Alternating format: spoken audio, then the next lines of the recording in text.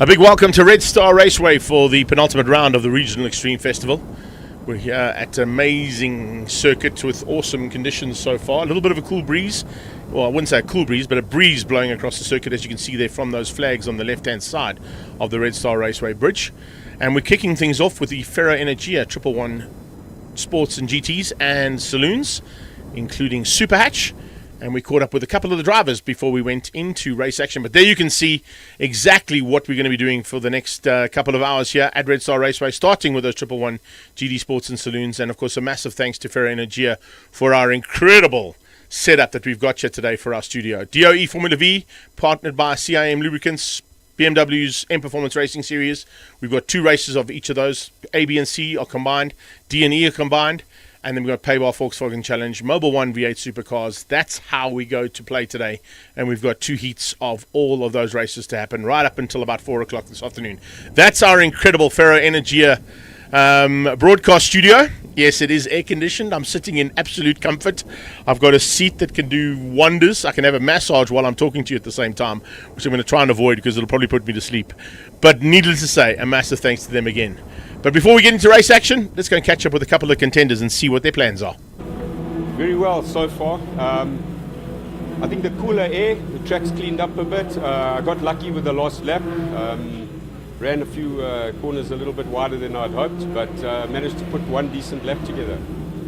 So we'll see how quali goes tomorrow. You know, Mel can be a tough candidate, and she's definitely improving all day. So I'm just happy to be at the sharp end for a change. No, there's no playing it safe. So Class A, we should be okay, but obviously if a DNF creeps in, then things change.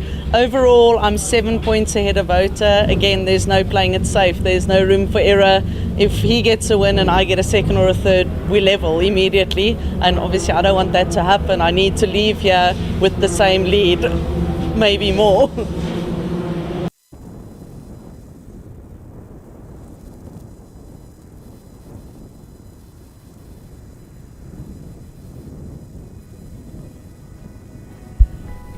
Not a worries at all, Paulie. We can kind of run through that. There are some championships, as you heard there from Mel, that have to be wrapped up here today, and possibly going to the final round at Swartkops with nothing to worry about. However, as you heard from both of the drivers that we caught up with there with Rob and Mel, both of them sort of saying, you know, that there's still some work to do today, and there's still some work to do at the final round at Swartkops. So we've got some action coming away here. The car that was on track that you picked up, I think, Paulie, is the official safety car. It's made its way out into the circuit. It's the Infinite Drive Nissan, I think it's a 370Z, if I'm not mistaken.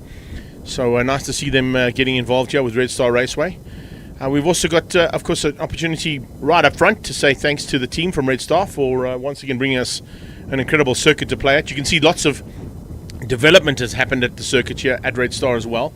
Just on the right-hand side of that shot, cones on the right there, the red one, and then you got a yellow and red one and an orange one at the bottom. They've built incredibly, in probably the fastest time ever, a record-breaking time, a full FIK certified kart circuit here at Red Star Raceway as well. So there's quite a bit of work that's been done in and around the facility. Remember that they also built the lodge. They've got a now full-fledged service station that runs just outside the circuit as well, all part and parcel of the grounds. Further down and around the track, I'm not quite sure if we got a shot of it, Putty, but I know that they've got the drift cars on the skid pan today as well, so there's a bit of entertainment for people that might be here at the circuit to have some entertainment. As always with Extreme Festival, they're trying to bring race action on track, but some off-track stuff as well. There you can see it down there, just as an example. I think it's Big Jim, if I'm not mistaken, there, that's down there with his team, or it might be Mikey. In fact, no, I think it's Mike. Yeah, so Mike and his team are down there giving us some fun in their 350Zs. So you can get down there if you are here at the circuit and you're watching us on the live stream. There is some entertainment provided by Mike and his team down at the skid pan. Interesting news as well coming through, of course, through the week. Great to see the calendars all starting to be sorted out and bits and pieces being planned for next year. But looking forward to seeing what's going to be happening on an Extreme Festival regional and national championship level, which are still got to be wrapped up with the penultimate round here today and one more at Swartkops. And then next week, remember, we go to Swartkops for the final round of the National Regional Extreme Festival, I beg your pardon. And that is going to be a hugely contested battle amongst a lot of the contenders in those classes. Only 2 championships have been wrapped up so far for 2024, and that's the ZX10R Masters Cup Championship, which Clinsella took at Kyalami at the Festival of Motoring. And then, of course, the other championship that's wrapped up after Cape Town was the Touring Car Championship, which Robert Volk has now sewn up.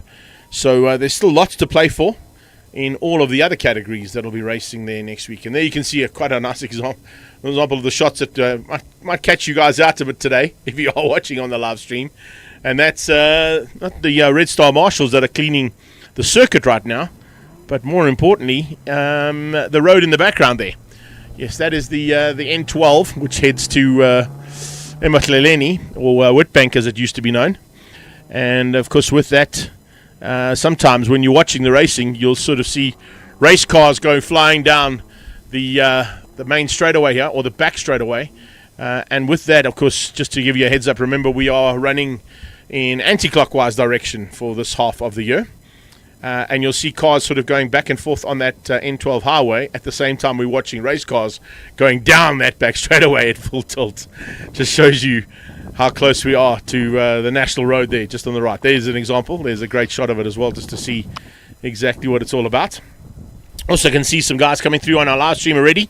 Looks like up and early is Jean Fenter and Jody Edenfeld, all the way from East London. So I know he joined me earlier on today in a live on the drive on the way to the track, just to find out what's happening around the world.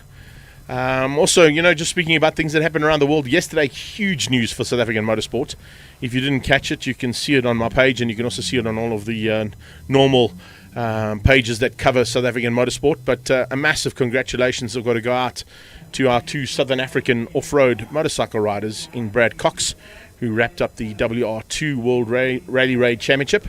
So we got a world champion from South Africa, and just north of South Africa, but kind of a South African at heart, Ross Branch, taking the World Rally Raid World Championship as well. So 2 champions out of the Southern Hemisphere and Southern Africa in the space of about 30 seconds. Those 2 posts went out yesterday afternoon. So well done to them.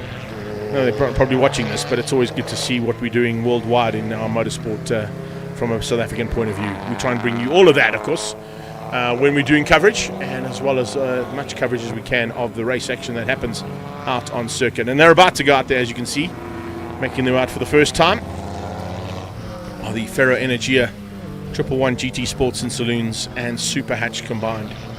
It's a nice field, but as you heard there from Mal, there is lots of work to be done today to wrap up not only the GT Championship, but more importantly, the Class A, B and C and Super Hatch Championships as well. Michael Kroppel looking good there in the Pest Control Specialist Golf. That's a very, very fast little Golf. That's the one car we're going to have to keep an eye on today. That's Mal Spur. She's, of course, moved up into the Golf for this year. Her and Vota swapping positions in terms of the team and their cars that are available there. And the 2 partners in crime now are actually fighting for championship honours overall in this Ferro Energia 111 GT Sports and Saloons. So Mal, as you heard from her, has to take a victory. And if Vota takes one, he will then even the playing field after this first heat of racing. If we look at the way things lined up, unfortunately, our pole man, Philip Meyer, has had to withdraw in the Porsche 924 GTR for the People Group. So he's not out on circuit, which will leave Davy Olivier and Wayne Robb on the front row for championship honours in GT and Class A. I see Wayne Robb has been dropped down to Class A. I'm not quite sure why. Last time out he was in the GT category, so I'm not sure if that's a typo on the timing or not, but we'll try and get that sorted out and find out the exact details of that. You can see quite a bit of oil being dropped by somebody in the previous session. Looks like some work has been done there in between by the Red Star Marshals to get some cement dust and some dries and environmental down to ensure that we clear up any potential. And there's a prime example of what could the potential be. If there's a change of surface flag out there, that means there was a bit of oil dropped by somebody.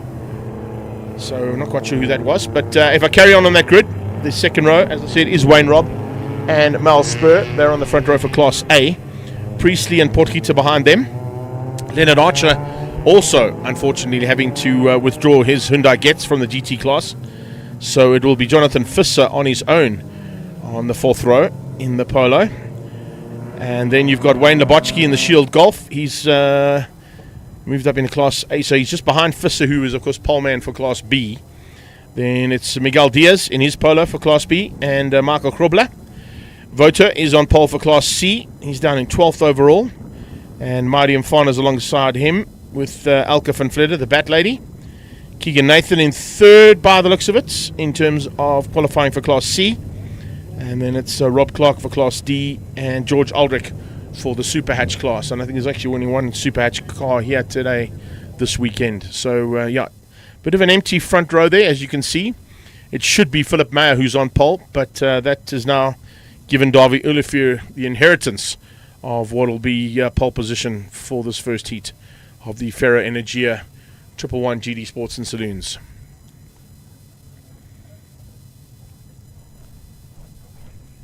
I'm not sure if they're going to give them a full warm-up lap or they're going to do just a short version of the circuit. As I said, when you joined us here for the start of the proceedings, there are a couple of changes to the circuit, especially just along where we are here from this camera position and in and around that with the kart circuit that was built.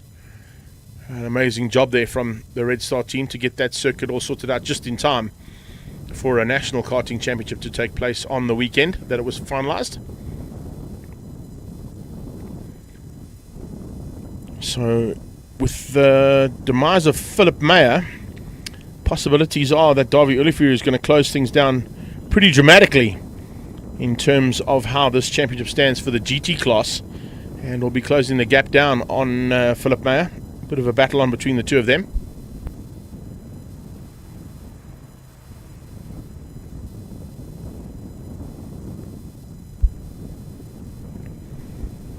Also just looking at Ferro Energia there, all of our associate sponsors with them who are part and parcel of this GT Sports and Saloon car class. An array of cars, majority of them coming out of the Volkswagen stable, but a couple of others to play with there. We've got the BMW, we've got two Honda Ballards, Opel Corsa, and of course the Ford Focus ST. We would have had a Porsche and a Hyundai. Those two unfortunately had to pull out of today's proceedings. First race making its way around now for the warm-up lap.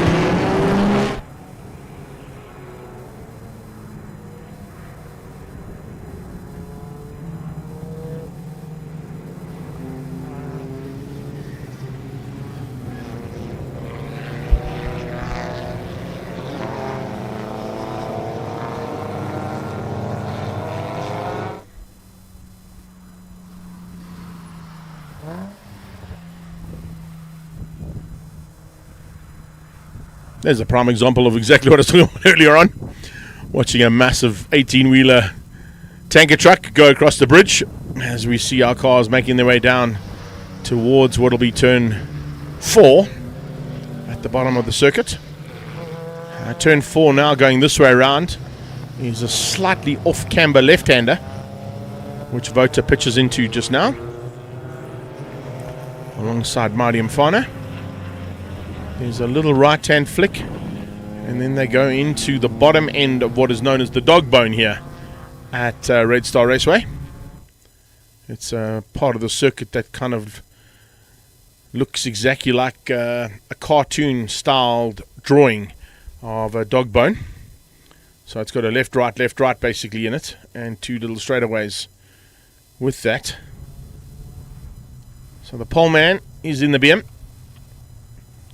And Davy Olivier there for International Race Supplies. Had a fantastic outing at the previous round, which was the Swartkops 200. And of course he led that from start to finish. That went into the night at Swartkops. So he'll be looking to sort of capitalize on the double points that he scored there. And there was no Philip Meyer on that day either in the Porsche. It wasn't ready yet. There is our lone Super Hatch competitor in George Aldrich at the back. It's not the Opel Corsa that he's in, of course that's in the Peugeot. So he's decided to run the Peugeot here for this outing at Red Star. Championship contenders, both out of the same team, both prepped by the same man, Nathan's Motorsport. So looking forward to a bit of a battle there between the partners in crime in Mal Spur and Wouter Rus. But Wouter's going to have his hands full of not only Marty and Fonda, but Elke van Vletter and Keegan Nathan there in the red Nathan's Motorsport polo. The Bat Lady there in the silver and black with yellow striping. Golf 1, synonymous with, of course, those colours for a long, long time. Here's Elke van Vletter, and running that bat signal on the side of her car, which is the reason why we've given her the nickname as the Bat Lady.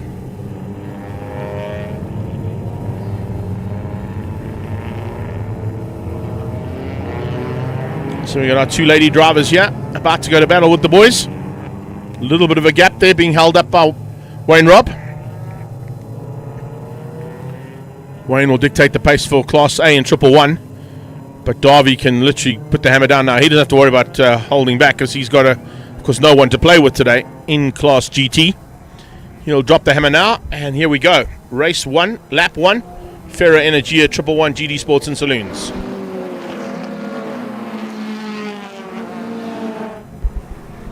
Down into turn 1, it is Mal Spur who gets the whole shot. Wayne Robb getting up onto the grass there and onto the dirty stuff. That's not what you want to be doing right from the word go. Particularly with those Dunlops, they get dirty. They don't like the dirt so early on. They need to get heat into them, not dirt into them. So Mal leads out, lights ablaze down the main straightaway. Looks like Priestley's tucked in there for third as they head towards turn 4. Wouter has got the drop on Class C, so he holds on. Marty and Fine are going to just play a bit of a blocking role there by the looks of things and keep the Bat Lady out. So Elke's got to try and find a way around Marty first, who's a Class B competitor, I beg your pardon. So Marty and Fine are just getting in the way there slightly of Elke van Vletter's progress to catch her rival in Class C's championship. That is Wouter Rus. But Mel leads out into the Dogbone. She's got Wayne Robb, Priestley, then Pete Potgieter. Potgieter hangs on for now as well, looking like he's got a chance of a good finish in Class A for Triple One GD Sports and Saloons as we start things out here for the first race of the day. Marco Krubler, possibly at the top end of Class B by the looks of things. Yeah, I think he's leading out the Class B contingent at this point. Mel under attack up the long straight. And it looks like Wayne Robb's Ford Focus has got a little bit of extra legs on that Golf that Mel's in. So he was able to get past Mel on the straightaway and now goes to second place overall, but lead of Class A. So lead of Class A is where Mel needs to be. She cannot be in second. She's got to try and hang on and at least get the victory here. Potentially, or particularly I should say, if Wouter's going to get the win in Class C.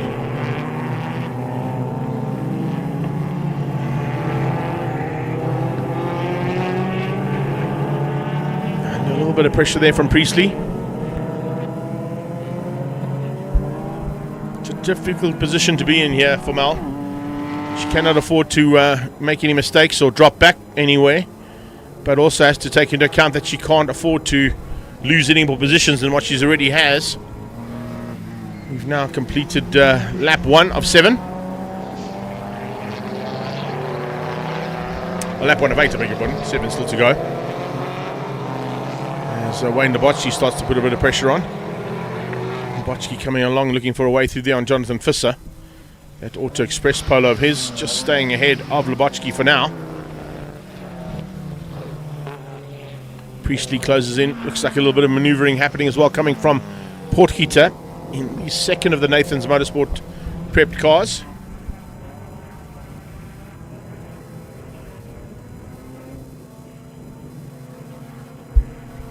Closing now on Priestley as they come out of a numerous amount of completely switchback corners. There's a whole bunch of them here. This is heading up the hill out of the Dogbone. And now in towards turns 6 and 7.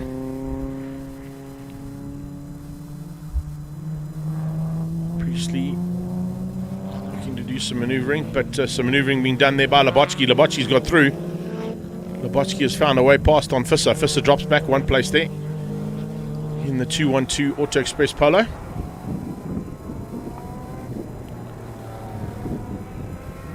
Looks like Mel might have dropped back another position. I think Craig Priestley's got through on her. Yes, he has. Oh no, Priestley's gone missing. It's Potgieter who's moved up. Potgieter who's moved up there. Just caught me out ever so slightly. So Pete Potgieter closes now onto his teammate. And I wonder if Pete's going to realize the value of having a teammate right now for Mel is.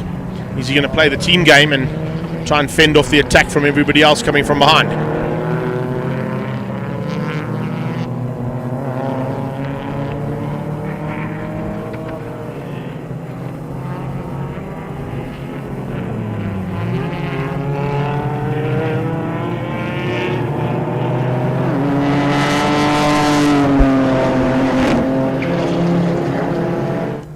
Come out of the second last corner now, across the line to complete another lap. Olivier leading comfortably, Rob in second, Spur is second. Potgieter now third ahead of Priestley. Wayne Labotsky up there. Nice bit of manoeuvring there for him.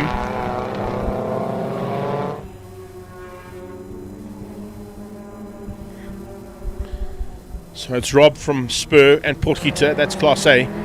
Visser, Krobler and Mfana is Class B. Vota, Alka and Keegan Nathan Class C, and Davy of course all on his own for Class GT's on us. Oh, that's Krobler off. Oh, and he comes on the road very dangerously there. Michael Krobler getting it all wrong. He came straight back onto the road and nearly took out, I think that might be Mighty. Yeah, Mighty Mfana having to take evasive action as Michael Krobler came back on circuit in quite a dangerous position. And he now sort of backs out, climbs on the grass and allows everybody through. Unless, I wonder if there's something broken on that car that he's pulled to the sideline. That Pest Control Golf 1 is normally bomb-proof, and I'm not quite sure what went wrong there, but you could see when he came back on, Mighty nearly got T-boned. So Mighty Mfana very lucky there. He's got ahead now, Vota. But remember, Mighty is running in Class A as opposed to Class C, so he's not really in the battle here. Whereas Vota is certainly fighting hard with Elke van Vletter right behind him and Keegan Nathan. And not too far behind them. Looks like that might be Rob Clark, first of the Honda Ballards, who's about to join that party. So here comes van Vletter, looking for a bit of slipstream to get through there on the Polo.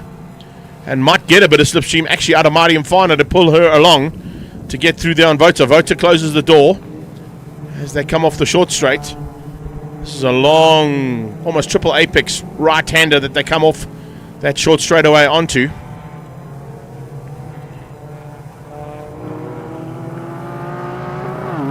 Coming up to turn 11 now, this way around. There's some pressure coming from Keegan Nathan onto the Bat Lady. He's late on the brakes, he gets on the inside and gets through. So Alka losing out one position there into turn 11 as Keegan Nathan finds a way past. Diving through to get ahead of Elke van Vletter now and looks to try and close that gap down that's opened up between himself and first place in Class C there, Vota Ruiz. Wayne Robb trying to close down onto the back end of the BMW out front. Leading Class A in the triple ones, which is not what Mel wanted.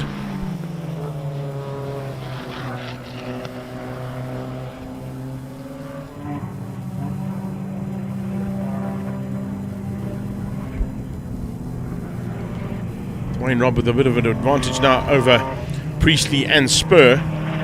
Mel down in third place is certainly not what you wanted here for this first heat.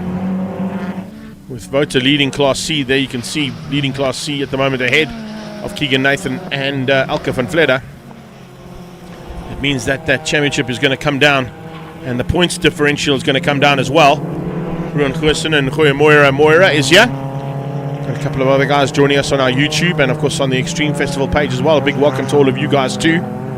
Unfortunately I don't have my fellow commentator Motormouth with me today in Brendan Kelly, but I will have a couple of guys joining me for the M Performance Racing series a bit later on. But it means that I've only got the option to look at what's happening on the Voice of Choices page, and if anything else comes up from the other pages that are broadcasting on, I'm sure Paul will send that to me on the screen just to say hi to anybody who's joining us from all around the world. I know there's a couple of guys who already have joined us from around the world, so massive thanks to you guys for getting up early, or if you're up late, depending on where you are. It's round 7, the penultimate round of the regional Extreme Festival here at Red Star Raceway. We're just outside of Dalmas in Mpumalanga, South Africa. And race action has started with Ferra Energia, 111 GD Sports and Saloons, and Super Hatch combined. Oh, big move on the inside there, coming from the Bat Lady, trying to get back up the inside of Keegan Nathan. Has she been able to do that? Not yet. Running wide though. Oof, Marty Mfana and Vota nearly followed. Here comes Rob Clark. No, that's Mike O'Sullivan with the green livery. And getting up the inside, looking for a way through on the Bat Lady. She closes the door. Sullivan applying big pressure though in that Class D Honda. Looking to try and spoil the day here between the battle for second place in Class C between Van Vletter, and it's actually helped Van Vletter out a bit because she's got the inside line now for turn 13 into the last corner. Keegan Nathan going to try and hang on to that outside line, find some grip out there if there's some. There's not a lot of it, but he's trying to find as much as he can, and Van Vletter gets by. Tries to come back under slipstream into turn 1, but he goes defensive to keep out Mike O'Sullivan. Mike will be loving that. Fighting hard there, one of the most seasoned campaigners in this particular category. He's certainly looking like he's on it, and definitely looking like he's got what it takes here to be at the front end of not only Class D but potentially a Class C runner, if you look at how things are going here so far. So loving life right now is Mike O'Sullivan in this fight with Keegan Nathan and Alka van Vletter, the Bat Lady.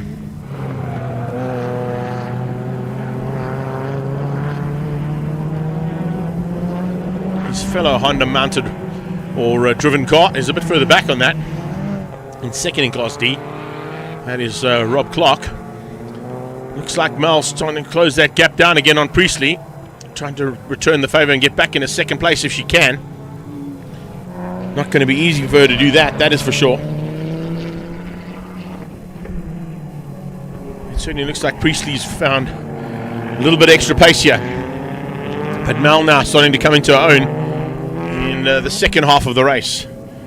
So maybe she's set the car up with late race pace in mind, going a bit of a kind of Bastianini style with 2 to go. 2 laps to go for this one. Priestley will be watching those rearview mirrors, maybe looking at how Mel is making progress or not, and can he keep her out. If he does, third place versus first place is definitely going to bring things a little bit more even between the two rivals in the championship and partners in crime. Yeah, I think it's actually 3 laps to go. I beg your pardon, Paulie. Thanks for that. It's the back end of the board that we're seeing here, of course, on the start line from the start line monitor. But if I look at my race monitor, it is definitely 3 to go. So apologies on that.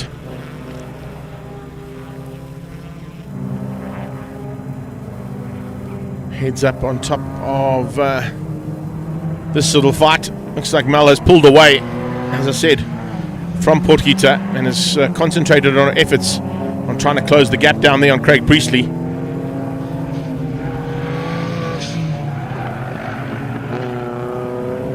Always has something special on the side of his car there as Portgita. He's run the Rocky livery for a while now though, but he did have a couple of interesting race liveries he's run with in the past. Make My Day was one of them. Of course, he had the Clint Eastwood car for a while. Someone's run wide. I think that was Priestley. Priestley might have made a mistake, feeling the pressure coming from Mel's attack. That's your leader. We haven't seen much of him, but there he is, leading overall and the GT Lone Crusader today.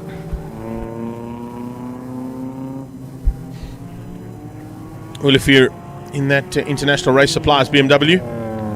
As I said at the previous round of this championship at Swartkops, at the Swartkops 200, he was able to, of course, run from flag to flag and was not troubled at all by anybody in the Swartkops 200, giving himself a bit of a change around in these championship standings and a lot closer in the battle for championship honours, potentially looking at scoring a lot more points here, considering he's the only GT car out there today. So being there and winning both heats will certainly give him a nice advantage heading into the final round at Swartkops.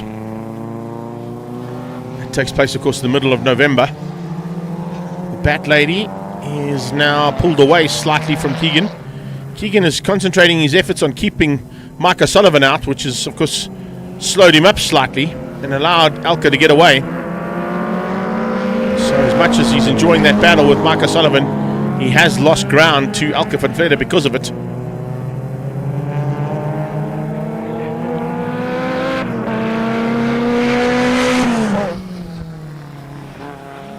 Here comes Potgieter, late on the brakes down into turn 4. And closing on Mel, but Mel just using a slightly different line. He was a bit hot there, I think. Into turn 4 there was Potgieter. So had to take a slightly different line, which just compromised his drive slightly.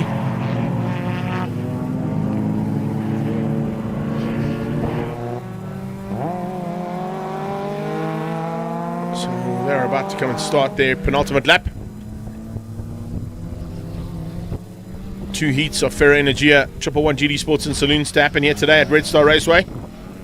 We're about to wrap up the first one as they're on their penultimate lap now.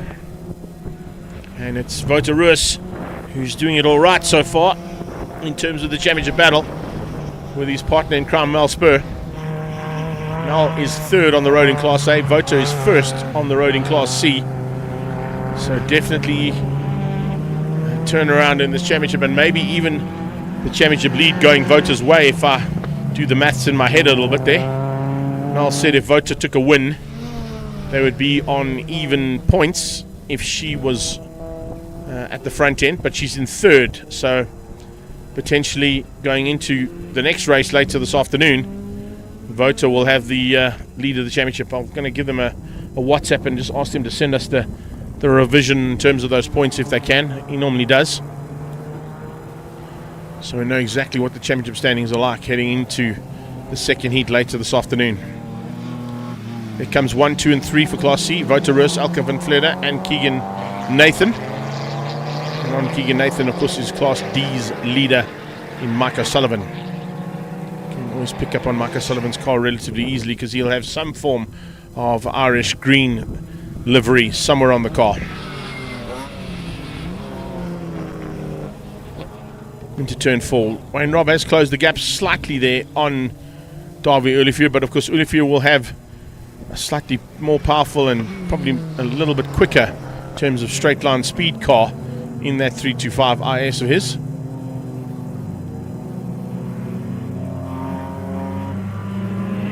It is a special little race car. As I said, at the last round at the Zwartkops 200, scoring big time with the victory from flag to flag in that 200-kilometer race.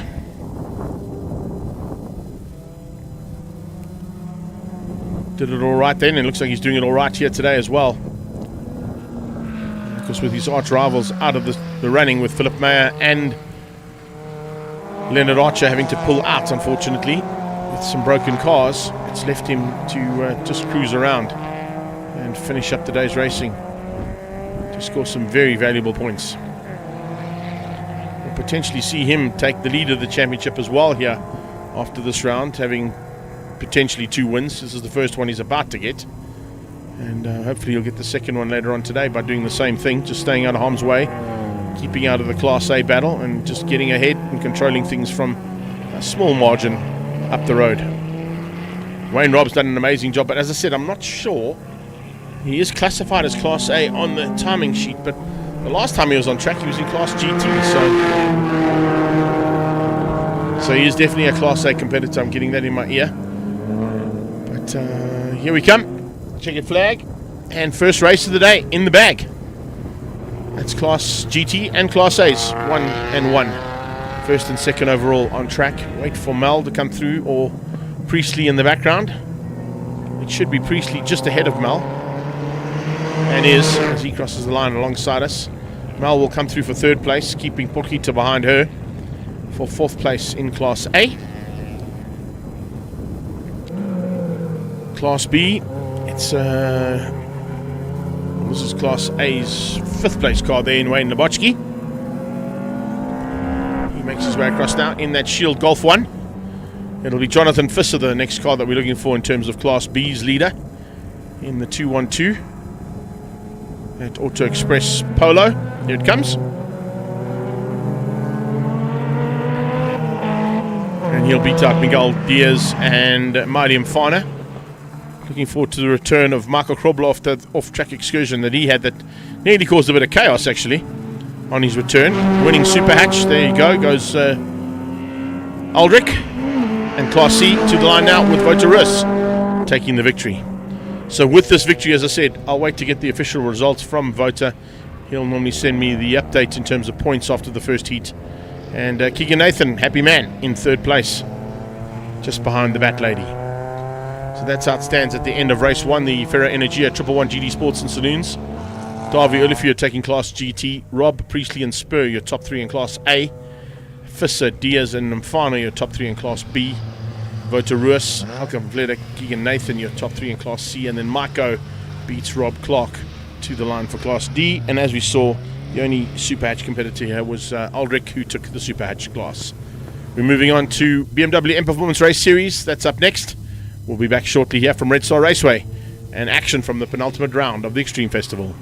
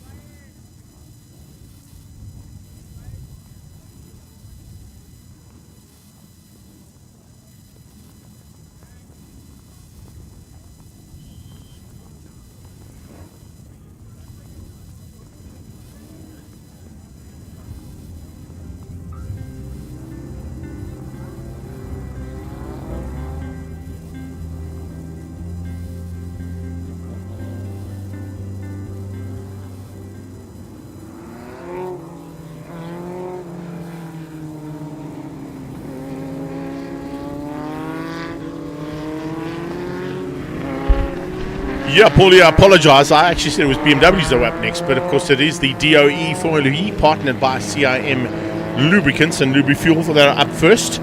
So before we get into some race action, let's go and catch up with a couple of contenders and see what they got to do to try and catch Lionel Janssen. I don't really know. The championship is looking good, but one bad race can swing everything again. So I'm just trying to keep it clean and stay in it. Yeah, at my age, you have to drive like crazy to come last. So I hope I get a good last.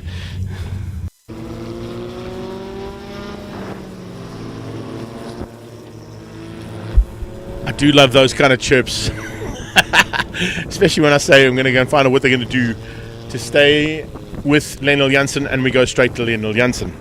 Yeah, he's the man to catch in this championship, but of course getting some news from all around the world, and all the way down in is it Mossel Bay or somewhere down there that I think he's living now.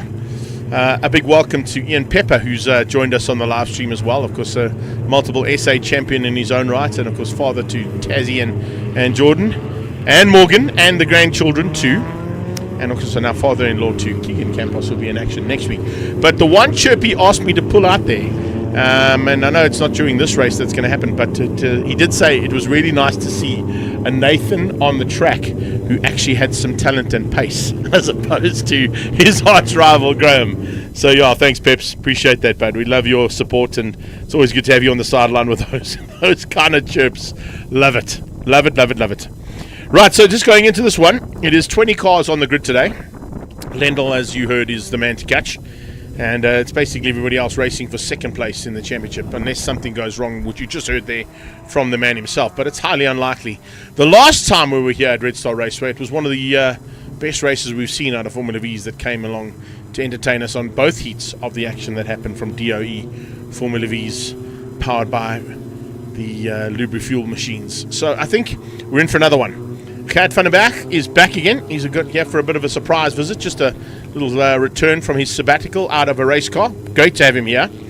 And then there's a bit of an internal bet, I believe, that they've put in here for the DOE Formula V's, and that's the first driver to spin will have to do a shoey, and the driver who does the most spins will have to do a double shoey at the end of the day's racing. So we'll hopefully get that on camera for you guys if we can. Otherwise, we'll just see if we can get it on. You'll see it on social media, I'm sure. Quickest lap time in race 1 and race 2, and the biggest gap between the two of them will be the loser, and he has to go and have a swim in the kiddies pool. So those are the two bets that are going to be out there internally amongst the drivers. First spinner has to do a shoey. The man or lady with the most spins has to do a double shoey, and then the quickest lap time in race 1 and 2. And the person with the biggest gap between those race times, the fastest race times between race 1 and 2, will have to go and take a swim in the kiddies pool here at Red Star Raceway. At the same time, the overall biggest gap will have to wear the bear suit or beer suit. It says beer suit, but I'm not sure if it's a bear or beer suit. But that came from Theo, and of course he's the man behind the scenes here in terms of the Formula V Association and all the bits and pieces that they get up to. Lionel Janssen is on pole. He's alongside Peter Hills. He's one of his arch rivals, and of course Peter Hills coming back from an awesome run at the previous round, so he'll be looking to redo more of the same. Behind them, it's Theo Vermaak and Sean van der Linde. Nice qualifying there for van der Linde onto the second row. Watt and Hills, Brandon that is, in the all yellow, bright yellow car there, in 6th place. Marcel Blichnout and Vaughan Hills in 7 and 8. Then it was James Carter and Gert van der Berg. Nice to see him back, as I said, but down in 10th, maybe a little bit rusty. Richard Carr and Charden Trump are up in 11 and 12th on the 6th row. Jaco Smith and Chloe Stewart are on the 7th row, ahead of Milay Stewart and Clinton Kane. Behind them will be Yanni Geyser and Richard van der Linde, or Reinhard van der Linde, beg your pardon, and Trevor Hills at the back of the pack. So nice to see. Well, there's 19 cars here. There were 20. I'm not quite sure which one of those didn't make it out for the car to start. But we're under starters orders now. That 2-minute board will become 1. 1 will become 30. 30 will flick around to 5. And we stand by for race action from DOE Formula V. First heat of the day, heading down towards turn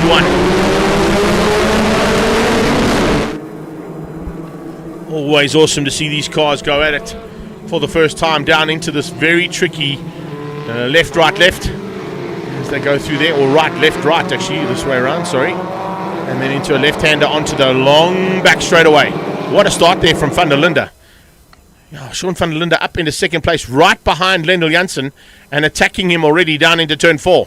It's Peter Hills who's dropped back to third place, and he's got a bit of pressure coming from Theo Vermaak as they head down towards turn 4. So a little bit of chopping and changing there. Good move there from Brandon Hills. He's up to 5th already, squeezing through there and getting ahead of the 7.5 of Carl Watt. Watt now goes on the attack and on the defensive to keep out the 112 of Marcel Bluchnote. Bluchnote there in that CIM Lubrifuels car. He's literally tucked in behind the second of the Mangaza Racing machines involved in that battle. The first of the Mangaza Racing cars, of course, is up there in the hands of Peter Hills, and he's currently third on track. So a bit of chopping and changing from the usual contenders, but they're all there, and they're all in that top 6 or 7 hunt, which is where we want them to be. We don't want to see Lennell get away too much, although he did set the pace this morning and has definitely got something special underneath him for this weekend. Further back in the pack, picking up on those little battles as Chardon Trump comes to fight it out with Chloe Stewart, looking for the rookie honours, of course, in this category as well. Nice to see a couple of new cars involved there as well, with Vaughan Hills running that slightly different chassis. Remember, he's in the Forza chassis as opposed to the Ramers that are out there, most of them running the Ramers. But nice to see some new ones. Oh, sorry, of course, the Forzas and Ramers are the normal ones. It's the VMAX chassis that Vaughan Hills is running. So slightly different setup on that car. You can see slightly sharper lines, I would have to say, in terms of its setup. You'll see that when you get a bit of an up close and personal of it. But right now, Len Janssen controls things as he comes to cross the line to complete lap number 1 and get us into the first part of race 1 of our Formula V's. One of the longest standing single-seater championships in the world is this category, never mind anywhere else in the country. It's definitely the longest in the country, that is for sure. But certainly one of the longest standing championships in the world as well is our South African Formula V Championship, now partnered up, of course, with DOE, Start My Car, CIM Lubrifuel, Victron. They're all involved here. And it's great to have them. Dunlop tyres on these cars as always. And looking good so far as they head down towards turn 4. I was just going to see, there was a little bit of a strap there flapping around in that car, but I think it was just a seatbelt strap that was getting caught out in the wind. Open seaters today might be the ideal cars to be in, because we're expecting to get up to about 35 degrees Celsius here at Red Star Raceway, so it's going to get hot.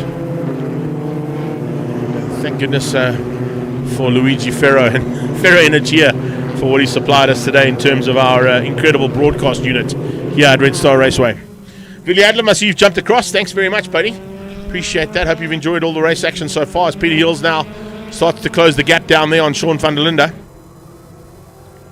He's got to get past van der Linde, and then he's got to set his attentions on, wow, look at the lap time there. From a standing start at 2:12.7 from Lendl Janssen. Opening up about 2 seconds over the rest of the pack. Van der Linde dropping back now into the clutches of Peter Hills, and he's bringing Theo Vermaak and Brandon and Carl Watt not too far behind that along for the ride. Spinner, there you go. There's your first shoey. It's the 25 car that's out there, and that's not good. Reynard van der Linde, guess what, buddy? You'll be doing the shoey as the first spinner of race 1. That's the internal bet that they're having here. Just have a little bit of fun as well as concentrate on the important things of winning championships in 2024. This class has always got a great bit of camaraderie amongst it, and nice to see them going and having some fun with their drivers as well. Theo Vermaak pulling out on the slipstream, trying to get on the inside of Peter Hills into 1. Just can't quite get there though. Hills saw him coming, just moved over a smidgen, and it was enough to just sort of throw Theo's attack plan out of kilter slightly. Carl Watt has got back ahead of Brandon Hills. Nice little fight in the pack as well. Remember, there's a national championship class, a association class, and the rookie class that they all fight for in this category. So every single one of these drivers in contention for potential top 5 and 10 positions in each of those classes respectively. Peter Hills, though, is losing ground here.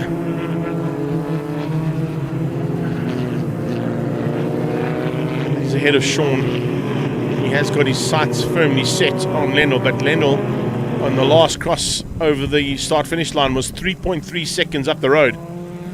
That's quite a big margin to make up when your cars are so evenly matched. Theo for Mark there in the DOE quality parts and Start My Car machine. Looking pretty good. And potentially going to be moving up into now third as he comes out of the slipstream on Van der Linde. Couldn't quite use it though. He wasn't maybe close enough to use it. He's closed the gap down though under braking for what is turn 10, I think it is here now. So up into turn 10 we go 11, 12, no that was turn 9, I beg your pardon, turn 9. Now we're into turn 11. Running the other way around. Of course, we've got to try and remember that the corners change up ever so slightly. We had to do that only last weekend at top of the hill at Zwartkops. Learning the track the wrong way around. Having raced this track in both directions.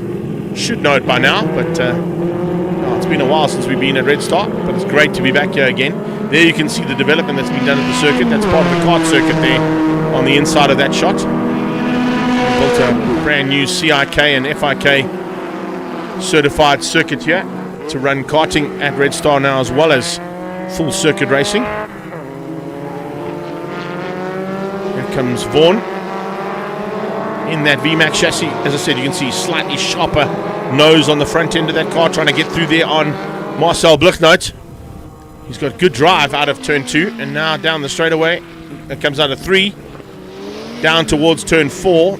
And has he got him? Yes, he has. Just sneaks through there. Coming along for the ride though and about to join that party. Looks like there's going to be a bit of fun and games there as well with Gert van der Berg about to join the party in the Start My Car Formula V. So he wants to get through now on Bluchnout. Hills has got through. Now looks to try and bridge the gap. Getting onto the back end of Brandon Hills up the road from him. So Vaughan and Brandon running currently in 6th and 7th place respectively. Big Daddy out front there. In 2nd is Peter. Here is the Mangaza Racing man, number 33. Brandon Hills, as I said, lost a bit of ground now. And so has Sean van der Linde. Van der Linde losing out there to Vermaak. This time it worked on the slipstream effect up into that big double or triple right-hander.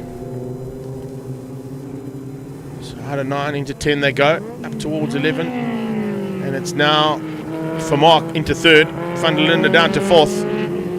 Sean van der Linde had a phenomenal start. He got himself up into 2nd place right behind Lendl Janssen initially.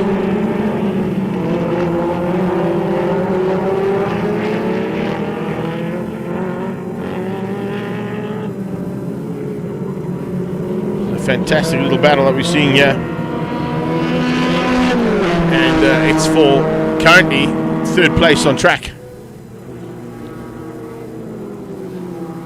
Let's see now if they can keep it all together as they go into turn 1. Further back, this battle continues again, a little bit closer, and joining the party looks like Richard Carr coming along for the ride as well. Looking to close that gap down now onto the back end of Gert van der Berg. So Van der Berg pulls out, looks like to try and get through on Marcel Bluchnout. And has he got enough? Yes, he has. He'll get through there relatively easily as he comes down on the breakers for turn 4. Car about to join the party. Oh, spinner! Alright, so that's the 2nd spin of the day. So we'll keep our eye on the amount of spins that we have in Formula V. Fortunately, it's not going to be the shoey going to Sean van der Linde. That one's already been decided. It's going to go to Reynard. So it looks like they're keeping it amongst the family, though. Maybe they'll share the shoeys later on. For those of you who just joined us, just to run in on the internal bet and bit of a fun between these drivers in this class. Reynard van der Linde was our first spinner, which means he will have to do a shoey up on the podium later today as the first spinner with the internal bet taken amongst the drivers. But looks like Sean's done the same thing. He's also gone and had a little bit of spin out there. So with him spinning out, we'll have to keep a tally on who gets the most spins, because the person who gets the most spins of the day has to do a double shoey up on the podium later today. Off track there for Mark. It's going to slow him slightly and give Carl Watt a chance. Carl Watt will be eager to pounce, watching that DOE Formula V run wide out of turn 10. Come up into 13, last corner, starting another lap. Halfway stage has been reached. We're now into the second half, so it's 3 to go.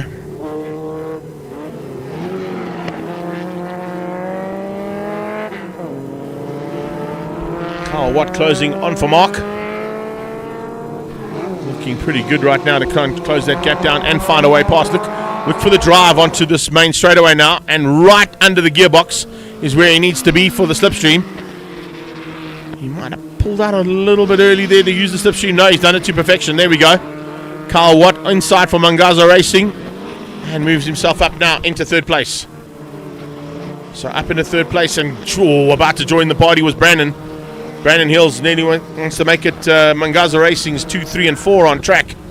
Because remember, at the moment, Leonard Janssen is sitting with a 4.5 second gap at the front, ahead of Peter Hills. And then it's Carl Watt and Brandon Hills looking for a chance to make it a 2, 3, 4 for the racing team. But it's for Mark who's spoiling that opportunity as he stays between Watt and Brandon Hills as they come out of the dog bone.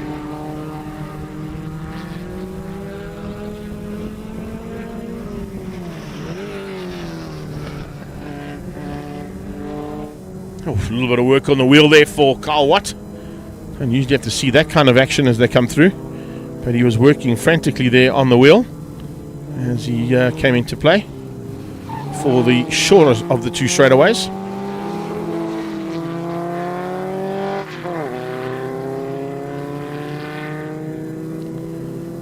Yeah, we won't forget that one. Pepper saying, don't worry, we have to mention my other son-in-law, Brandon, of course. Brandon Hills out there doing an amazing job and looking for a chance to try and squeeze through there. As you can see there, Pepperoni.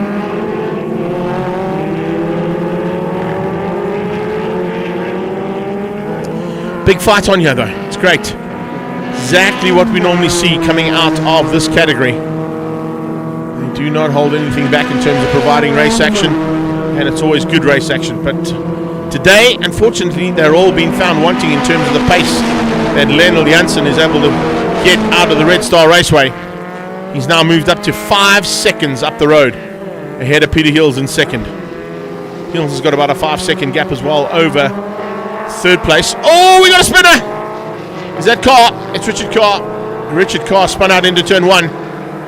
So that's another one off the road. So it's Carr, van der Linde, 1 for 1.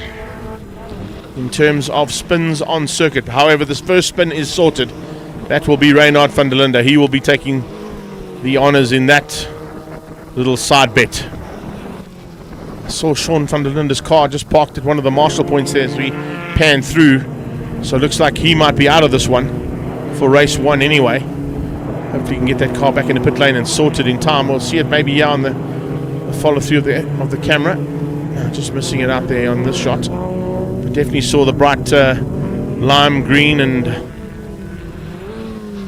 sort of bright pink and red colours that he runs. Almost Eddie Irvine-esque style colours on that car.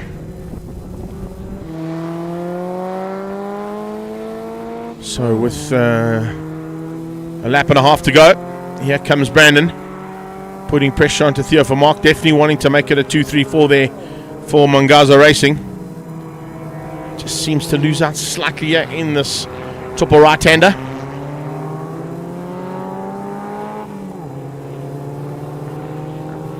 Comes through out of 11, heading up towards, or up to 11 I should say, coming out of 10. This is a nice move here from Theo for Mark just to fend off the final attack here from Brandon Hills to keep him out. He's not going to make it easy. Brandon Hills is going to force or try and force a mistake from Theo. Lendl starts the final lap. That's the gap he's got over Peter Hills, and it's a massive advantage here for the man from Bull Securities. And you can see him just with that new livery, running those colours sort of about 3 or 4 races into the 2024 season. Gone very much Aston Martin-esque on us in that livery. Has been the man to beat for a while. Peter Hills has given him a run here and there. So has Brandon. So has Theo Vermaak. And on a few occasions, Jaco's been there as well. And of course, our reigning champion not here today. I think that was the car that was missing from the grid. That potentially would have made the 20 cars that Theo was telling me about. And the coffee man not here today in race 1. Whether or not he'll be back for race 2, we'll have to wait and see. But the 9-1, of course, looking like it's going to be able to remove that number 9 off pretty soon and make that the number 1 car for 2025.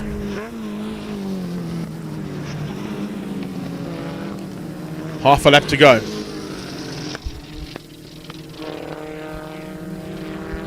Is there a bit of a misfire on that car? Was it another car going down the back straight that we might have picked? No, it's definitely not on Lennel's car. Just heard in the background a little bit of a misfire from a car, but it could have been from one of the cars in the background of our camera shot there as opposed to what we're seeing. But you can see he's not driving aggressively, is he? Oh, another spinner. That's Chloe. Chloe's gone off. So that's 4 in contention for most spins of the day. Van der Linde times 2, Chloe Stewart and Richard Carr are our current contenders for top spinners of the day in the internal bet amongst our Formula V competitors. Coming out of turn 13 though, it's Lennel Janssen who's going to get the first victory of the day. And he's done it comfortably. Wow, what a drive here from him. That is a massive advantage in Formula V. And yeah, well deserved. Very well driven. Peter Hills came from second to end second. Kyle Watt comes through for a 3rd place. He'll be happy with that. And Brandon's got through as well. Brandon has found a way through there on the last lap and makes it Mangaza Racing's 2, 3 and 4. Just ahead there of Theo Vermaak in the DOE sponsored machine. He finishes up ahead of Vaughan Hills. So Vaughan Hills just missing out on an opportunity of getting 4 of the Mangaza Racing team cars up into the top 5. Gert van der Berg, great to have him back. He finishes in 7th place after starting in 10th. Marcel Bluchnout in 8th. Chardon Tromp wins out the rookie class and takes 9th place overall in this first heat of DOE Formula Vs. So, that is our single-seaters first heat done. Just going to double-check myself before I get it wrong again. Next up, yes, is BMW Performance Racing Series classes A, B, and C. And that means I think my good friend Nick will be joining me for some commentary in a few moments' time. But until we are back on track with race action, we're seeing Mobil 1 V8 supercars. The calm before the storm. Stand by for race action from classes A, B, and C of the BMW M Performance Racing Series here at Red Star Raceway and the penultimate round of the Extreme Festival of Motorsports Regional Championships.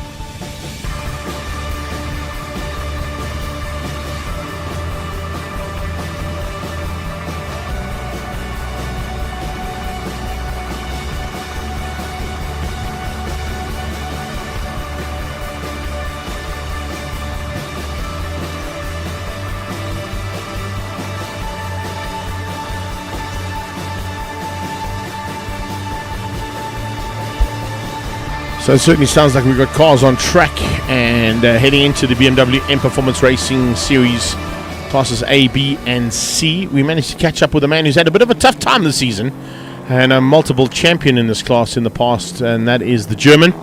And we also caught up with Andre van Vuren and Benny Late. Let's go and find out what their plans are for today. Hello together. The track is quite nice today. It's good. I struggle a lot with my car as usual. I still have some gremlins to be sorted out. I'm still off the pace completely. And I just hope that it's going better this time now. We're going out now and tomorrow in the quali. And I'm back for good in South Africa, so I hope that I go back to the performance that I had before I put the turbo in. Because now I'm still much slower than before with my NA engine. No, we're very excited about tomorrow. We just did a major rebuild on the motor, so we took most of today to get heat cycles into that motor and run it in. So hopefully by tomorrow morning's first session we'll be good to go and we can take the car a little bit up in revs. So we're really excited for tomorrow to see how it goes. Yeah, well, we're always positive. We were fortunate enough that we actually, last Sunday, we had a fabulous track day here, so we could spend quite a bit of time on the track anti-clockwise, and the first two sessions actually worked out quite well. Happy with time, etc. Going to be interesting tomorrow. I think it's not only going to be about pace, but it's actually going to be the cars that's going to finish. I believe it's going to be up to 34, 35 degrees, but all in all, confident, positive, and yes, looking forward. Yeah, we certainly are looking forward to it as well. And thanks, Benny. Oh, you stole my thunder there a little bit. I was about to say, a lot of these cars would have been here only last weekend and having some fun and games at the Time Attack event that they had here for the BMW M Performance Racing Series. So always great to see that. I'm about to see a very happy man step into what is, he's going to be looking and going, hang on a second, this is a major upgrade for us in terms of commentary. But joining us for the first time, your microphone is in its microphone slot there, Nick, just over there, buddy, if you want to grab it. But if you want to, I'm just going to show you here on the side of your seat. If you just do the little switch around there, you can put the ventilator on your seat. If you're too cold, I can warm the seat for you as well. If you want a massage, I can do a massage for you as well, thanks to Ferro Energia. Welcome to the commentary booth, bud. I think racing's overrated. I think commentary is now it's the place to be. That is the place to be right there. On screen right now is where we are. But what a fantastic kitted out van. This is incredible. I'm glad you like it. Listen, we got some really exciting stuff on track at the moment. We're just chatting to the German there, saying, that he's still got a couple of gremlins there. Fast development, we're trying to sort those all out. But he has had quite a good qualifying up there on the second row. And he's back for good as well. He's no longer back and forth from Germany on business duties. He can concentrate back and hopefully he can get that turbo to work for him now. Yeah, long-term project there for Andreas, and so he's been flying back and forth. I can imagine that the Lufthansa staff must know him like the back of their hands. Seeing him back for his races on a kind of monthly basis, and he was talking about a lot of gremlins hurting his performance and reliability this year. It looks like it was able to be sorted out by qualifying this morning. Some incredible lap times set up by the Class B guys, and to top off that story, Nick Mucker is coming out of absolutely nowhere. Kind of practice sessions wasn't really featuring at the top. Renier had it under control, and Nick put the gauntlet down today and said, "Here we go." Nice to see that we've got Leon back again. However, the other two Class A competitors not getting here in time. Still problems there for Ryan's car. Still problems for Bob's car. So not quite the full field we wanted coming to Red Star. Yeah, so unfortunate for Bob, and I had a long conversation with him after that incident, because effectively his last time at that track he had that really scary incident where there was oil dropped and whatnot. So a terrible incident to have that a second time around. So I'm sure he's not looking forward to returning too frequently to SWAT Corps, but it looked like he was quite blasé about it, and he's looking quite chipper. So it's a pity he's not here this weekend, because I'm quite sure he's very keen to race. And same from Ryan. Apparently he's been doing some practicing in Europe. Yeah, unfortunately that's the reason he's not here. He's actually doing some testing for a rival German brand, which we can't mention right now because this is sponsored by BMW M Performance Racing Series. But he's got an opportunity to go and have some fun, along with another youngster coming out of that Gazoo Racing stable event that'll be happening next weekend at Swartkops in Dylan Praji from Bulawayo, Zimbabwe. The two of them have had a chance to go and test in a GT4 spec car for this weekend, so that's the reason why that they're not here with us, and we wish them all the very best in terms of their abilities to maybe find a seat for next year. No, it's fantastic. You know, you kind of think that we've got a couple of unicorns in the Van der Lindes, and recently Jordan Pepper joining them in the DTM space, and you know, that kind of level of talent coming out of South Africa is just fantastic watching that on the weekends. But you just don't know when we're going to have that appear again. But to have the likes of a couple coming out of South Africa again and moving their way through really prestigious categories like GT4, DTM, GT3. We saw Masters in the winning the Italian Porsche Cup, which is an incredibly competitive racing series. So South Africa is producing some automotive excellence, and they're still coming through. I mean, if you look at, you know, Leighton was involved with your class for a little while just to get used to the rear-wheel drive and driving a BMW. It might not be the same spec as that M2 that he raced in the M2 Cup, but needless to say, he got a chance to be in a pack of BMWs when he joined you guys for a little bit. And not only do we see, I mean, I know a lot of your guys are sort of, you know, they are club competitors, and we take nothing away from their abilities in their race car, so no one take offense to the comment that I'm making. But if you look at our current crop that are coming out of karting, that have got opportunities next year joining the MSA4 single-seater class with the new design and everything that's happening there. What's happening with Super Cup, what's happening with touring cars. Polo Cup is always a great stepping stone.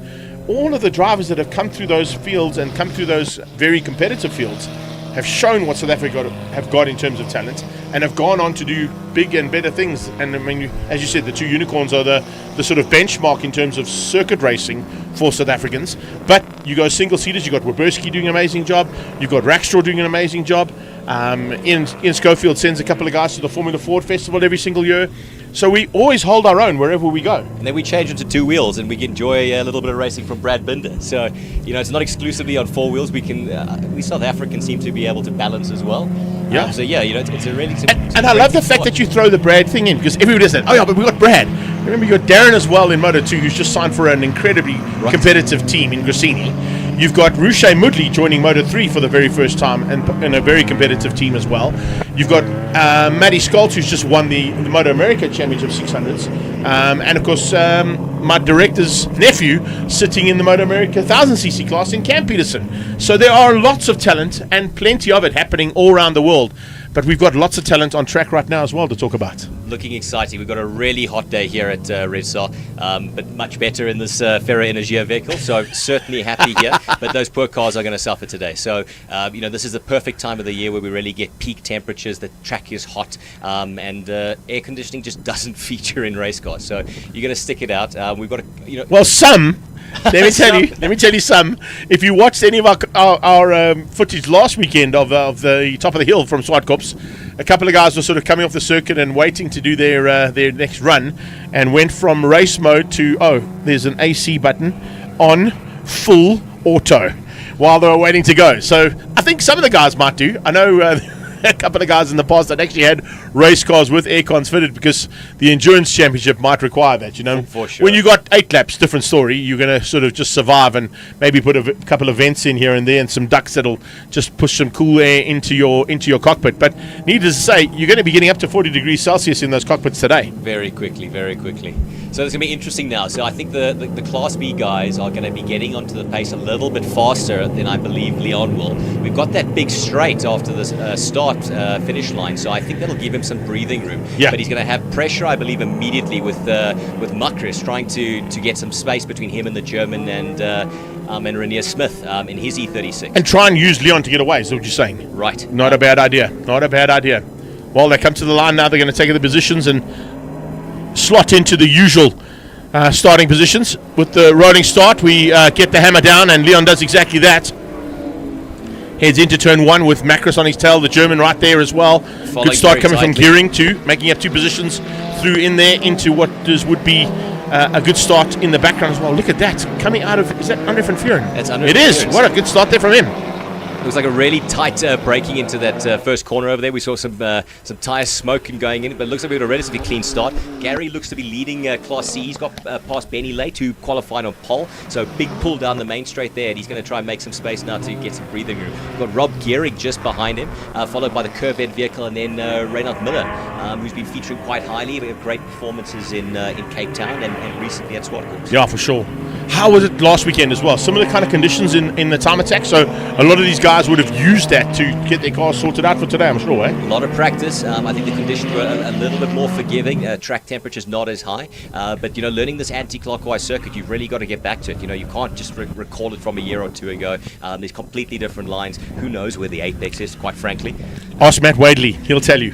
How to turn 11 today, he was sideways about 4 or 5 times. We'll chat about him later when your fellow commentator comes to join me there with Bernard. But Matty had a couple of seriously sideways moments coming into, not this corner. Ooh, and there was a big moment there for Nick. So we got a change up in the positions here for Class B. We've got Renier Smith, who's got past the German. Nick Mucker is still leading our Class B, but those three are incredibly tight right now. So still very close over there. Leon's got a little bit of gap, looking about 1.5 seconds over there, but the Class B competitors are incredibly tight. Yeah, it's a nice little fight there, but the three of them going to be fighting hard. Behind that, as you said, Benny Late starting to come through there, leading things out right now for Class C.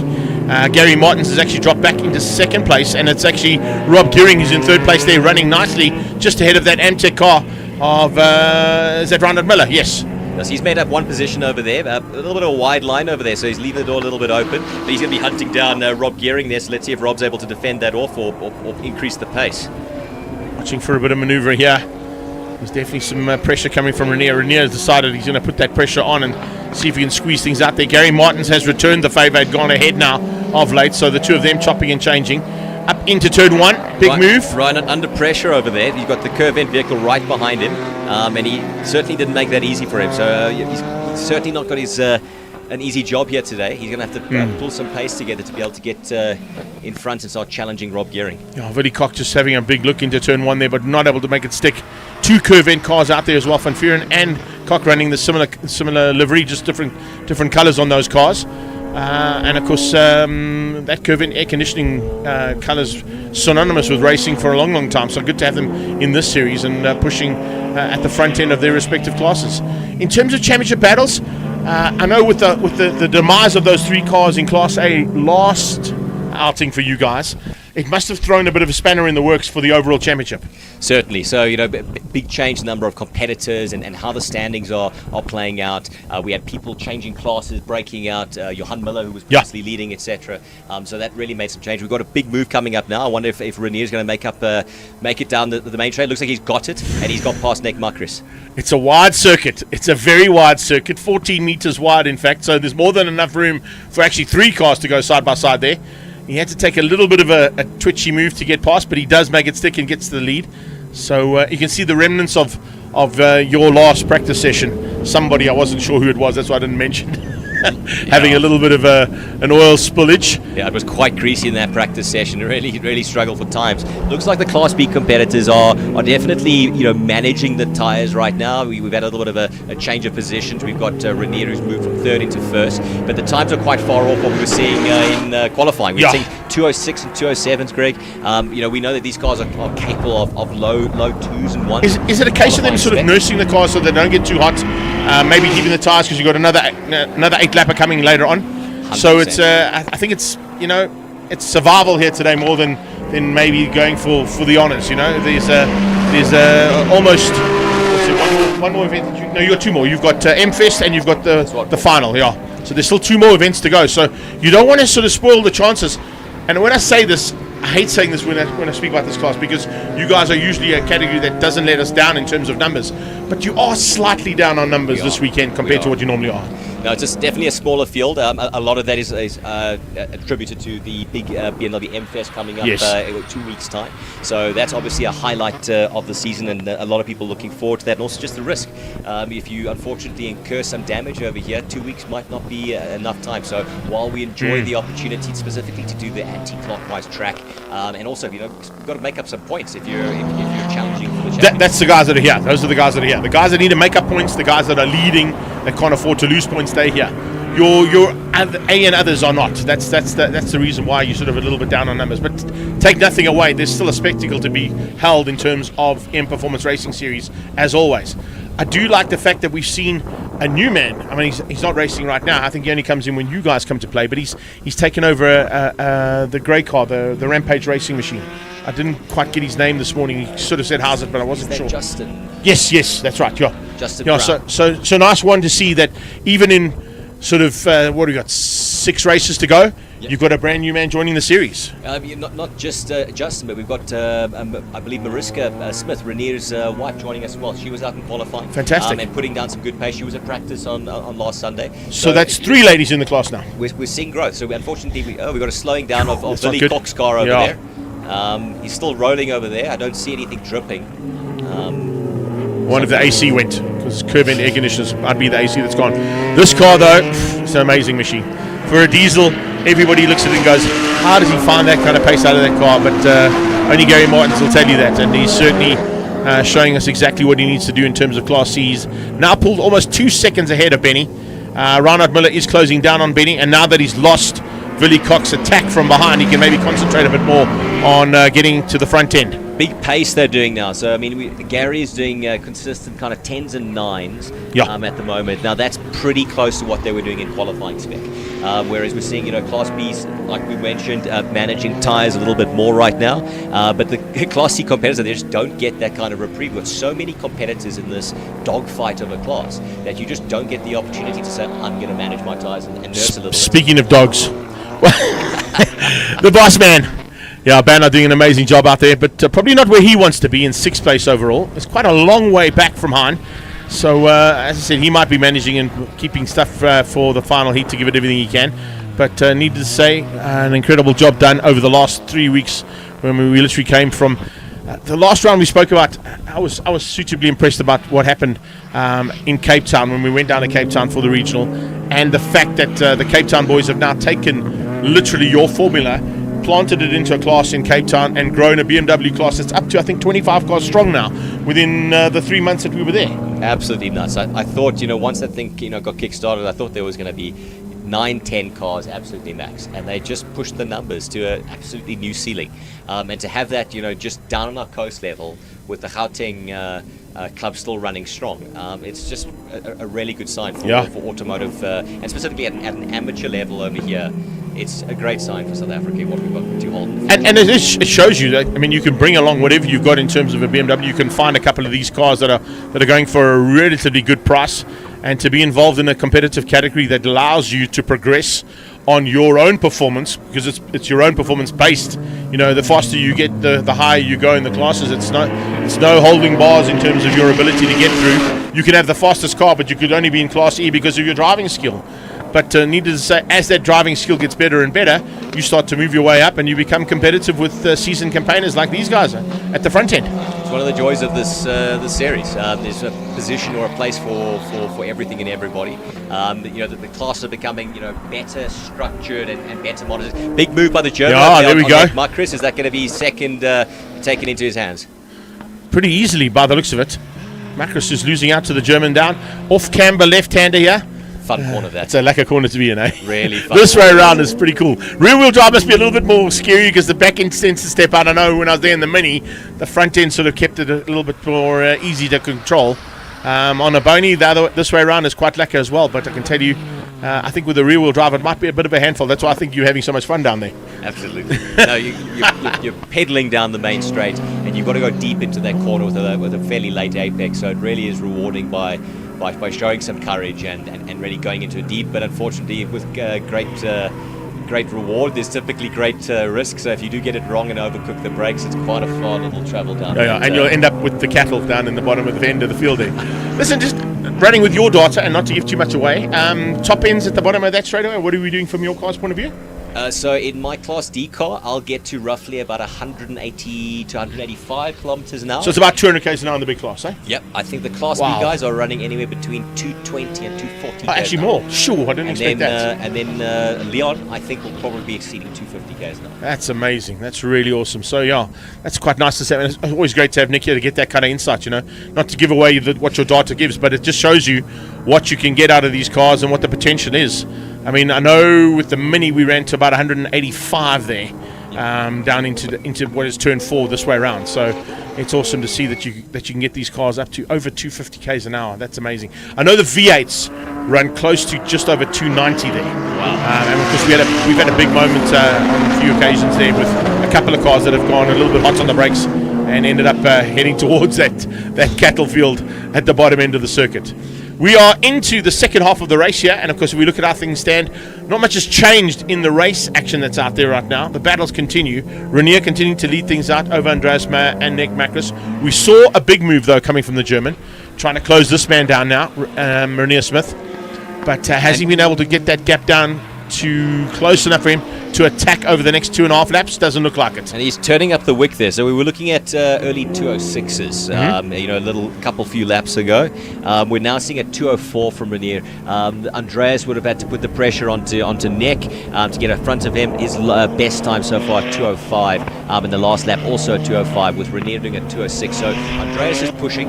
He's going to try bring the competition to Renier and not allowing to walk away with it. But let's see what he's able to do. There's still a fairly significant gap there, 1.6 seconds right now between Renier and Andreas lying in second.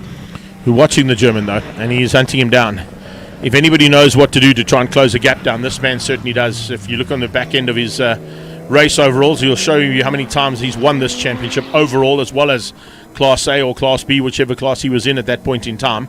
So he definitely knows what to do in a BMW. But as he said, and as you heard, you wouldn't have heard, unfortunately, you were walking across the bridge, but we did do a pre-race interview with him. He was saying, it's great to be back now full-time in South Africa. Him and Fast have been working pretty rapidly to try and find those gremlins that he's still not 100% happy with in the car.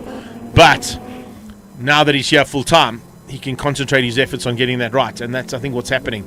Looking at Gary Martins, he's pulled almost 3 seconds up the road now over Benny. Benny's done a similar kind of gap there between Rob, so it's kind of equidistant between our Class C competitors, and I don't think we'll see any changes between them, other than maybe Reinhardt giving Rob a run in the closing stages here, because he seems to just bridge that gap slightly. I was just about to mention Reinhardt is incredibly close to Rob Gearing over there, so I wonder how many laps left before that's going to... 1.5, yeah. Or 1 and 4 corners. There we go. So, yeah, Reinhardt's going to try and put the pressure onto Rob, see if he's able to... Is that for third position in Class C? So Gary currently looking quite comfortable with the Class C honours. Benny was on pole, but unfortunately Gary took that away from lap 1. But Benny's got a fairly nice gap behind him. So I think the remaining competition is between Robin and Reinhardt, and then we've got Hein and Bernard following up over there, and then we've got Andre and Neil still running, but Willie Koch had to unfortunately pull off. It seemed like some kind of mechanical challenge with the car. I have to just correct myself there. It's 2 to go, because I keep seeing the guy with the 1 lap board on the side, but of course that's the reverse of what he's showing everybody else. So it's still 2 to go for this class A, B and C, our BMW M Performance Racing Series. And as we've said, Reinhard Miller I think is the man who could potentially be the only man on the move at this point in time, trying to find a way past here on Rob Gearing. You see Rob going defensive, and they're taking the inside line away from Reinhardt. Reinhardt's going to try and go around the outside now, see if he can put the power down, but he's not going to have the inside line for the next sweeper over there. So he's going to remain just as close. Next opportunity is going to be out of the dog bone. Yeah, I think out of the dog bone, heading up the short straight towards what is turn 9. It's a triple right-hander. Don't worry, that's just Dave Ledbetter jumping in here. He wants to come and get a photo of us here because he's got to do some manoeuvring for the social media side of things. So don't worry, Davey. You can come and join us anytime, but you're always welcome in our air-conditioned studio that we work in, That's how it goes. So, yeah, we are into the closing stages of race 1 of classes A, B, and C, and the pressure is definitely on Rob Gearing. He's having to fend off here. He's not having it all his own way. Such a tight corner coming out onto that little mini straight over there, because it just increases in radius there. So again, we can see Rob holding a somewhat defensive line, not giving Reinhardt the inside over there, and he's going to continue to keep it behind him. But now this part of the track over here, tyres are getting hot. Doing the defensive line over there is, really doesn't give your tyres any reprieve. So you've really got to keep on doing tight radius corners. So Rob is going to be feeling the pressure, and he's still got a little bit of a way to go before he secures that third position. Double L on his way. Looks like it's plain sailing for him here. He is going to make up some ground here over Bob and over Ryan, of course, with them not being here this weekend. So potentially could be hanging on to the lead of Class A. But as I said, with the 3 of them and their demise at the last round, That shook the overall championship up a little bit. So he's had to come back here with a potential of 2 wins, and being the only car on track, which means he's only probably going to score half points for this one, which is a pity, because I think he was looking forward to at least getting himself back up into the running for the overall, never mind just for Class A's win. One of the challenges that you just don't kind of foresee as you start competing in the higher classes. Even in Class B right now, we're struggling for competitors because that just goes higher and higher up the competition level. Vehicle builds are just that much more complex and that much more resource intensive, a lot more practice and time required to race one of those machines. And so bringing a much bigger field is quite tough. But then you get into Class C and Class D, and even our Class E. And that's where we really start to see numbers, and then the level of competition just really ramps up. And I mean, I'm going to talk about it with bands, so I'm not going to throw too much your way, but the potential of a new class for next year too. So things looking very good and healthy in arguably one of the biggest growing classes in the country. That is BMW M Performance Race Series, based with the BMW Gauteng Car Club, and now down in Cape Town as well. So, and when I say Cape Town, I must mention the coast, because the Cape Town crew are actually boosted by a couple of cars that come from East London and from PE as well, to be part and parcel of that Cape Town-based coastal series. Checkered flag is out, and the win goes to Leon Loubser. It's a comfortable win in the end, but it should be. However, not as comfortable, I think, as what Renier would have wanted, having seen the German closing him down in the last couple of laps. But looks like he's going to be able to hang on and get the Class B victory. And does so. Here he comes out of 13, to the line, the German on his tail. Just flicks across to be defensive on the last one, and maybe just give the German a little bit of a... that's kind of like international relations, they do in Top Gun. I'm not going to mention it, but you know what I'm talking about. we love the little on-track battles and diplomacy. It's quite interesting to watch. We've got Gary coming through over. He's raced a very neat race over there, and takes me from lap 1, taking the lead away from Benny, but Benny also holding second position very nicely. Rob seems to be still ahead of Reinhardt, and he would have been very happy to see this in the last lap, and only a couple corners for him to hold Reinhardt behind him and then take that third position. Indeed, and it's Gary Martin's diesel power taking Class C honours. He wins out over Benny Late and Rob Gearing, but some big pressure there from Reinhardt. It just didn't pay off in the Amtech car in the closing stages, but needless to say, another great battle between classes A, B and C. Well, not really Class A, but B and C. But I think Leon Loubser will be happy with the points that he scored with that Class A win, and there it is overall on the screen. Renier Smith, Andreas Mayer and Nick Macris, the top 3 in Class B. Gary Martin, Benny Late and Rob Gearing, your top 3 in Class C. Nick, once again, thanks so much for joining us, buddy.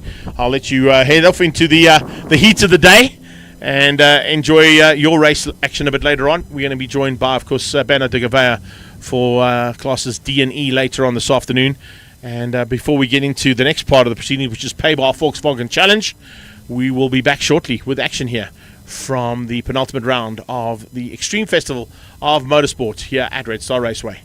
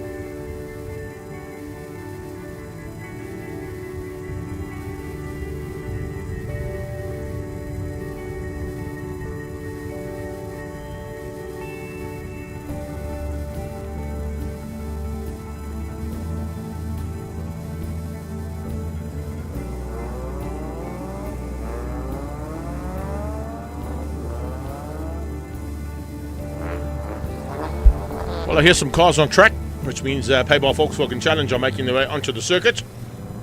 I'm sure we caught up with a couple of their competitors as well to find out what the plans are for today in the heat of Red Star Raceway's action. Yeah, it's a penultimate round, so one more to go after this year. Do like this track. The counterclockwise suits me better compared to the other way. So yeah, just hoping to bag some points and hopefully get into the P3 position in the championship. So just hoping for that there this weekend. Yeah, all right. So far a little bit quicker in practice 2. We're going out for practice 3 now. Hopefully that's going to be quicker, and the weather's got a little bit cooler unpredictably, which is always a good sign. So yeah, we're hoping for the best, and then all goes well and ready for qualifying in the morning. Yeah, we're looking good. There's not too many of us between A and X class this weekend, but we're out here to have fun, and it's been good so far today, so let's see what tomorrow holds. Apparently it's going to be very hot, so a lot of things can change with tyres and turbos and all sorts of things, and take it from there.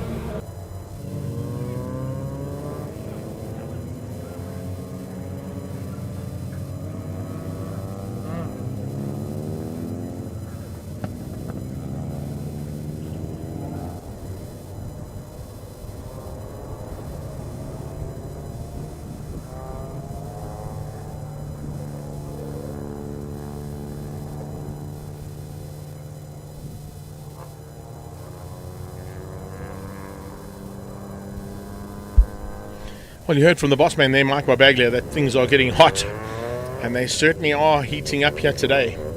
We have just gone over the 30 degrees Celsius mark here at Red Star Raceway, and it's getting hotter and hotter as we go. So certainly going to be pretty warm in those cockpits of these race cars. Most of them sort of will have windows down now, but of course as soon as race action starts, they'll probably wind those windows up and get as much aerodynamics out of the cars as possible. Performance Masters out front ahead of the CPS warehouse car, which means it's Masters and Masters on the front row. Wayne ahead of Bevan. A good start there from the two of them for the race weekend in terms of Class A. But as you heard from Mike, Class A and Class X are pretty evenly matched, because it's Dean Ross and Mike Barbaglia who are on the second row and tucked in behind the two Masters boys there for the first two rows of the grid. Shin Rajpal looking to try and take Class B honours today over Anthony Lessing if he can, and in that way possibly move himself up into third place overall in his championship. He's got Anthony Lessing alongside him though, who's a top contender and certainly knows his way around this track. Mo Carodia will be out of course in the Polo Classic for Fast 5 Motorsport and Lee Thompson Racing. He's alongside Stuart Mack in the Motel and Nathan Motorsport machine. Ethan Katsia, he'll be running high, looking for a chance to see if he can get in that mix for Class B, along with Tanay and Kube. Marty Mfana a bit further down for a Class A car, but certainly maybe not finding it the way he'd like to have found it here at Red Star Raceway this way around. I know he was a little bit quicker the last time we went the other way around. And he's got Dieval Taron alongside him. Francis Aldrich and Nicole Lombard are there in 13th and 14th place respectively. And then we got Jacques Hayes and Chris Davison, we just chatted to as well, sitting on what is the 8th row of the grid. Carl Peterson heads up Class C. He's ahead of Adrian De Beer and Andy Gossman. Demi Saverio is there in 20th place with Dino Smith, Cody Peterson and Mitch Katsia at the back of the pack for Class C. So remember, with this one, it's 3 separate starts. Classes A and X will start first. There's about a 5 to 10 second gap to Class B and another 5 to 10 second gap to Class C. All standing starts for Payball Volkswagen Challenge, and it looks like it an 8-lapper for the first heat, and I just got mentioned in my ear, very good possibility that there could be an 8-lapper for the second one as well, because a lot of the guys are complaining that the heat of the day is becoming a big factor in their race plans. So we might go to a second heat of 8 laps as opposed to 10 on the program. So I know that Formula V are definitely going for a class second race being 8 laps and not 10 as per program. So if you have got a program and you've seen one, just a heads up for you guys that this one is an 8-lapper. The next one might be, but Formula V certainly will definitely be a second 8-lapper later on. We're going to 30 seconds. 30 seconds will go to 5. 5 will go to a green flag, which of course will take them on to their final warm-up lap, just to get a bit of extra heat into that Dunlop rubber. and then they will come to take up their positions on the grid for the race start.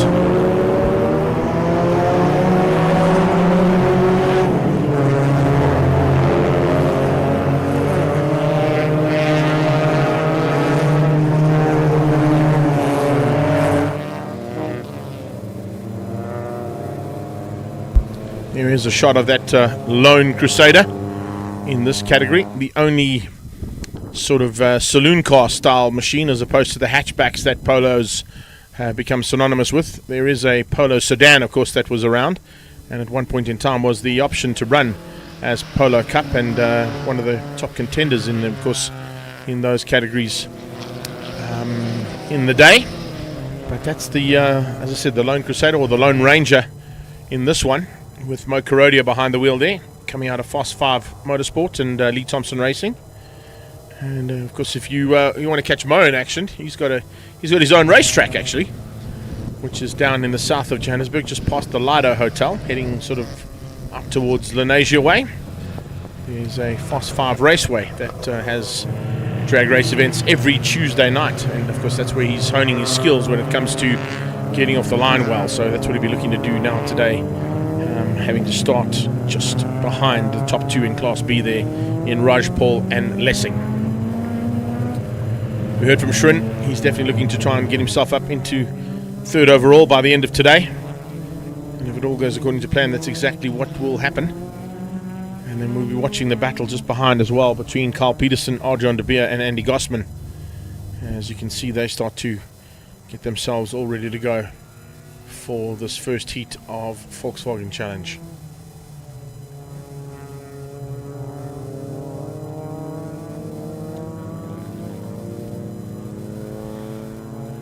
Left and right, side to side, just trying to get a bit of extra heat into the rubber. I'll be sort of hitting the brakes on a few occasions as well, just trying to get heat into the brakes. It's important to be able to keep the car on track, but it's also important to be able to slow the car down or stop it if necessary in an emergency situation. So they might be trailing the brakes on occasions just to get some heat built up by the friction between the brake pad and the disc.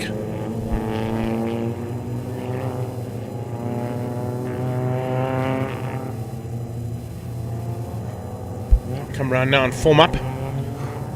Masters, Dean Ross, Barbaglia and Mahdi Mfana. It'll be Class A and X, making their way down towards turn 1. Then 10 seconds later, Class B, headed up by Lessing, Karodia, Rajpal and Stuart Mack. And then 10 seconds later, Carl Peterson will set Class C down towards turn 1 in the anti-clockwise direction that we're running here at this stage of the year for Red Star Raceway. Remember, at the break in June, July, they changed the circuit round and go the opposite way around. So this year, from January to June, we ran in a clockwise direction. Now we run in an anti-clockwise direction for this penultimate round of what has been a fantastic day's racing so far. It's the Extreme Festival of Motorsport. We're in the penultimate round, as I just said, of the regional side of this championship, and it's the penultimate round of this category as they stand by to come under starters' orders. Last few cars trailing around to take up their positions at the back of the grid. It's a bit concerning for the Masters boys who are on the front there when the Class C cars are coming around a little bit slower and not taking up their positions in time to get a green flag. And then once we've got that green flag, we go to starters' orders. Someone's slightly out of line in terms of that grid, but there we go. Green flag is up, which means our red flag man will move out the way and tell them to watch the lights. We're under starters' orders now with a 5-second board. Lights on, and we're racing. Looks like Wayne Masters getting off the line pretty rapidly, but it's a good start there coming out of Bevan as well as they head towards 1. Wayne Masters going off the track completely. What happened there? Wayne Masters went completely off track and onto the dirt, all on his own, with no help whatsoever. Class B now, down towards turn 1. Lessing looking to try and get on the inside line. Maybe he just squeezed through there on Rajpal. Looks like he might have done that. And then the C's are underway as well with a fantastic start. Coming out of second place, Arjan de Beer.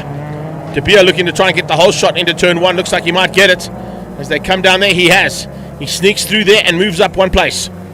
So he moves up one place into first place, outgunning Carl Peterson into turn 1.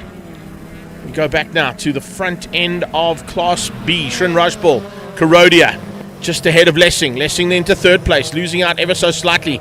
And tucked in behind him, looks like coming along for the ride, is, in fact, no, that's Anthony Lessing. He's dropped back down to 4th by the looks of it. So it didn't go according to plan there for Anthony Lessing's point of view. As we see things, it's Rajpal out front, Karodia in 2nd. And is that Ethan Kutsia? Yes, it is. Ethan Kutsia up into 3rd place. So a bit of change up in the standings there. Other than the man who was on pole, Srin was able to hang on to that. But Karodia capitalizing on a fantastic start, and Kutsia goes along with him. Lessing dropping by the wayside there, even behind Stuart Mack by the looks of things now.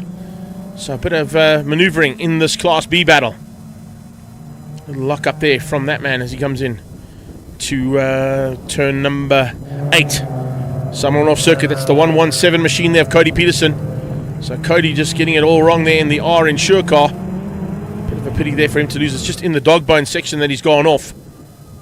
Out front though, let's see what's happening. And the fight there between the Masters boys are a little bit further up the road, remember, because we saw Wayne Masters go off the circuit completely heading into turn 1. Not quite sure what went wrong there. And with that, I think we also lost Bevan dropping down by the wayside. So it seems like Dean Ross leads things out at this point in time. He's got Mike Barbaglia tucked in behind him. And then a couple more cars further back from that who are not the usual contenders at the front end of Class A. Class C seems to have turned things around slightly. And it's Carl Peterson back to the front end. He's got Gossman behind him as they come through now. This first lap completed. It is Dean Ross, Mike Barbaglia and Bevan Masters in 3rd. Now, so Bevan and Wayne having a nightmare start there on that first lap. Wayne Masters has dropped down to 5th place. So whatever went wrong on the start there that caused him to veer off into almost the pit exit lane has now got him to have to work hard to try and come back through and find a way on the PMD car of Miguel Diaz. Just squeezing through there on Diaz into turn 4. He makes it stick. So he makes up one place on that first lap where he lost out a huge amount of ground. As I said, I'm not quite sure what went wrong with that, but certainly not what we wanted. I can see a couple of guys have now joined us from all around the world, which is great to see. Thanks for joining us there, Vanna. Vanna all the way from New Zealand, watching the race action unfold here for Volkswagen Challenger's first 8-lapper. Dean Ross out front for the first time with no one to play with. The Norbrake car hopefully going to be hanging on for that. He will be in his element right now and concentrating so hard not to make any mistakes to allow both Bevan Masters and maybe even Wayne to close things down. Barbaglia is in there as well. Remember, he's in Class X, so he's the only Class X car in that front bunch amongst the Class A competitors, and he's trying to fend off the attack now coming from Bevan Masters. A change up here as we see Lessing sneaking through.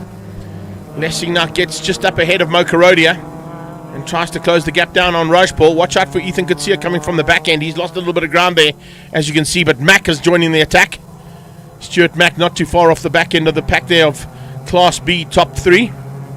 Sliding out of turn number 9. So you can see Stuart Mack pushing that car way past its limits as the car starts to slip and slide. Someone running off the circuit there was Karodia. Karodia putting a wheel on the dirt, giving a big roost into the face of Stuart Mack. And just telling him he's going to have to work hard. There you can see that back right wheel a little bit dirtier now that he's put the wheel on the dirt. So lap down again, and it's Dean Ross. How far has Masters been able to close things down now? Across the line, it's down to less than half a second. 0.3 to be exact. Dean Ross under attack from Bevan Masters. Can he keep Bevan Masters out for the next, 6 laps of race action? Not going to be easy. Gossman running slightly high and wide. Behind Gossman, you can see there's a bit of a fight on as well as we watch the attempt of the red car to come back into play. And that one, of course, being piloted by Adrian De Beer. De Beer had a great start. He actually looks like he got the whole shot into turn 1. Getting through there on Carl Peterson, and with that he of course inherited the lead, but of course that's all changed up back again into the usual state of affairs down in Class C, with Peterson leading now over Gossman. Someone on the sidelines there, running off the circuit completely. Is that? Picking up on that. Looks like it might be 88. Is it the 88 machine? 168. Aldrich. It's Aldrich. It's Francis Aldrich who's pulled to the sideline. So Francis Aldrich with some problems now. He'll be dropping by the wayside and unfortunately out of contention by the looks of it. Here we go. A bit more pressure coming from Lessing on the back end of Carodia. They've kind of flipped it round once or twice now, so Carodia assuming second place for now, but Lessing's not going to let him have him his own way, with Mac coming along for the ride. Behind Mac is Diaval Teron, and as Class B heads towards turn 9, it's Srin Rajpal trying to hang on to the lead of this one. Mac putting the pressure onto Lessing. Pressure. Well, speaking of pressure, that's how you do it. We've seen Bevan go through. We've now seen Wayne go through. Dean Ross just not able to keep them out. Big pity there for Dino, because he was looking really good out front, and first time we've seen him all on his own at the front end of a race battle with no one to contend with. But it wasn't long before Bevan found some pace, and Wayne. And at this stage, it's Bevan who sets the pace out front and completes another lap in anger. So we get to the halfway stage, I think. Is that 4 down and 4 to go? No, 5 down and 3 to go. 3 down and 5 to go. Other way around, Greg. Let's get that right, shall we? Bevan and Wayne are 1 and 2. Dean Ross is 3. Miguel Diaz 4. And I think in between the two of them, of course, is Mike Barbaglia. This is Class B. Rajpal, Carodia. And Fast 5 Motorsport Machine. Lee Thompson Racing, of course, prepping that car. He comes onto that back straightaway now. They'll be probably trying to close that gap down on the back end car there of Marty Mfana.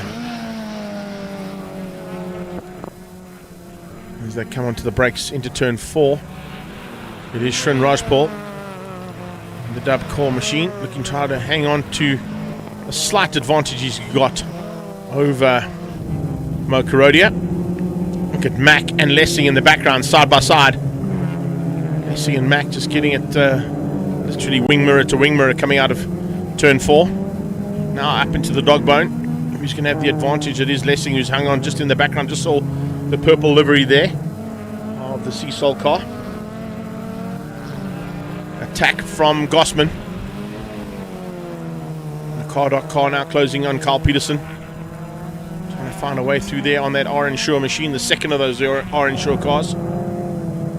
We saw Cody running wide and off circuit a bit earlier on, but Carl's been able to keep it on the black stuff for now, and he maintains the lead in Class C.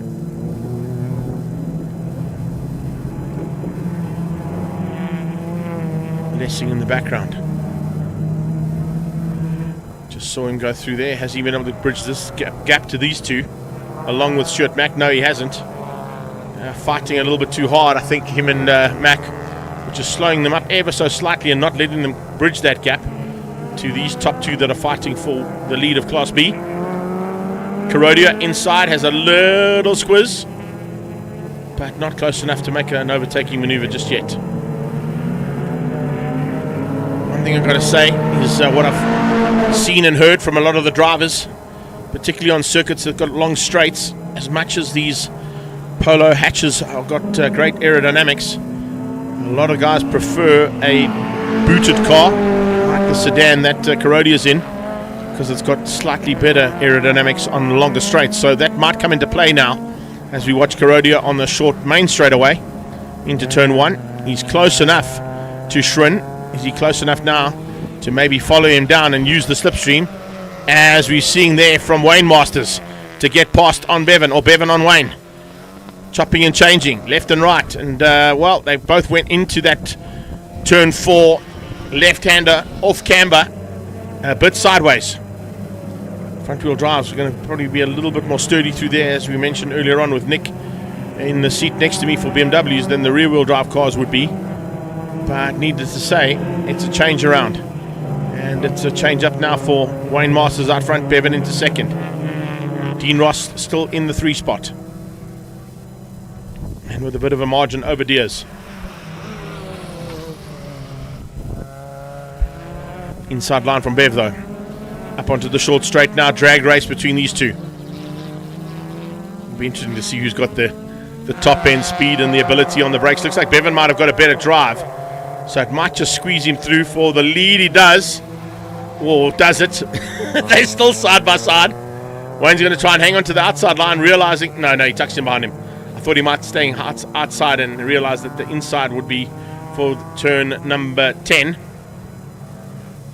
He finds the inside line for 10, but I think Bevan saw him coming and covered it, so I wasn't going to give him any room to play. So down into 11 they go.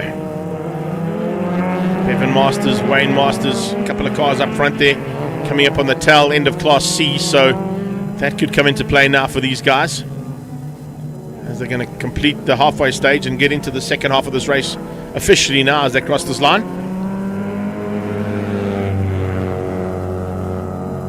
4 of 4, let's make that 3 of 8 to go now.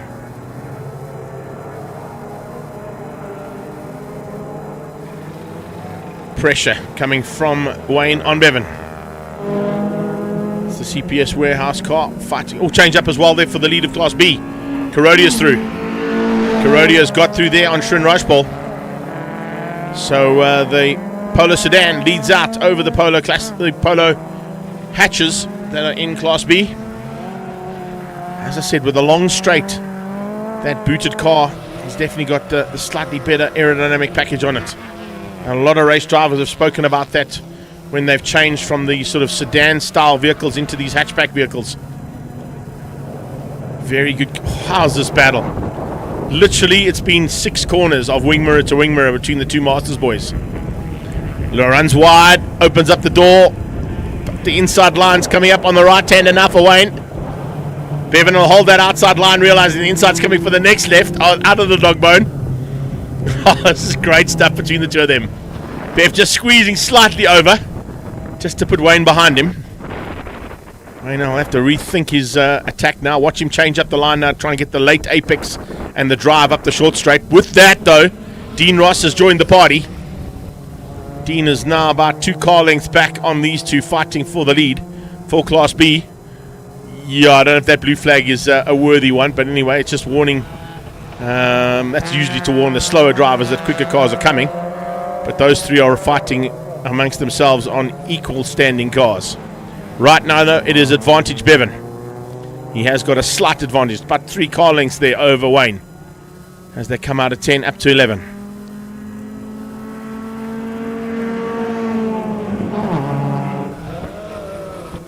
Further back, some little fights of their own there in the mid pack. It's great to see too.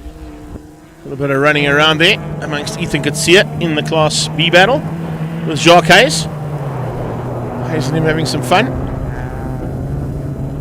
C24 machine out there as well of Dimitri Severio, also running in R Insure colours. And great to see him there. We're hoping to see his brother Michael, of course, back on track in 2025 after his incredible recovery after that big crash at Kyalami. I know Dad is here and he's enjoying all the race action. I was hoping Marky would be here. He could have maybe possibly come and joined us here for a bit of insight into them. We'll try and get him maybe here for the second race.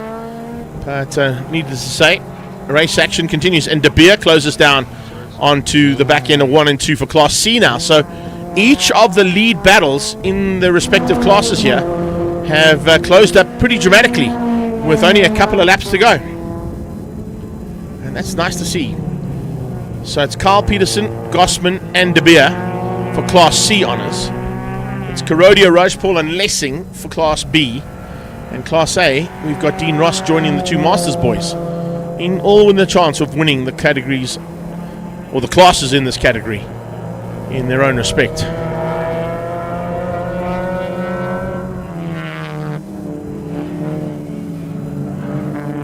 That is Karodia leading out Class B for now. What's the gap looking like as they come out of the dog bone? He's about 2 car lengths ahead. Okay, so it looks like it's opened up slightly. If we lost Shren, we've lost Shren. Or is Shren just ahead of this? No, we've lost Shren. Shren Rajpal. No, there he is. Just missed him on the cut back there. Sorry. So it looked like it was. The Seasol car there of Lessing, but it's actually Shren Rajpal who is still there. I thought we might have lost him. Apologies there. Just missed him on the cutback as we went across and panned through to the next shot. So Rush Paul is still in it with Karodia. Lessing's drop back. Gospin runs wide, opens up the door there. And unfortunately, Adrian De Beer could not capitalize. About to capitalize is Bevan. Bevan Masters inside, but Wayne will have the inside line for turn number 12.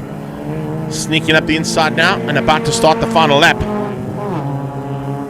But here comes Bevan. He cuts back and looks for the inside line into 13 and gets it. So Bevan Masters squeezing through onto the last lap and he leads across the line. Is that enough to keep out Wayne? I don't think so. We got yellow flags into turn 1, so something's happened here in turn 1. No overtaking. He'll have to just wait for another opportunity.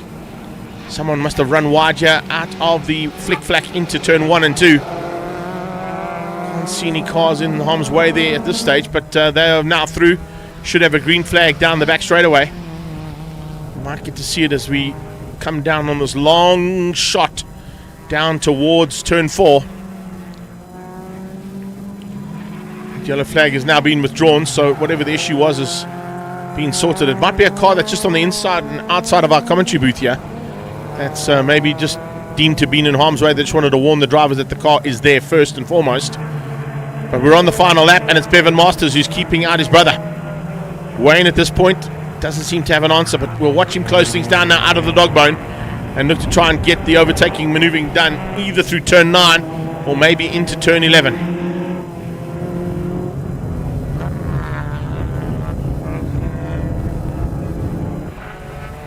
He's right there underneath that exhaust pipe of the CPS warehouse car ahead of him. Bevan just putting the car in the middle of the circuit, not giving Wayne a chance. Or as you say that, he opens up the door and runs wide. Wayne Masters will capitalize on that. You do not want to make a mistake like that at this point of the race. That's a costly mistake there from Bevan, and Wayne is going to make him pay for it. He goes into the lead with half a lap to go. Wayne Masters now. Oh, and he does the same thing. He runs wide. Wayne Masters runs wide under braking into turn number 9. Into 10 they go. The left-hander. It's a full switchback left-hander that comes back at you now. And a full switchback right coming your way as well here at turn number 12.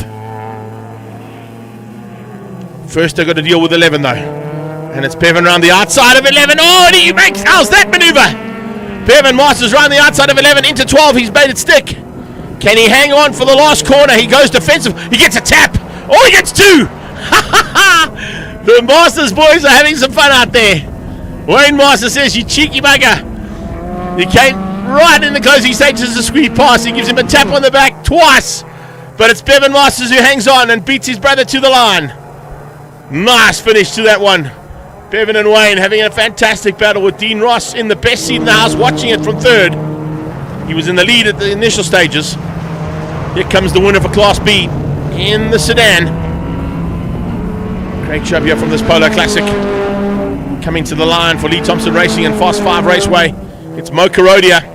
Raj Paul in the background. Looks like he's still going to hang on for the second spot.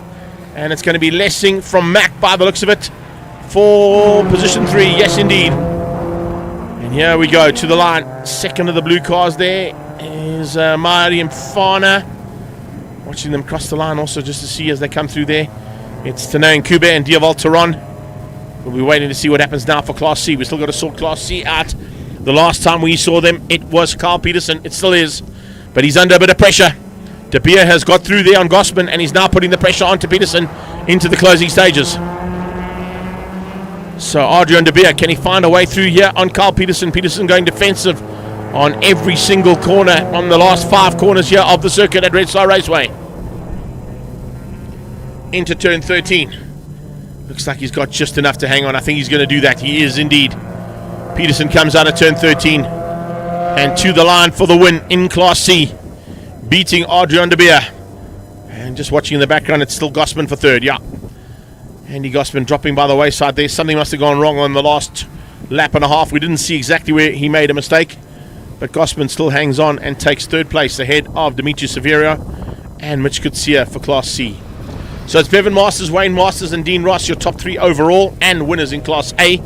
We go down to 7th place overall for Class B's winner in Mo Karodia, Shrin Rajpaul and Anthony Lessing, the top 3 there. And then it's all the way down into about 17th place to see Carl Peterson beat out Adrian de Beer and Andy Gossman for the top 3 in Class C. So that's how we wrap up things for the first heat of an incredibly competitive Paybar Volkswagen Challenge. And we're moving on, of course, to Mobile 1 V8 Supercars, who are our next competitive class here at the penultimate round of the Extreme Festival. We're at Red Star Raceway in Mpumalanga, South Africa. If you've just joined us from all around the world, a big welcome to you. Stand by for in a few moments' time. It's Rolling Thunder, and the Mobile 1 V8 Supercars will be on track.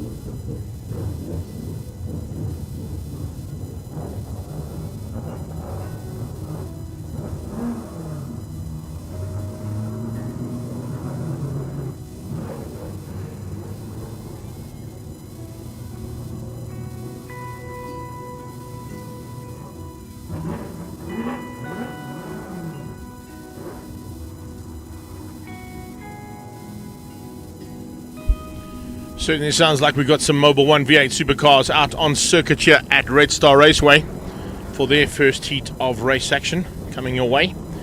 And of course, a championship that could potentially be wrapped up here today by Julian Familiaris is certainly something we'll be keeping our eyes on throughout the day's racing. But let's get it firsthand from the man himself and see what he needs to do exactly that, to go back-to-back as Mobil 1's V8 Supercar champion for 2024. Well, expectations, 2 wins and a pole position. Reality probably slightly different. The 2 young boys are very fast, but we're going to give it a good shot, so let's see what happens. Yeah, look, we come into every weekend open-minded. We have to just get the car to the finish. That's the main objective at the moment. The guys are close behind. I mean, Thomas is 30 points behind. I think Warren's 46, so it's still anybody's game. We've got 4 heats left for the rest of the year, so there's 102 points available. So it's going to be dealing with a heat tomorrow. The guys have good pace, so it's going to be have to get a strong quali and just run up front and get the best position we can. But main objective is crossing the line. We don't want to hurt the championship by getting a DNF or anything. There you have it. That's exactly what he's got to do. Not an easy task when you've got a nice field behind you, and of course the field behind you is slightly down on numbers, but not in terms of quality, because if you look at the quality of the numbers that are out there, as you heard from both Thomas Reeb and Julian Familiaris respectively, they both think that there's still a big fight on and still an opportunity for them to catch, to hold on to the lead first of all from Familiaris' point of view, but from Reeb and from Lombard's point of view, still a chance to catch and pass and potentially spoil the championship aspirations of the man who's got the number 1 plate as of last year. So rolling down towards turn 1, it's more of a sullen thunder as opposed to the massive thunder we normally hear when there's about 10 to 14 cars. Unfortunately, I saw a withdrawal earlier on the WhatsApp group from Terry Wolford. He had to pull out. He would have been down in 5th place overall, which has moved Alki Kampan and Stevie Herbst up slightly. They're both in GT2. But the GT1 battle will be Familiaris, Lombard, Reeb and Franco Di Matteo, the Italian stallion.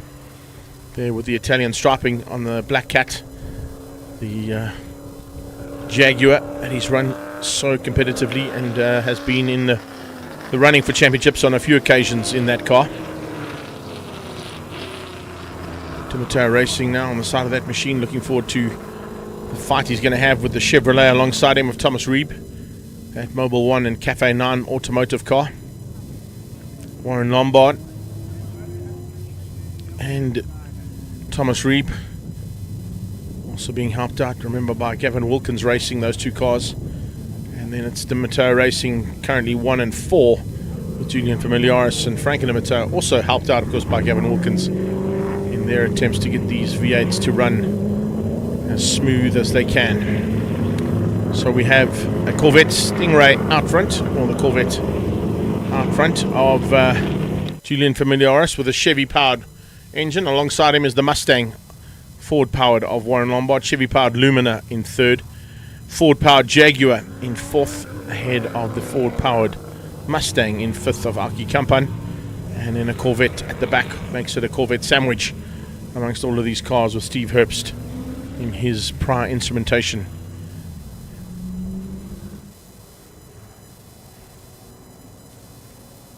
So the 370Z safety car makes its way around, bringing Julian Familiaris around. Of course, he will then take up the position as the pole man for a rolling start.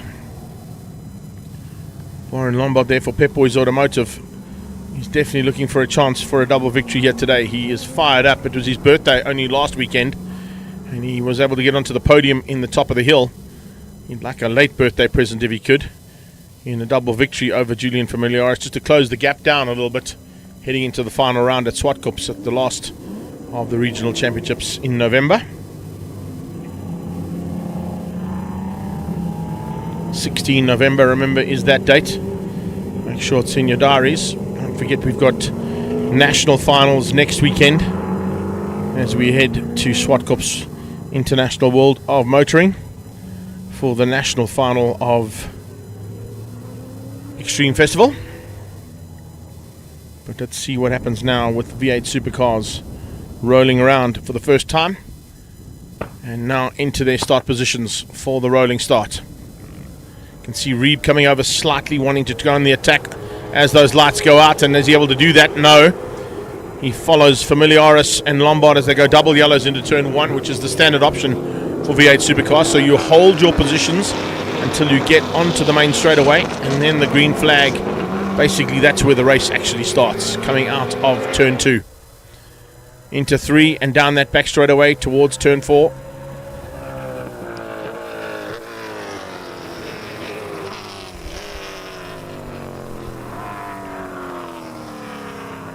So nice run there so far. Aki Kampan a little bit out of shape in his Mustang as he came through the off camber left-hander.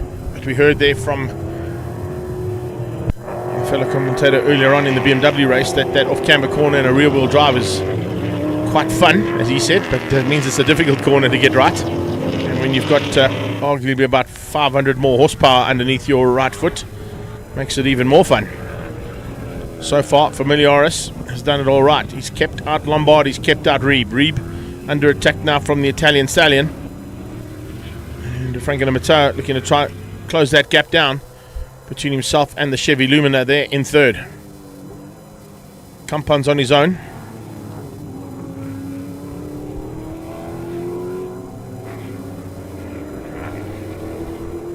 Familiaris, Lombard, Reeb, Dimito, Kampan and Herbst as they come through to complete the first lap. Oh, where is Thomas Reeb trying to overtake Warren Lombard on the dirt? That's where. Lombard just put a wheel wrong, and then Reeb went with him, decided to hang on to that outside line, thought it might just turn into an inside line for turn number 11, but didn't quite work out for him. So he lost a little bit of ground there, but not too much. But Lombard also losing a bit of ground now coming out of the final corner. Didn't quite get that line right. First lap down and 7 to go.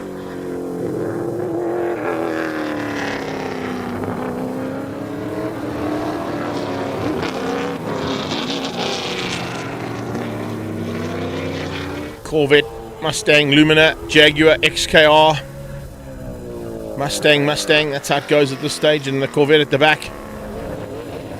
Two Mustangs fighting with the Chevy powered cars, hoping to get a little bit of help maybe from that Jaguar, but it seems that they've opened up kind of equidistant apart there between the top 4 in GT1.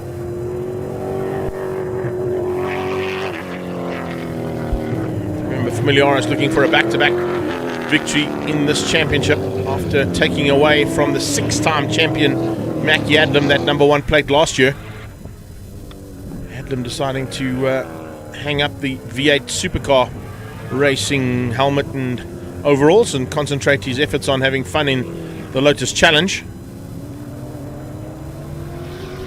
along with his family. It's a big family that play at the front end of that category.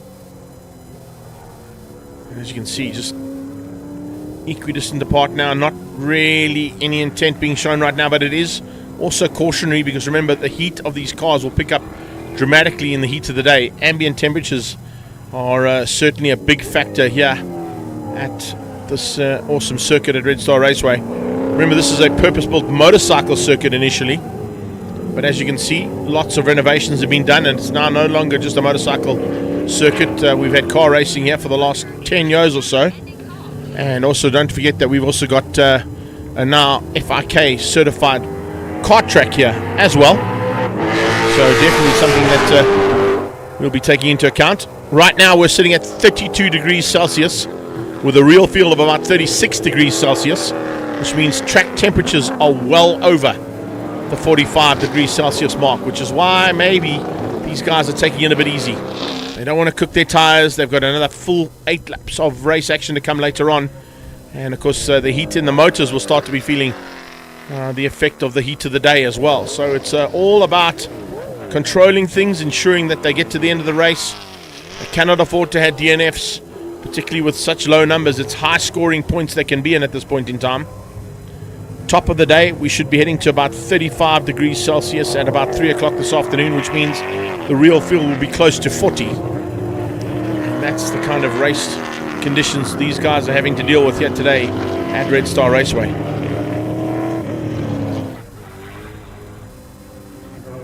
Familiaris, though, despite the heat, remaining cool and calm at the front end. He's got himself down into the 156s.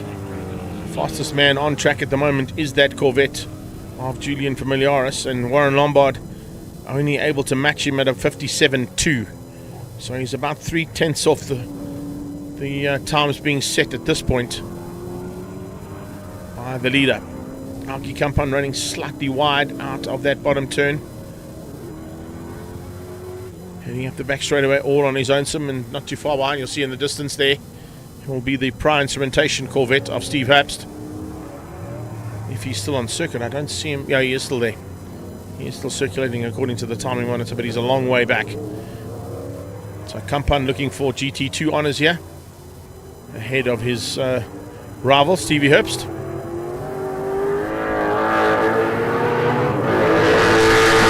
Massive advantage he's got over second place in GT2.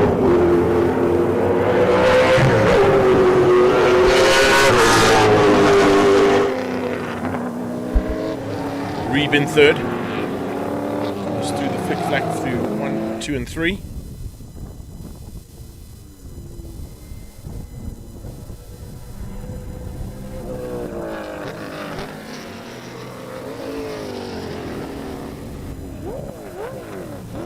When they get on the clutch and down the gearbox. 4-speed H-box in that car. Standard option gearbox, no paddle shift in these cars. Old school style driving. Locked rear diff as well. Putting in about 600 horsepower through that diff. And a top speed in first gear of about 140 k's an hour. That's what these cars are capable of doing.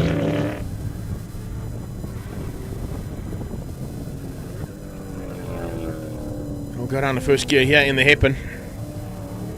And then light it up as we see Lombard just closing that gap down slightly. It's come down about a second there between Familiaris and Lombard, so maybe Warren's got some late race pace that he's managed to salvage and hang on to for now.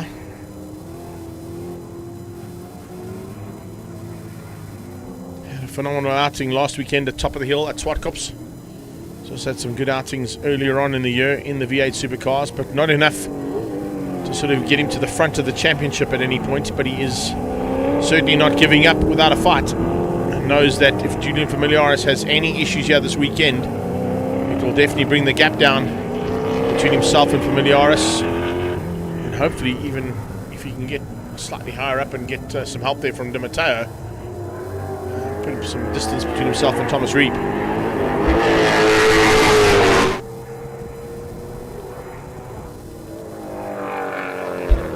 That's the plan, and it certainly looks like it's working out to plan here, as Lombard has definitely closed on the back end of Familiaris.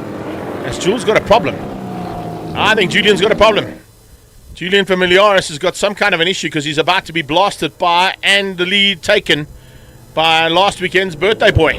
Warren Lombard hits the front for the first time down into turn 4. So Lombard now leading things out over Julian Familiaris. It's the Pep Boys Automotive Ford Mustang at the front end. Familiaris, whatever the issue is, seems to have got it sorted out, and he's now trying to come back at Warren Lombard. Just seemed to slow. He got stuck in gear, couldn't get it out, or some kind of a gearbox issue there, but definitely some kind of a problem on that car. Potentially stuck in a gear because it seems to sort of get the drive in certain areas and then not so much in others. Let's see what happens coming out of the hairpin here. Certainly able to see whether there's a gearbox. No, there's definitely not a gearbox issue, because he got out of there pretty rapidly and now tries to hunt back at the Mustang. So Lombard pulling away now. No, there's definitely a problem. Look at that. I wonder if he can only go into second and third and maybe not get the top gear out of the car, which means that he's not able to run at full pace where he needs to. Definitely something hindering that car, because even Reeb is closing in on him now. So what Julian Familiaris kind of predicted in his interview pre-race was the fact that he could not afford to have any problems here this weekend, and finishing races as high up as possible would be his main goal. It's going to be third at this point. It could potentially be fourth, depending on what the team orders are down at Di Matteo Racing, because remember, Franco Di Matteo and him are teammates. So Dimito might sit behind him just so that Julian Familiaris doesn't lose even more points. You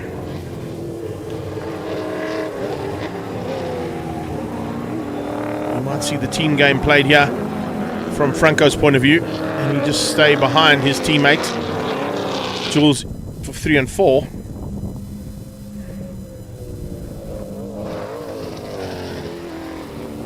There's still a long way to go, and if Julian's going at that kind of pace, is Franco going to go past him? He comes up behind him and sits there for now. He could have passed. I think he might be playing that team game. So he comes through out of 3 into 4, heading to the dog bone, following his stablemate Julian Familiaris out of the Dimito Racing.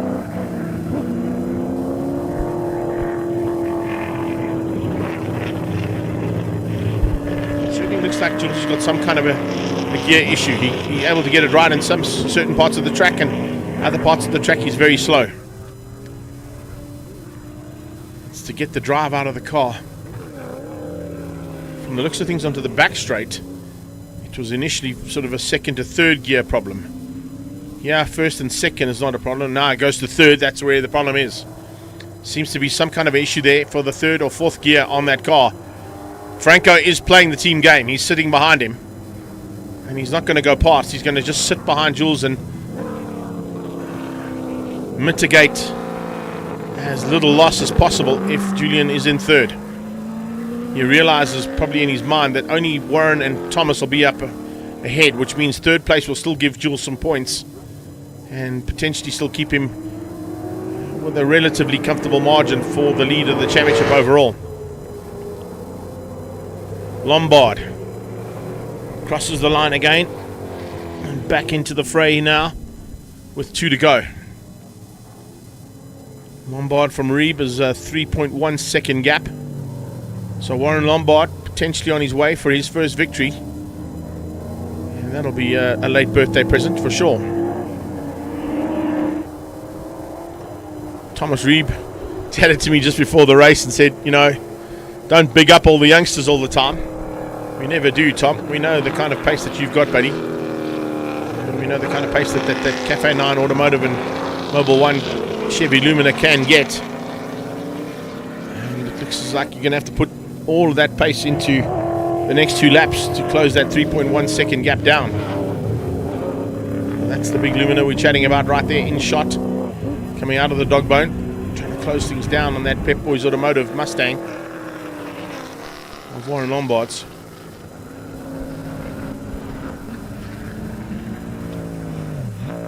Gavin Wilkins racing 1, 2, 3 and 4 at the moment as they head up there, but it looks like there might be a bit of a problem that Gav's going to have to jump in on that Corvette before race 2 later on.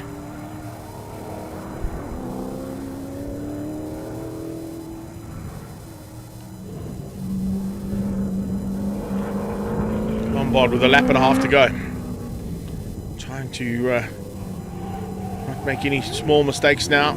Keep it on the black stuff. You can see the Corvette just up the road. That might come into play on the last lap there for him. Maybe Steve Herbst throws in a final bit of maneuvering here. Now the problem that Franco's got right now is you can see Aki Kampan coming along. Does he get past Jules, or does he stay defensive behind Julian and keep Aki out? This is a bit of a debacle for him here. It is a GT2 class behind him, I know, but overall championship points, if he drops down to 4th place, yeah, I suppose it won't really matter. They do score separately in those 2 categories, so I know Dimito will probably try and keep Aki out as much as he can, but if he realizes Aki's a GT2 class, he won't have to worry about it. He'll probably let him through. Or is he going to let him through? Doesn't look like he's going to.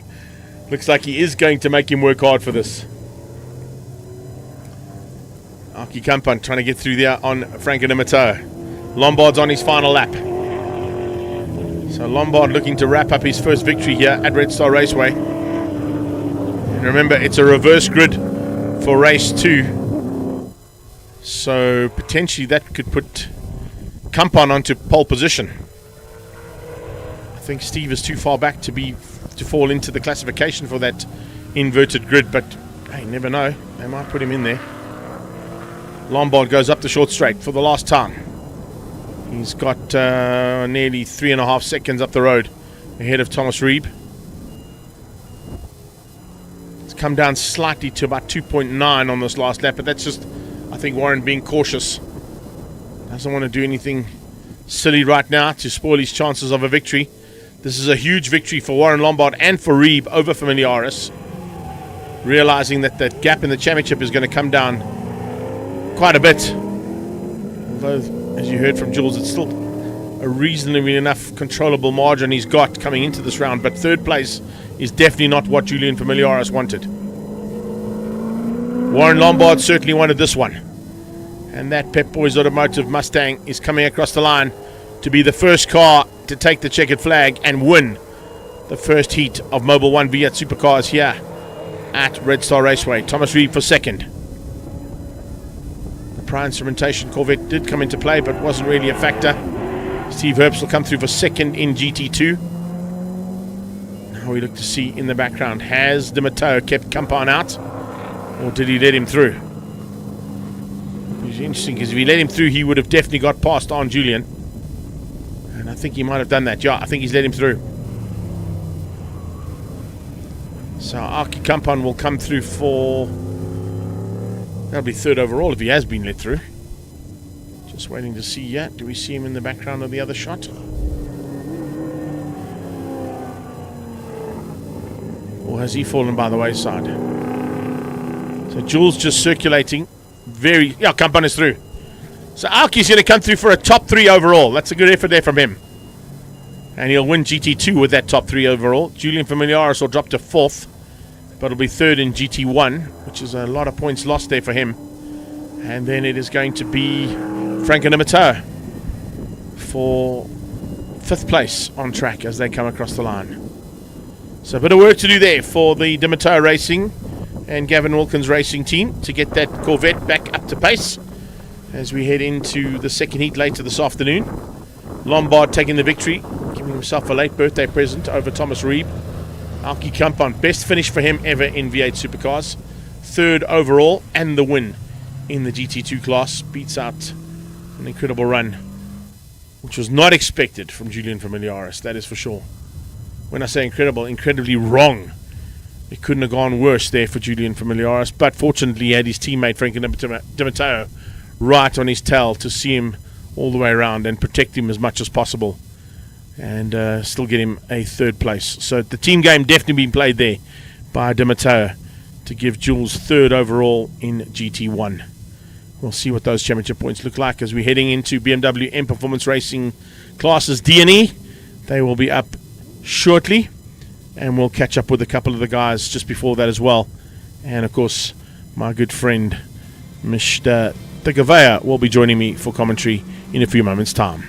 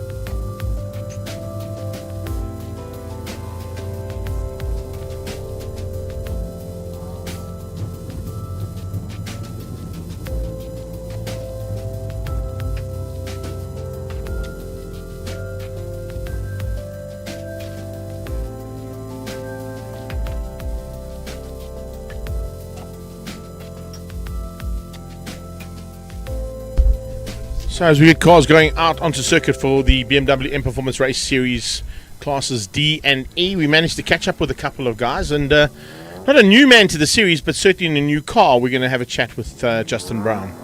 I've got extremely high, or I had extremely high expectations.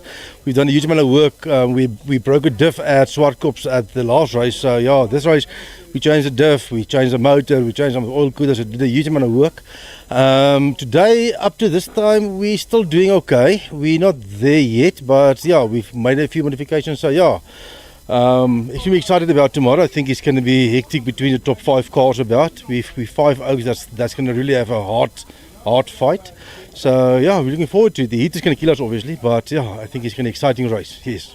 Yeah, at this moment I'm just going to get seat time. I'm not going to promise much. I already went farming in the first session. I missed the first session this morning, so the second session was my first session, and didn't know where to go. I didn't know what turn to take. I didn't know what corners to do, so I went farming, but it was okay. I don't know my times yet. I haven't seen my times, but I'm looking forward to the third session. And to qualifying, he didn't do too shabbily there, I've got to tell you, as I'm joined, as always, for this part of the day's racing by the boss man, Mr. De Gouveia. Bon dia. Hello, Senor Gregorio. How are you? I'm good, my brother. I'm good. Firstly, I'd just like to say this is a nice upgrade to your normal office. It is quite lekker. Yeah, thanks, so thank Luigi. you to Luigi Ferro from Ferro Energia. It's quite nice to sit in your combi. I think we'll use it in future ourselves. With this nice hot day that we're having, it's nice air-conditioned bus. Yeah, it's awesome. Even the seats have got ventilation on the seat too. Yes, you know, we sorted. Yeah, so thank you, Luigi. There we go. Also, just apologies for the typo there on Kobus's name. We'll get that right next time. But always great to see a nice field, and 16 cars in total for classes D and E about to go to battle. It was Shane Krobler who was quickest, but we were just chatting there and seeing that Justin Brown was looking forward to getting out to, of course, get into that new car. A 226 is not too shabby around here, considering the fact that he's in amongst some usual competitors out there that are at the front end.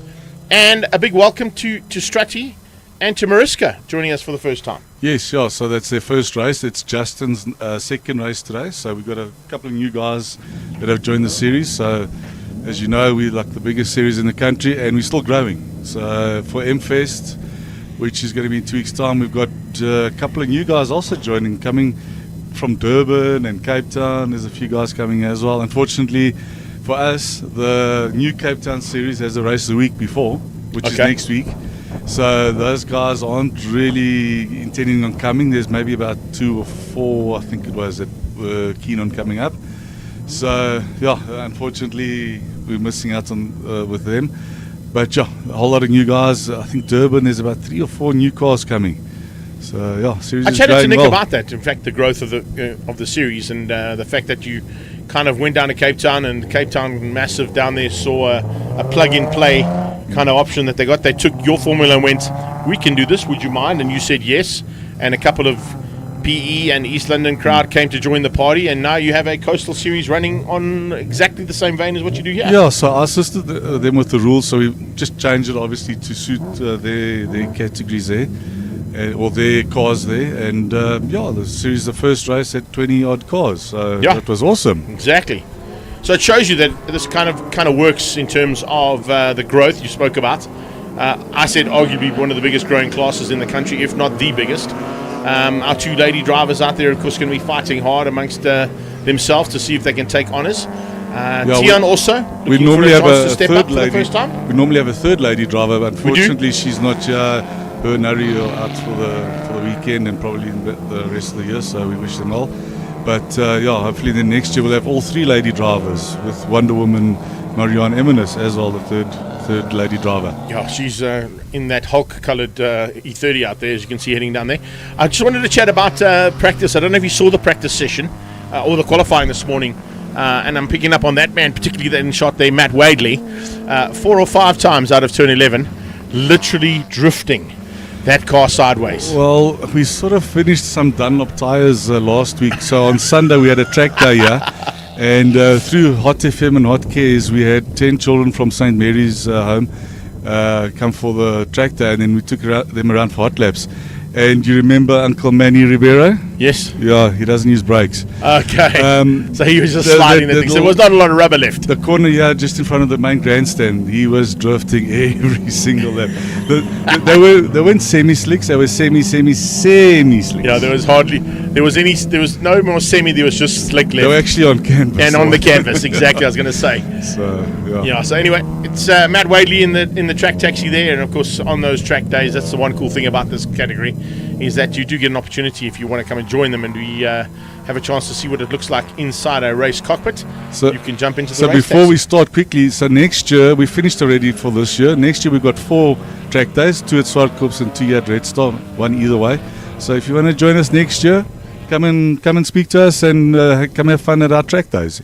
And any car's welcome, race car, road car, bring what you got. Obviously not open wheelers because we'll try and split them if we have to, but yeah, road cars or race cars. We Can't wait to bring my Toyota Camry next year. Bring it, brother. Isn't it due for a trade-in? Definitely not. But you still got a Camry. I still got a 95 Camry, bro. 95 Camry. 95 Camry, 330,000 You know Ks on the they've done clock. a recall on those cars. Yeah, I You know. trade They them said in. you have to trade them in, otherwise they're not gonna hold the warranty anymore. I'm going to bring that along, I think, to show you what they can do. Here we go, though. It's classes D and E, and as I said to Nick, it's slightly down on numbers, but because you've got big events coming up, and remember, these are the guys and girls who are involved in the championship. These guys need the points, or they need to get points. So those are the contenders that have come to play here today. Look, we're also missing a few guys like Ryan Nike, for example. He's gone to do GT4 testing in Germany. A few cars that weren't ready, like Bob Neal, his parts arrived and they were wrong.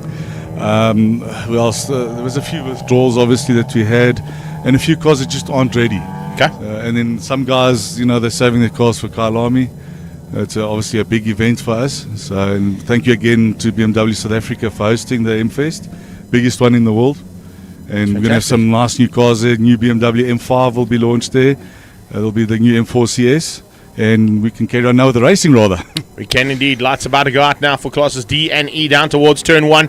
Looking for a chance to stay at the front end of this one, of course.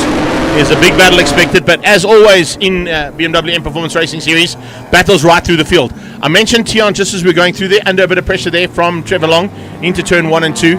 He has now stepped up into Class D, so that little one series is going to have its work cut out amongst the slightly bigger cars. Yeah, look, it's a 125 versus the 328s and 330s. So they're all 6 cylinders, so pretty much similar power. Although the 1 series is a slightly lighter car, so you should have a benefit there. Going to try and use that benefit.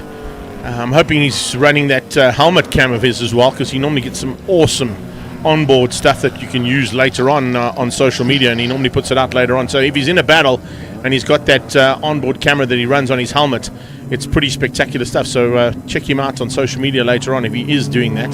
So Van Rooyen at the moment sitting in 4th on the road, and didn't quite get the start he wanted. I think he probably wanted to be slightly higher up on that one, but he's made up 1 place at least going into turn one.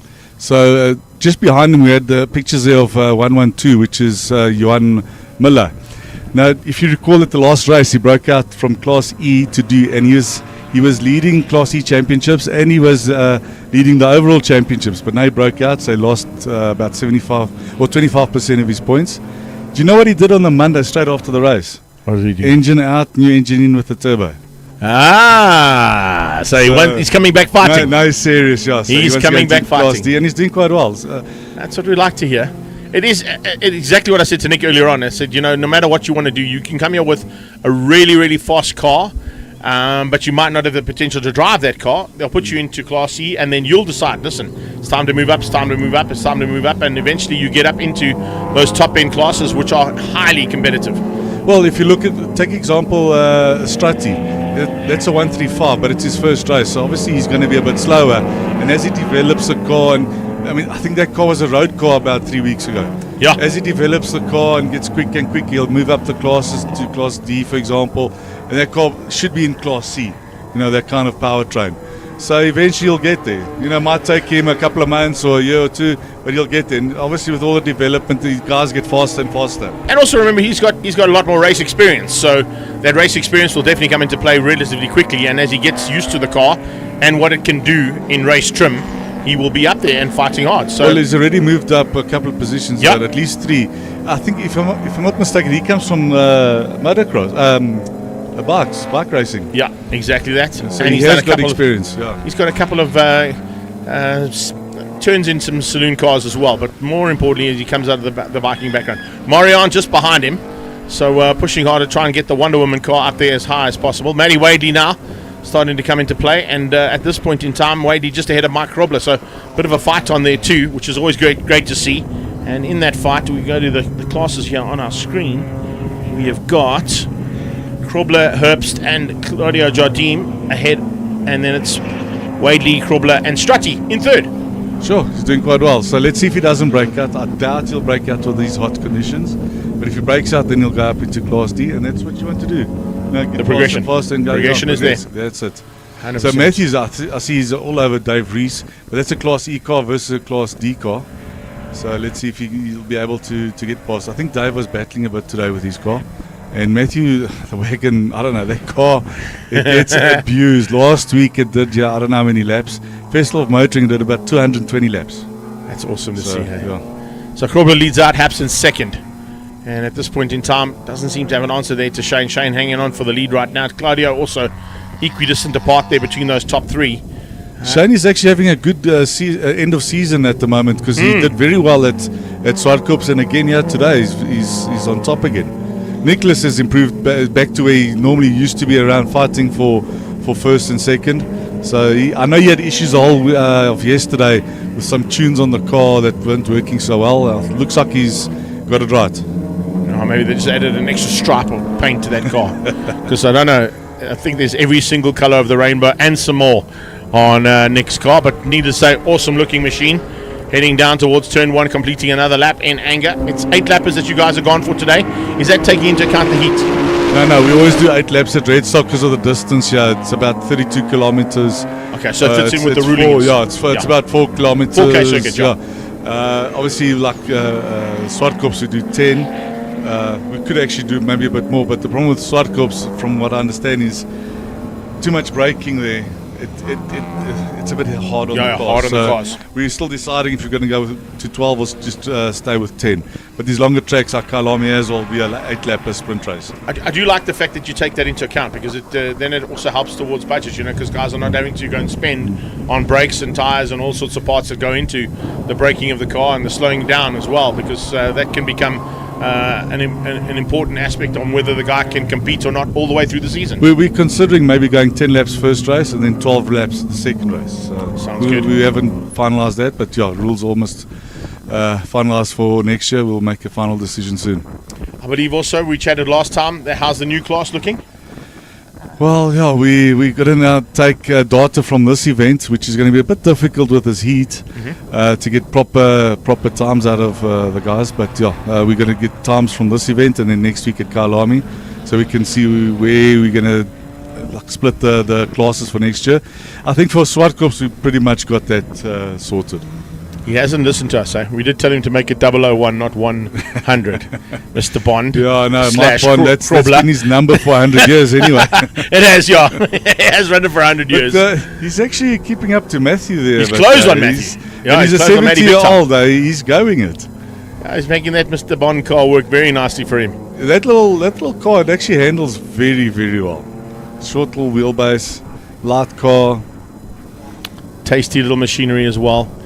And certainly a great race car. And of course, there's quite a few of them in South Africa that run in Zs as their options, as opposed to the other formats of BMWs. And of course, if you talk to the two Toy brothers from Swartkops, they'll tell you just how good those cars are. There's 2 of them in that Trans Africa Racing stable. Yeah, but I think they got the later model Z4, the M Coupes.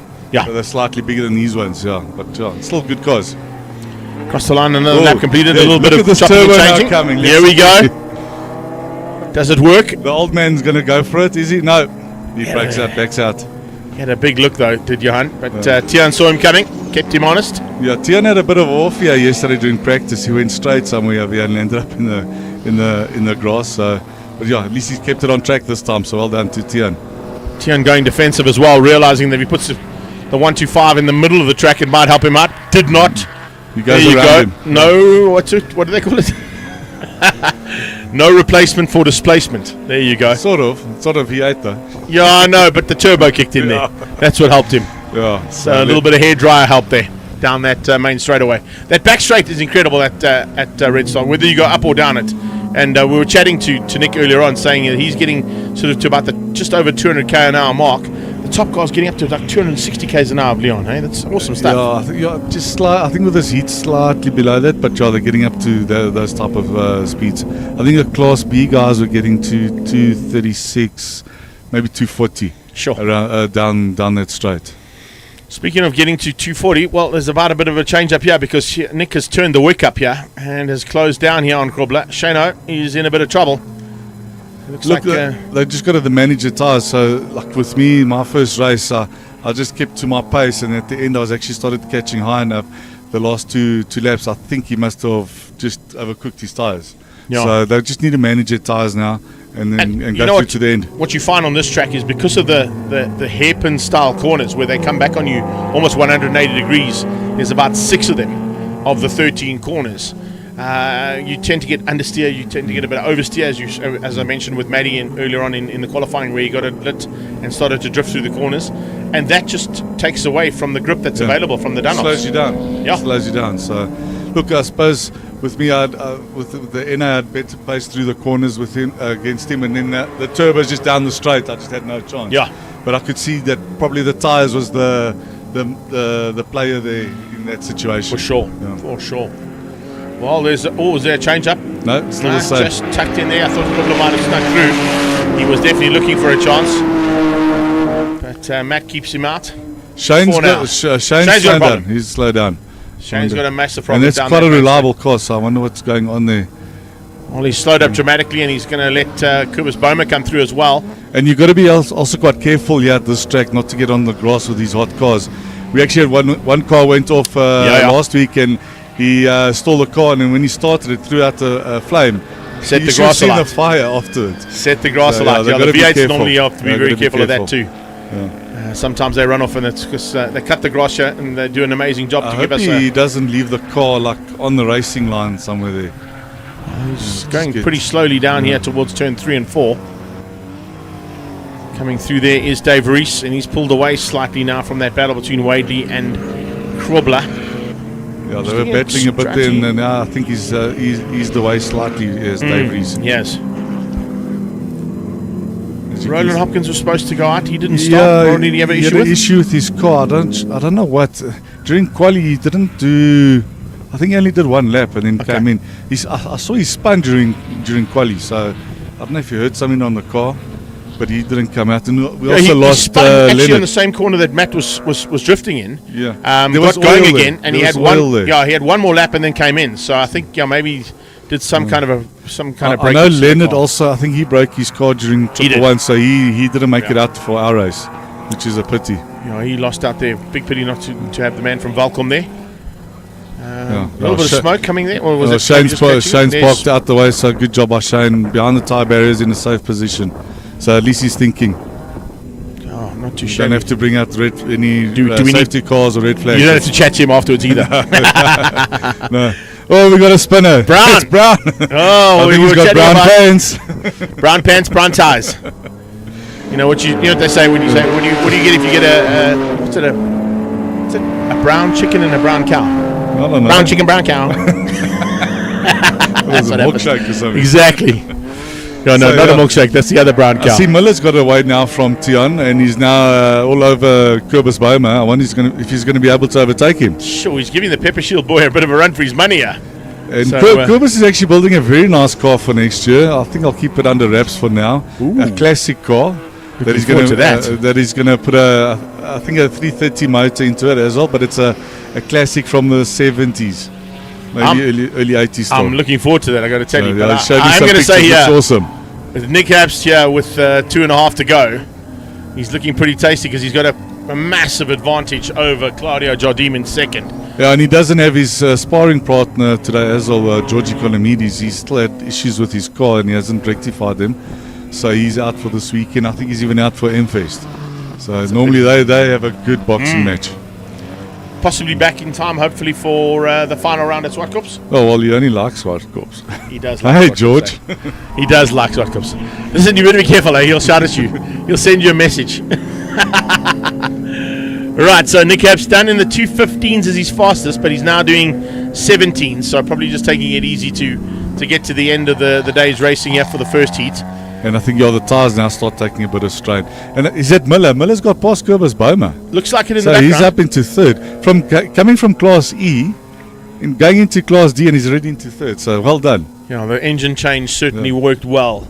So well played there, Johan Miller. And looking to try and make up the couple of percentages that he lost on his change up from classes.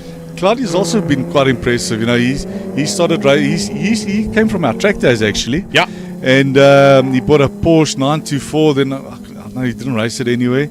And then he went and he bought this car from Problem Motorsport, and he's been doing very well. I think it's his first full season, and he did a few races last year. And look at the guy; he's now sitting in second position. So, yeah, Claudia's improved, and that's another example. 100%. So we're going to 2 to go, if I'm not mistaken. So 2 laps to go here of the 8. Gaps are pretty much controllable now if you're in those positions of podium potential. Yeah, I think the heat is now, the guys are now chilling out a bit more because of the heat. It's trust me, it is hot in those cars at the moment. But what I realized during my race, you don't actually think about it because you're so focused on the guy in front of you, you don't even think about it. In practice, you could feel it. Now, during the race, you're zoned in, you don't even think about it. I think we're in for a bit of a hot final three-way here between these 3 cars, that's for sure. Here comes Miller on the brakes. Boma later on the brakes into 3. Just hangs on for now, but Tiaan van Rooyen's about to join them. So a 3-way fight there for potentially the final spot of the podium. Pepper Shield versus the Heijo transport car. Tiaan van Rooyen behind them and looking for a chance to try and get in the mix there if he can. I see Miller keeps showing a bit of nose there, so I think he's very keen to get past. I think I'll probably look for a run up the short straight. Probably, yeah. Let's see if we can get into the slip and then just use that additional bit of power available. Because Boma standard up, naturally aspirated, no turbo on that guy. Yeah, naturally aspirated, that's a E90 330. As it is there, that's the motor it came out with. The green car, it is a 328, but he's added his hair dryer to it. Yeah, exactly. So still a 328 though. Well, doesn't seem to be giving him any advantage up that little short straight unless he's waiting. I think there also, if you get the corner exit a bit wrong, you battle a bit going up there. That corner exit is vital. It's a very, very tight corner. Yeah, it very is. Very tight. Second gear for you guys there? I'm in third. I think the turbo guys, they go down to second. Yeah. Us I naturally know the aspirated, V8s, we the V8s they dropped down to first there, so that's how tight it is. I was speaking to the track guy and I was like saying, listen, add a bit of tar. You did this karting track. Add a bit of tar there, just add a little piece, and he's actually considering it. So hopefully he'll do that so we can have a bit more pace coming out of that corner. What I do like about coming to Red Star is that when you do make suggestions like that, they are very, very accommodating to those kind of requests. I must say thank you to Diego. He's always helpful with us. We have our track days here, like I said. We've done stuff here in the shed. We've cut things so we can fit cars in. He's like, just do it, don't worry. We'll make a plan. Yeah. So we're on the final lap here, and my fellow commentator looks like I'm going to be chatting to a race winner here by the looks of things later on. What am I? Well, exactly. We know that you've taken the victory, but now we're going to make them 2. So, I want to see what the rivalry is going to be like amongst the Oaks on the microphones as well. You know what I'm saying? So you got to give you a bit of a run for your money. Yeah. I'm just there to have fun. That's page 604 of the book of excuses. There you go. Okay? There you go. No, but well done to Nicholas. He's been battling the whole weekend, and he's finished the race. I think today's a race of endurance with this heat, and well done to him for finishing. I think he went to Marion and he got that lime green stripe through the car. It's just in the middle there. He added that in, gave him a bit of Hulk strength, and it's worked to keep the car together. Hope I'm not going to give him the commentator's curse here on this last lap. We've still got a few corners Otherwise, to go, he's going to kick my butt next time he steps into the seat next to me. So, So we're going here close to the final lap. A bit. Oh, there's a big gap down to Claudio. Claudio's gone missing. Claudio's got a problem. I think we're going to see Boma, the next car in shot. There he He is. stopped, yeah. He stopped on the sideline. I hope he hasn't snapped another gear lever. He's got the tendency of snapping gear levers. Strong left-hander. He's a left-hander. I don't Southpaw. think so, but probably.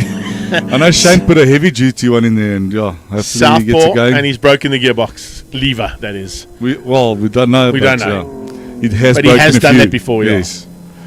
Right, so next into 11 and 12, final 2 corners coming up. Into 13, goes past the new kart track. That also just shows you the kind of potential that Red Star put into motorsport and their ability to cater for all forms of the sport.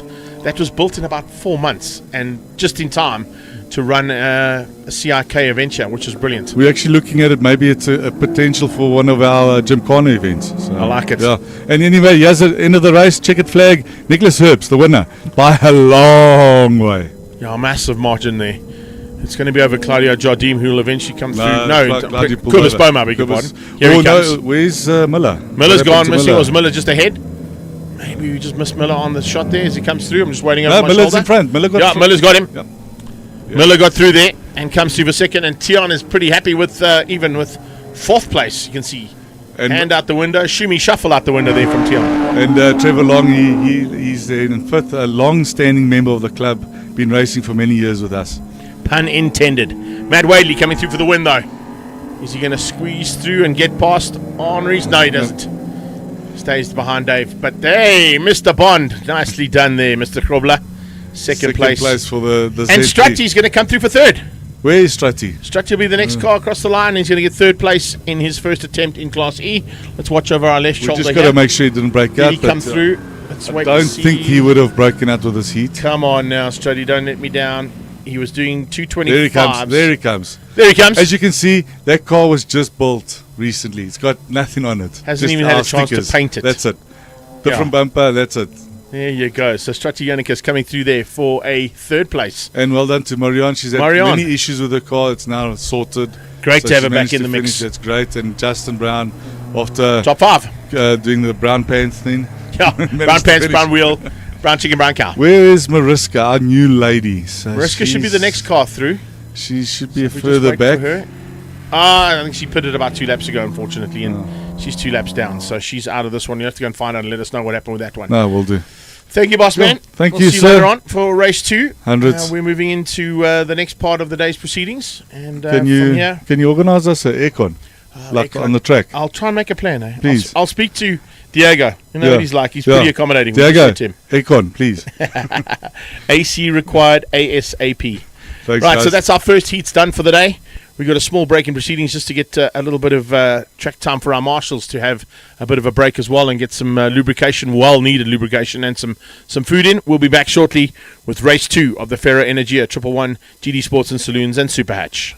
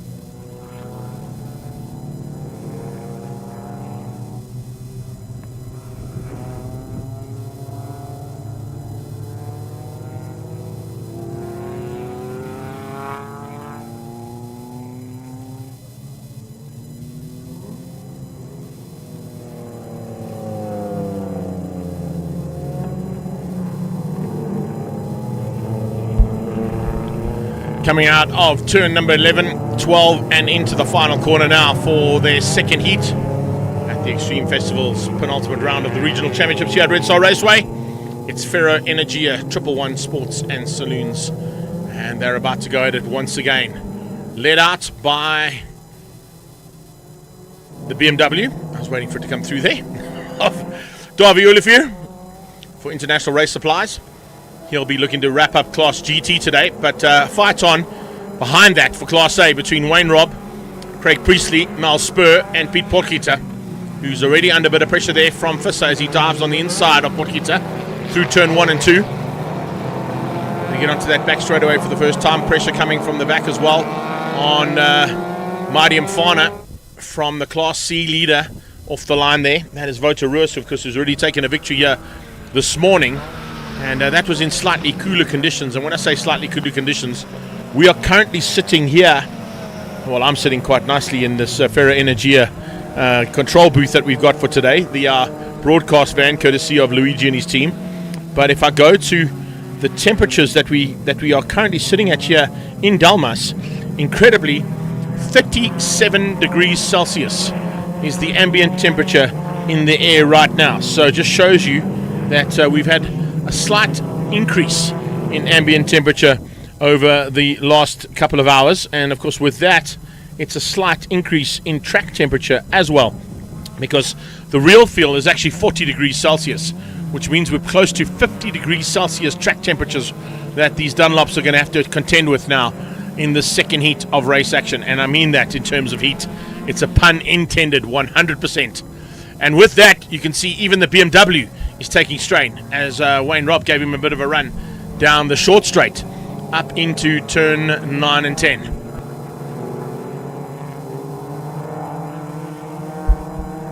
Darby managed to just keep Robb out for now, but he'll be watching that temperature gauge on the car. They'll be watching for the deterioration of these tyres, and it's not because it's a high wearing circuit in terms of the grip available on the track. It's great grip, and the tyres are normally managed nicely in ideal conditions, but of course in extremely hot conditions like this, they tend to start sliding already, as you can see from the shield Golf there of Lubotski. The back end just stepping out, and even under braking, the Bat Lady taking a bit of strain to get that car turned into turn number 12. Out of 13, first lap of 8 done. Davy Olivier leading things out over Wayne Robb in second place. He leads out Class A over Craig Priestley and Mal Spur. And remember, we chatted about Mal Spur getting third place in the first heat. There's a move on the inside from Lubotski, having a big look to try and get through on Visser. Does he get through? Yes, he does. Jonathan Visser might be losing out there ever so slightly. But the championship battle, remember, is between Mal and Wouter. Wouter took the first victory. If he gets another victory here today, he will go into the final round with the lead of the championship down in Class C, as well as the overall lead of the 111's side of this category. GT class definitely going to be a lot closer and possibly in the hands of the BMW that leads out overall on track at the moment. So Olivier with double points scored at the Swartkops 200, now in with a chance of scoring even more points with a double victory here today at Red Star Raceway. The retirement of his two rivals in this class being Leonard Archer from Valcom and our initial pole sitter in the Porsche, the People Porsche, unfortunately costing those two cars quite dearly in terms of potential to score points here today. Vota doing it all right at the moment and pulling away from Krobler. Krobler, remember, is a Class B competitor, so he doesn't really have to fight there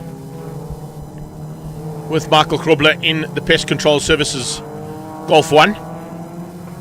Although if you're in a fight on the track, and even if you are in different classes, there's always that want to have a bit of a battle. And I think that's exactly what they're doing. Marty Mfana's joined the party as well. He wants to be part of that fight too. And with that, they're pulling away from the Bat Lady and pulling away from Rob Clark, who looks like this time out he's the leading Honda in the fight for Class D.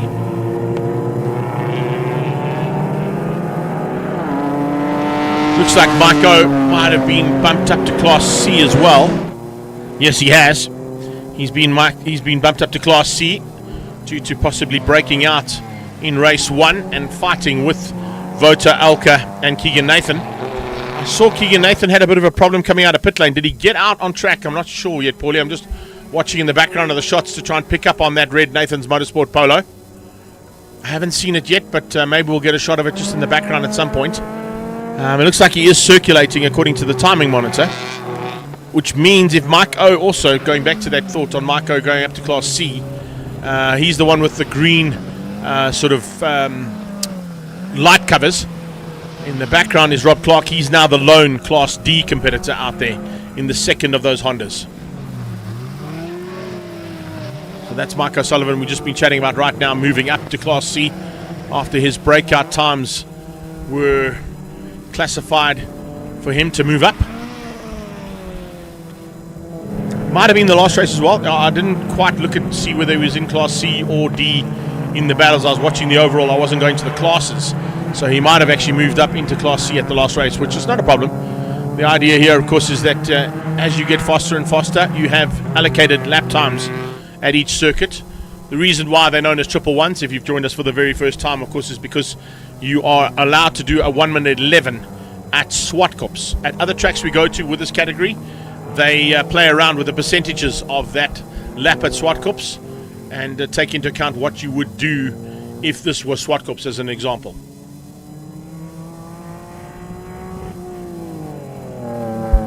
And with that, they'll play around with those percentages and say, right, at Red Star, you're able to do X amount of lap time. If you break out of that, you bump up a class. So it gives you a chance to move through with your points and move up into the higher classes as you get better and better behind the wheel of your allotted race car. Right now, Rob, Priestley and Spur are the top 3 in Class A as the GT leader comes to complete another lap. And that is 3 down and another 5 to go. In 37 degrees Celsius, real feel of 40 degrees Celsius conditions here at Red Star Raceway.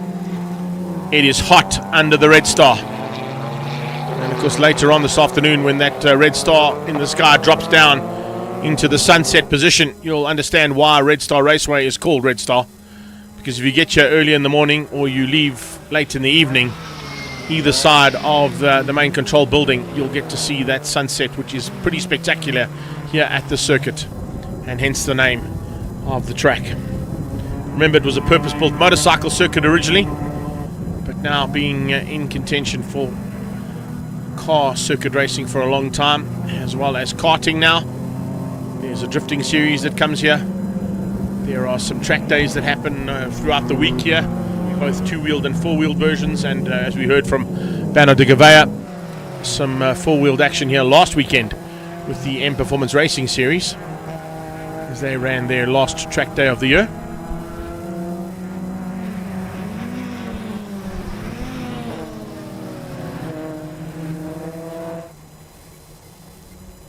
Mel not having an answer yet to Craig Priestley or to Wayne Robb. Looks like she's going to have to settle for third unless something goes wrong with the ST. And the other four just ahead of her. Lobotski in a pretty much, and I don't want to say it, but it has been a really reliable car there that Wayne has got. He also got bumped up, of course, into Class A earlier on in the season. So even though he's got a Class B number board on, it's actually Jonathan Visser. And in fact, I think he's actually been bumped up today because he's got Class B on the side of his car, but he's being classified as Class A on the timing monitor. Which means Visser, Diaz and Michael Krobler are your top three in Class B.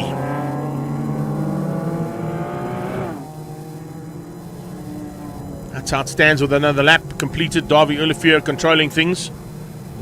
Just keeping a cool head in these hot conditions. Halfway stage reached. Now in the 3 spot for Car Care Clinic. And Nathan's Motorsport. Definitely not where she wanted to be. She had to be at the front end, had to be leading or potentially winning this race to maintain her lead in the championship. But 2 wins out of Vota and 2 third places out of Mal could potentially change up the way things stand in this championship going into the final round at Swartkops.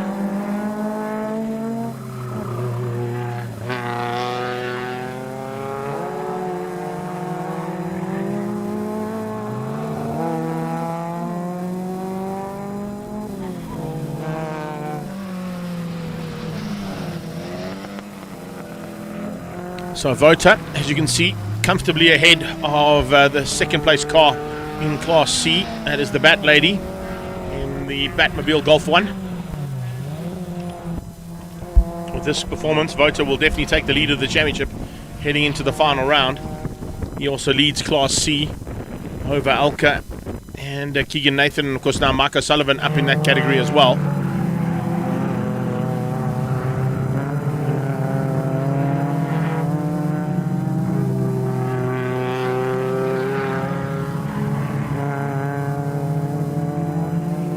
Pretty cool behind the wheel there, not fighting the wheel at all, just making sure that the car stays on the road, not pushing the front wheels or back wheels too much, not sliding, no understeer on that car at all. And that Polo seems to be performing very nicely, as is the Batmobile here of the Bat Lady Elke van Vledder. Far back is Maiko. It's quite a long way. There you can see him coming under pressure there from Rob Clark and Keegan Nathan about to join the party there in the background with the 2 Hondas.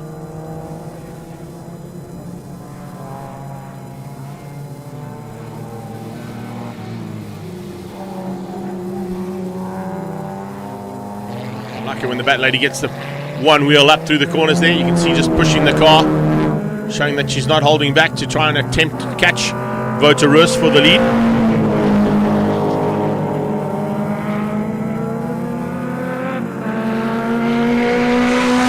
Best lap so far out of her has been a 2:22, a 2:2.16 coming out of Vota.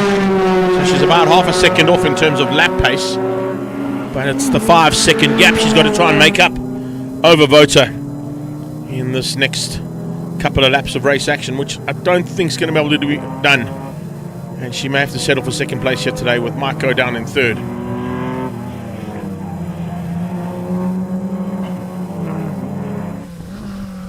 That's your GT leader.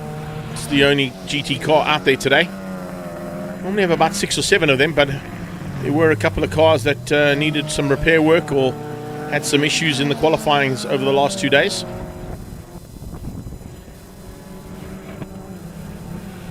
We heard one of them was possibly George Economides not coming to this event because of his BMW not being ready, so he didn't bring the Golf to play here in 111. And now Priestley also controlling things there for that second spot in Class A.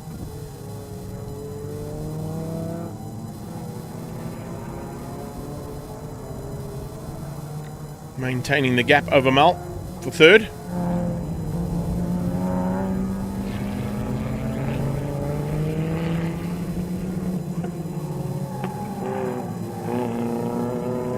Watching. They seem to be okay in terms of the traction still available. Although there is a little bit of slipping and sliding every now and again. Mel with a slightly different line coming out of turn 12. Maybe looking to close things down. Speaking of closing things down, coming up on the back end of our only super hatch competitor here this weekend in George Aldrich. Little wheel on the dirt there from Wayne Robb. That's not what he wanted to do, that's for sure. It wasn't done on purpose.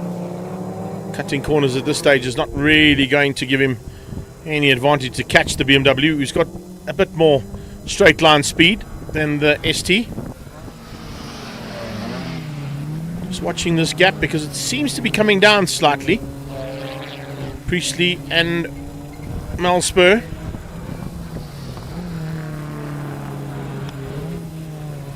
If Mel gets a whiff of any blood in the water, she's certainly going to have a go at Craig Priestley to get past. That's Scrobler across the line.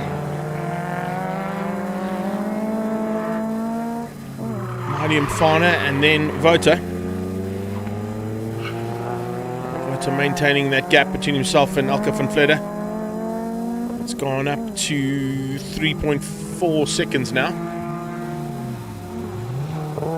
Came down slightly, but he's taking it back up to a relatively easily controllable position to be in. Doesn't want the Bat Lady too up close and personal, but even in the closing stages of race 1, he managed to sort of come off the loud pedal a little bit in the closing stages and allowed Elke to close in, but didn't allow her to pass. I wonder if he's doing a similar thing here.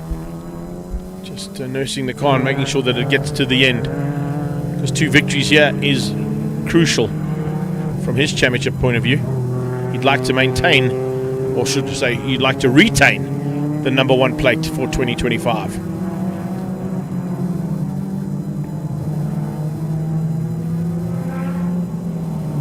Quickest lap we've seen from Vote, he's been a 2:21. Fastest from Class B's, Jonathan Visser, was a 2:18. So that's kind of the differential you can see there between Class B and C in this 111 Sports and Saloons.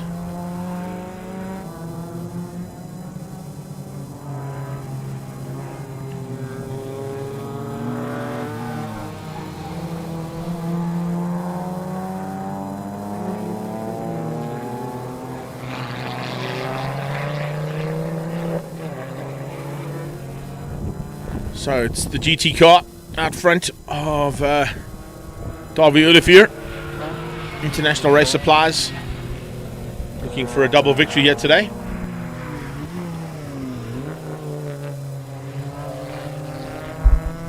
And looks like that might be on the cards, which is definitely going to bring him into a shot of a GT victory overall by the end of the 16th of November. Which will be the last race, of course, of this championship for 2024 at the final round of the Extreme Festival Regional Championships. And this GT class, at times, it's been very, very competitive. There's been a lot of cars in and out of this championship. As I said, George Economides is one of them. Philip Mayer was here this weekend. Unfortunately, his Porsche gave up the ghost yesterday, and the People Porsche wasn't able to make it onto the grid today to give Darby someone to play with. And then of course Leonard Archer also had some problems in his BM, so those 2 cars will be being worked on frantically, I'm sure, to come back to see if it can give Darby a run into the last 2 races of the year at Swartkops. See in the background there, all cars around the circuit now just looking to survive this final lap. These very, very hot conditions, it's not easy. That cockpit, if you've got no ventilation through the car, will get up to at least 40 to 45 degrees Celsius, if not higher, if we're looking at a real feel of 40 degrees Celsius outside right now. So ambient temperatures here at Red Star Raceway are hot, and it's another hot performance here from this International Race Supplies BMW of Davy Olivier. He'll take the win in the GT class. Behind him, Wayne Robb coming along for the win in Class A. And it's a comfortable win for him as well over Priestley and Spur. Mal Spur in 3rd, and Vota with the win It's 2/3 versus 2 wins. It's probably going to take it to within about 4 or 5 points between the two of them going into the final round at Swartkops. Potgieter through.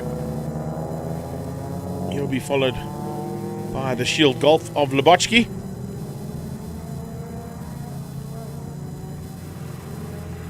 There is your Super Hatch winner. The only car out there from Super Hatch this weekend, of course, was Aldrich. We watch the Class C leader, Wouter Roos, and new championship leader, if my calculations are right. Wouter coming through there. He'll be taking the victory there. There you can see as well Visser and Diaz, Krobler. And here comes Class C to the line now.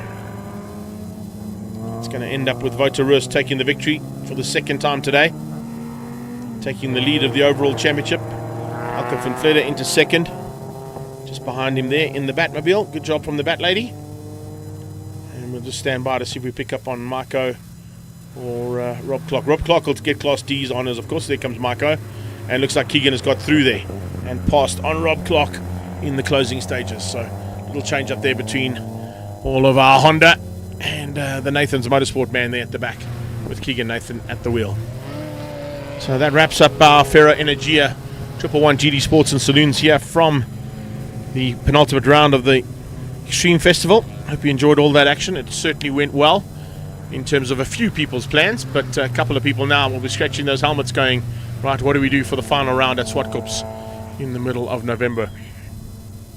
They'll be back there for race action from this class. We will be back shortly on track with race action coming, of course, from our DOE Formula V powered by Lubrifuel, and our single seaters back on track in a few moments' time.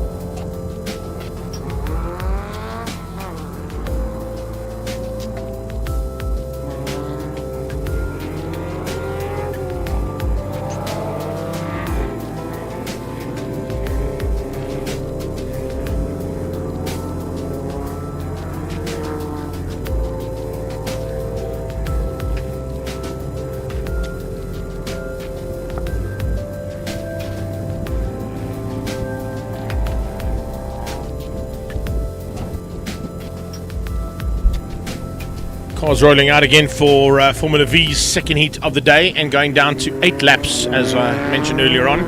If you weren't on the live stream at that point in time, just a heads up to you that the original program said 10, but due to the heated conditions that we've got here today at Red Star Raceway, they've decided 8 laps will probably be the better option. So it's 8 laps of race action coming away now, and if we look at the way things stand in the championship coming into this part of the proceedings, 22 points already taken by Lionel Janssen here today, and with that he maintains a relatively big margin, although considering the fact that they score 20 points for a victory, what is that, 23 points is not enough to wrap up the title here between himself, Brandon Hills and Peter Hills.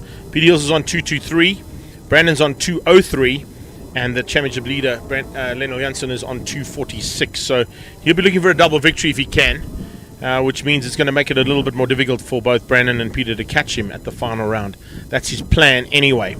More importantly, though, if we look at the rest of the championship and the other parts of the championship, Chard Trump, with his victory over Chloe in the first one, certainly moves him closer, within 6 points of Chloe Stewart in the rookie championship. It's 100 plays 94 there, and then 93 for Reynard van der Linde. So van der Linde and Chard Trump could potentially move themselves up in the rookie side of the championship. And then in the association side, well, Marcel Bluchnout basically has wrapped it up.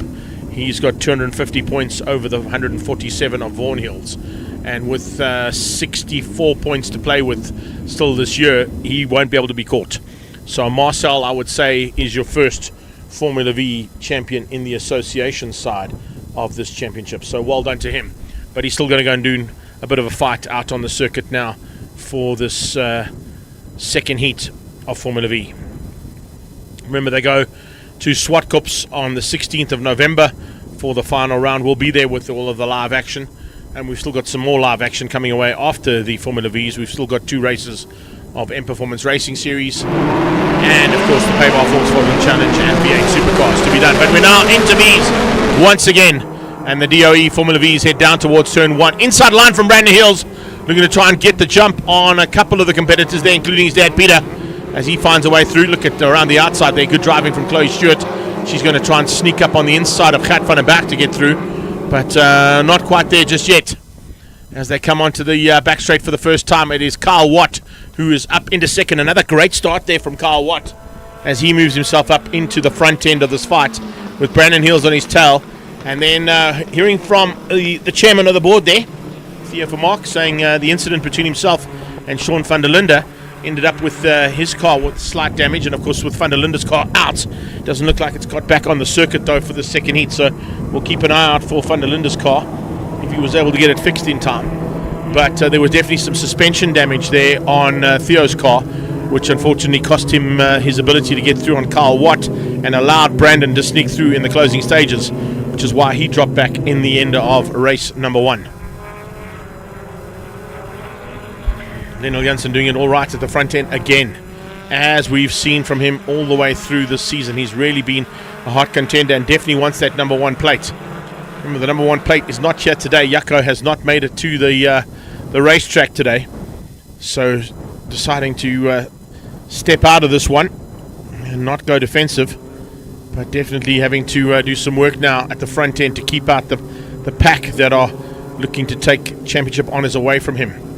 One of them being the number 33 car, teammate to that number 44 car that we see in shot at that time. But I tell you something, the fight at the back is just as good as the fight in the front.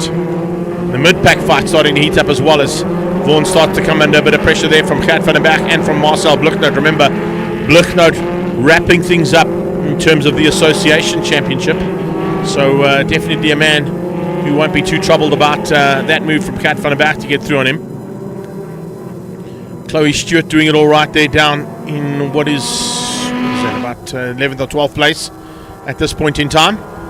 But more importantly, she needs to keep her eye on Chardon, who's just up the road from her. And Chardon Trump, at this point, lying in the 9th spot, is going to overtake her in the rookie championship if he stays where he is. So certainly some time there now for Chloe to start thinking about the rookie championship and ensuring she stays in the hunt for that. Clinton Kane behind her. Trevor Hills is the number 44 machine that we were chatting about a little bit earlier on. And there you can see his stablemate and fellow family member, number 33. Brandon going at it, fighting for honours there with his teammate, Carl Watt from the Mangaza Racing Squad. They are side by side, and speaking of side by side, oh, here comes Peter. Peter just throws his hat into the mix there and squeezes through there on Theo Vermaak, moving himself up into the top 4. So once again, we've got Mangaza Racing 2, 3 and 4, just in a slightly different ending to the way the first heat ended. It was Peter at the front, it was Carl in second, Brandon behind that. So it's a reverse order basically almost of the finishing order.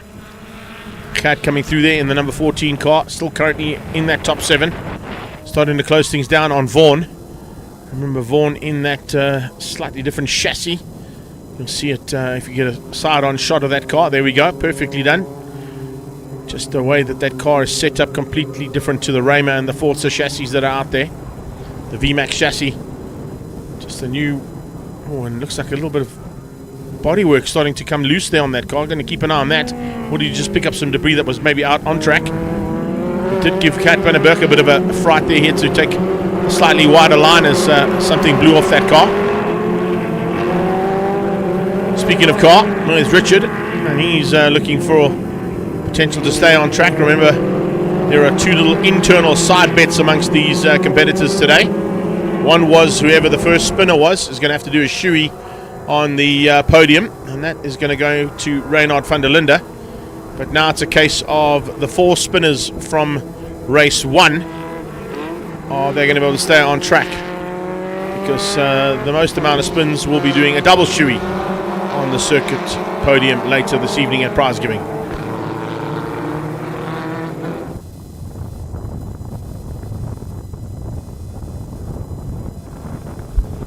A little bit of fun amongst the drivers as well as the seriousness of this championship. It's great to see that camaraderie amongst them, so they can still think about having some fun in their racing. It's not all about winning championships, it's also about having some fun on the track, and despite that, the action continues to be as thick and as fast and as exciting as always in Formula V. Hills now moving up ahead, 1 position over his son Brandon, so Peter moves up 1 place, looking to now get through on Carl Watt and resume the positions that they finished up in after the checkered flag came out in race 1. It would be literally the exact same top 5 if Peter can find a way through here on Carl Watt. Watch for the slipstream ability now. Peter Hill's coming out of that tricky right-hander hairpin corner onto the short straight. Carl goes defensive, realizes that Pete might be trying to get into that slipstream, but wasn't able to get there yet. But Brandon certainly had to try to get on the inside of Pete as they went into that short straightaway.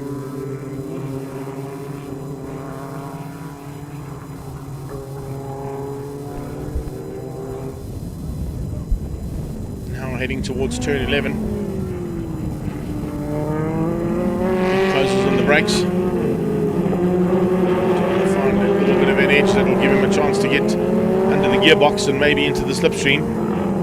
I don't think he'll try anything on the main straight, but if he's close enough and gets a little closer by the time they get to turn, well, not even that. He has a look going into turn 13. He's put a wheel in there, which has given Carl a bit of a fright. They come out and clipping cones as they come out there of the pit entrance. Peter now looking inside of Carl Watt, not quite close enough there. I don't think the straight was long enough, but if he's close enough now, this is where I think he'll have a go. He'll be right under that gearbox as they come out of turn 2. It's turn kind of 1, 2 and 3 there, because it's 3 little flick flacks they go through at the start. Slipstream, under brakes, and done.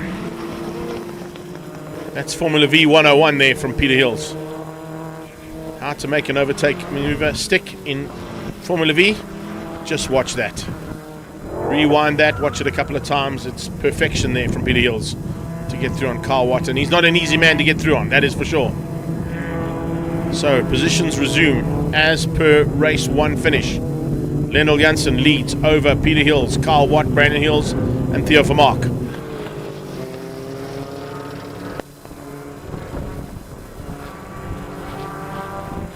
Lionel Janssen looking to maintain the lead of the championship. It'll still be on a similar margin to what it was coming into this round. So we'll keep an eye on that. Kat van den Berg coming to play now. It's nice to see.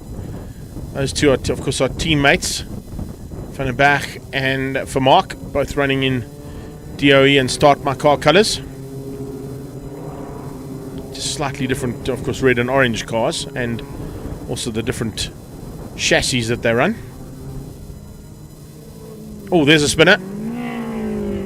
There's a spinner on the sideline there. One of the back markers, I think, who spun out. Try and get a number on that car shortly. Have to keep an eye on there, of course, and a tally on the spins. Yellow flag is waving for that spinner, but I don't think anybody's going to be harmed by it. That car should get out of harm's way in time. We've got yellow flag and a safety car by the looks of things. Okay, so it might be a bit more difficult and a bit more serious than what we thought. Hands going up from drivers to tell them that the safety car is out if they didn't see the yellow flag and safety car board. It's the 25 car that spun out.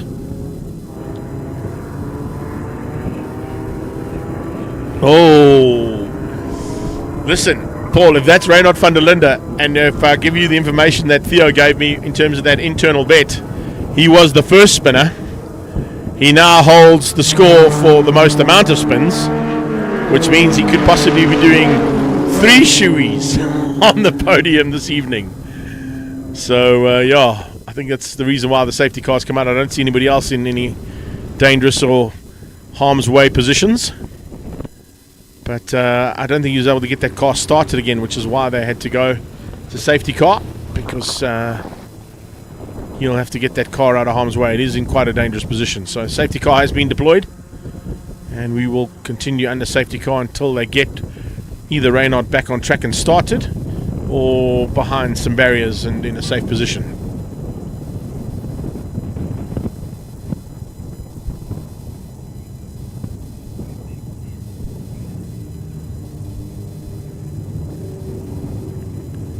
So if I look at the scores right now, I'll go back to those scores that I got from Theo. In terms of those scores, 20 for Lendl will put him to 263. Pete will move from 223 to 240. So it's a 23-point deficit. That'll be between Peter Hills and Lendl Janssen going into the final 2 races of the season at Swartkops. So with, what will there'll be 42 points up for grabs. Sure, still lots to play. Still lots of room to play there. Heading into the final round of the championship at the final round of the Regional Extreme Festival at Swartkops. In terms of the rookie championship, if it stayed as it is right now, Chardon is ahead of Chloe, which means he'd be getting 10 points again, which will take him to 104. Chloe will get 8 for second, which will move her to 108. So there'll be 4 points in it between them in the rookie championship. As I said, Marcel has wrapped up the association championship, so it's basically a battle for second in the association championship between Vaughan Hills and Chardon. And right now there's 4 points difference between them. And on track, there would be... what do we got? 20, 17, 15, 11... 20, 17, 15, 14, 13, 11. 9 points going to Vaughan, which would move him to 254. And Chardon would be getting a 9th, which will give him 7 points. And that'll move him into 150. So also, nice little battle there for second place, looking for the second place in the association championship for this side. Green flags, and we're racing again as we're working out the points. Sorry, not looking at the screen at the same time.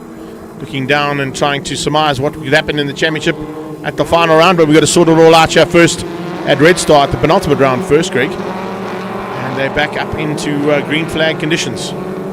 So it has concertinaed the field up slightly with 3 to go. And it's given Peter Hills a little bit more of a chance to close that gap down without having to do all the work himself. The safety car helped him out a bit. Speaking of helping out safety cars, well, there's a move from Theo down into turn number 3 and 4. And up the inside of Brandon Hills to get himself in amongst the Mungaza Racing crew at the front end. He holds the inside line, but just can't hold the line. Loses out slightly, and Brandon comes back at him. Around the outside comes Kat van der Berg, looking to try and squeeze through on him as well, because remember, it turns right up the hill. And I think Kat might have just been able to get his nose in there. And may just be ahead, much as they come out. No, he's not. Theo stayed ahead. And here comes Vaughan along for the ride. It looks like Vaughan's picked up something on the side of that side pod of his.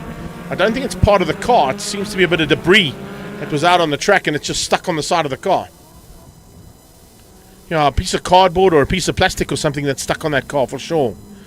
But it hasn't been able to be blown off. Even under safety car, he couldn't get rid of it. So we'll wait and see if it affects anybody. One man who's being affected badly at the end of this race is Brandon Hills. He's lost out to Theo. He's now under attack from Gat. Van der Berg looking for a way through, but can't find it just yet. Chloe's on the sideline. Oh, that is a massive, massive loss. So that will change things up pretty dramatically in the Rookie Championship. As I said, looking at that Rookie Championship coming into this round, it was 100 plays 94. Chardon will get the victory, which will give him 10 points. He'll take him to 104. A DNF for Chloe means that she's now down into second place on 100 points. And does that third place it'll give him 9 for third. 101. So Chloe will actually drop to third. It'll give Reynard a chance to get up into second if he's able to get that car going again. I didn't see if he started at the back of the pack and got to the back to continue the race. If he went back into pit lane, no, he hasn't got going again. So it'll be Chardon in first in the rookies to the tune of 4 points over Chloe Stewart. Here comes Kat van der Berg with a big dive, threading the needle there in between both Theo Vermaak, his stablemate, and Brandon Hills, and moving up dramatically with that maneuver. Great bit of driving there from Kat van der Berg, former champion in this class, remember. And Vaughan Hill's about to join the party. Vaughan now up ahead of Theo. Brandon down behind Kat, so changes in that 5th to 7th place battle. Carl Watt still maintaining the 3rd place on the road, pulling away now as these 4 fight it out, about to make it 6, because just behind them Marcel Bluchnoot and Richard Carr are about to join the party here. So it's a 1, 2, 3, 4, 5, 6 car battle, and that would be for 4th place on the road. There's your top 3. Pretty equidistant between them right now, with 1.5 laps to go. Then it's Van der Berg, Hills. Vaughan has a big look on the inside of turn 9. Yeah, definitely some kind of debris that's been picked up there. Either a rag or a piece of cardboard or something. It's not affecting the car's ability to go fast in a straight line, but that scoop is there for a reason, and it's to assist with downforce, and if it does get affected slightly, it may hinder his abilities and not give him 100% capabilities of what that car's able to do. As I said, it doesn't look like it's too much of a disadvantage for him. Heading up into turn 13, complete another lap, and they will be now starting the penultimate one. Lendl Janssen, 2:09.2. Final lap, I beg your pardon. The timing monitor took a while to change over there. Thank you for that, Paul. Lendl Janssen out in front. It's only 0.9 of a second, though, between himself and Peter Hills as they cross the line. But is that enough? Can Pete close things down here? Maybe under braking, use his multiple championship winning experience to close that little bit of a margin over Lendl Janssen. The way Lendl's been driving this weekend, though, that'll be a very difficult task. But if any man can do it, Peter Hills is certainly the one I'd put my money on. And he is closing it down slightly. Carl Watt in 3rd. Van der Berg is still 4th and fending off Hills, Carr, and Bluchnout. Theo Vermaak has dropped down to 9th in car number 9. So Looks like there might be some suspension issues still hindering that car after that little off-track excursion between himself and Van der Linde in the first one. Peter Hills onto the short straight. Spinner! It's Blichnout. Marcel Blichnout asking for help, asking for a bit of a push to get him back onto the track. I don't think the marshals are going to get to him in time. So it doesn't matter. Marcel Blichnout, as I've said, has already wrapped up the Association Championship. So even though he has spun out, that's his first spin. So he puts himself into the spin contention, but it's only one of one that he's done. That man in the background of the shot there, Reinhard van der Linde, is on the money for the win of the most spins of the day. For now. We're not done yet, of course. Ticket flag is on standby for this man, Lennel Janssen. And he's coming for a double victory here. And will now head to Swartkops with the advantage over Peter Hills and Brandon Hills. As I said, he comes through and he'll be taking 20 points. So that moves him on to 266. 17 points is 240 for Peter Hills. So it's a 26-point advantage with 42 points to play with at Swartkops for Lennel Janssen. And that's how it'll wrap up. Remember, with Chard and Trump coming through as well, that may change things up ever so slightly in the association second place battle. Vaughan Hills beating him to the line. He gets a 6th place. So for 6th place, that'll give him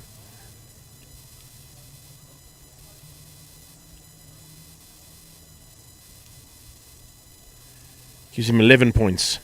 So Vaughan Hill scores 11. That takes him to 158, 159.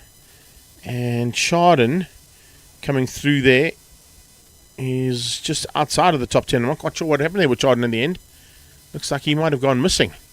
Did he spin out on the last lap? I think he did. So Chardon had a problem in the middle of the race, so that's helped him out a little bit in terms of Vaughan Hills. So if Chardon didn't finish, that means he's going to be in trouble for the overall in the rookie championship as well, because that will maintain Chloe at the top, because Chloe and Chardon spun out, and so did Reinhardt. So I think if... do we have James Carter? James Carter finishes in 12th, and that will give him 10 points in the rookie, which moves him to 18. Okay, so he's not really in the running there as such. 28, it'll move him ahead of Casper de Beer moving into the final round. So those are the big changes in Formula V as we wrap up the second heat here and get ready to go now for the second heat of BMW M Performance Racing Series classes A, B, C, and D. They're up next. We'll be back shortly.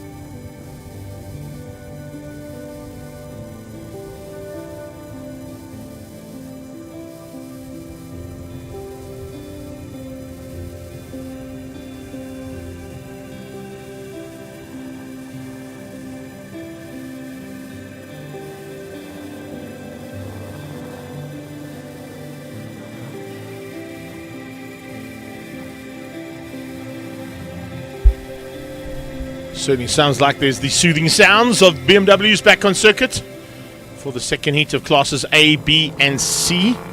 And with my fellow commentator just opening up our air-conditioned Ferro Energia commentary booth here today. I'm sure he's loving climbing into this and feeling the 22 degrees Celsius aircon going at the moment. I've just cranked the fan up as well to get a little bit more cooler conditions here. Just for you, Nick, just for you, because that's how we play this game. You're so kind.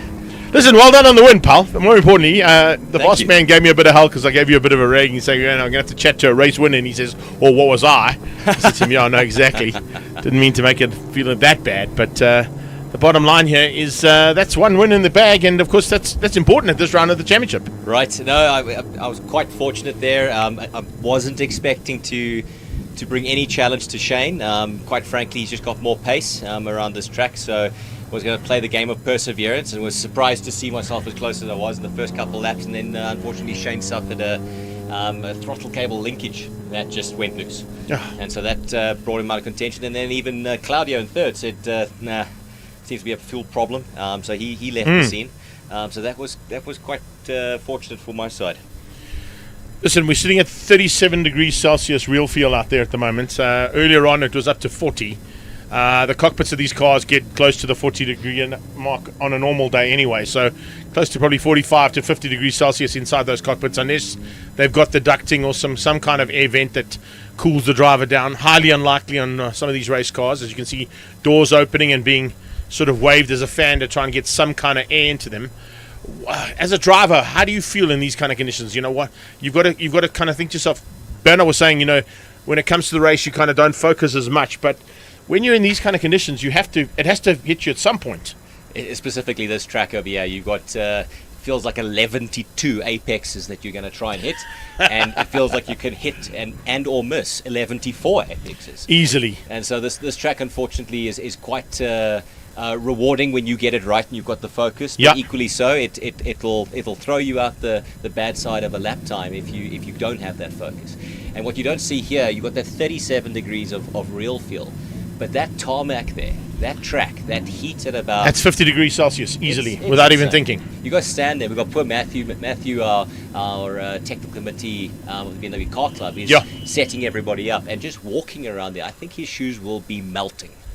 Listen, I've been here on occasions where it's got to these kind of conditions and you're sitting in a set of race leathers on a motorcycle, and you feel the effects, to the point that when you come into pit lane for a pit stop at the 24-hour, my missus at that stage would literally just take a 2-litre bottle of ice cold water and just pour it into my leathers, because by the time I went out for the next set of laps, within 4 laps the leathers are dry and you're back to kind of ideal conditions, and then back to hot by the time you come back in for the second set. Makes so much sense. I know exactly how you guys are feeling in terms of the heat in these cars and the heat in the cockpits, but it's race action, which means we're going to have heated action again.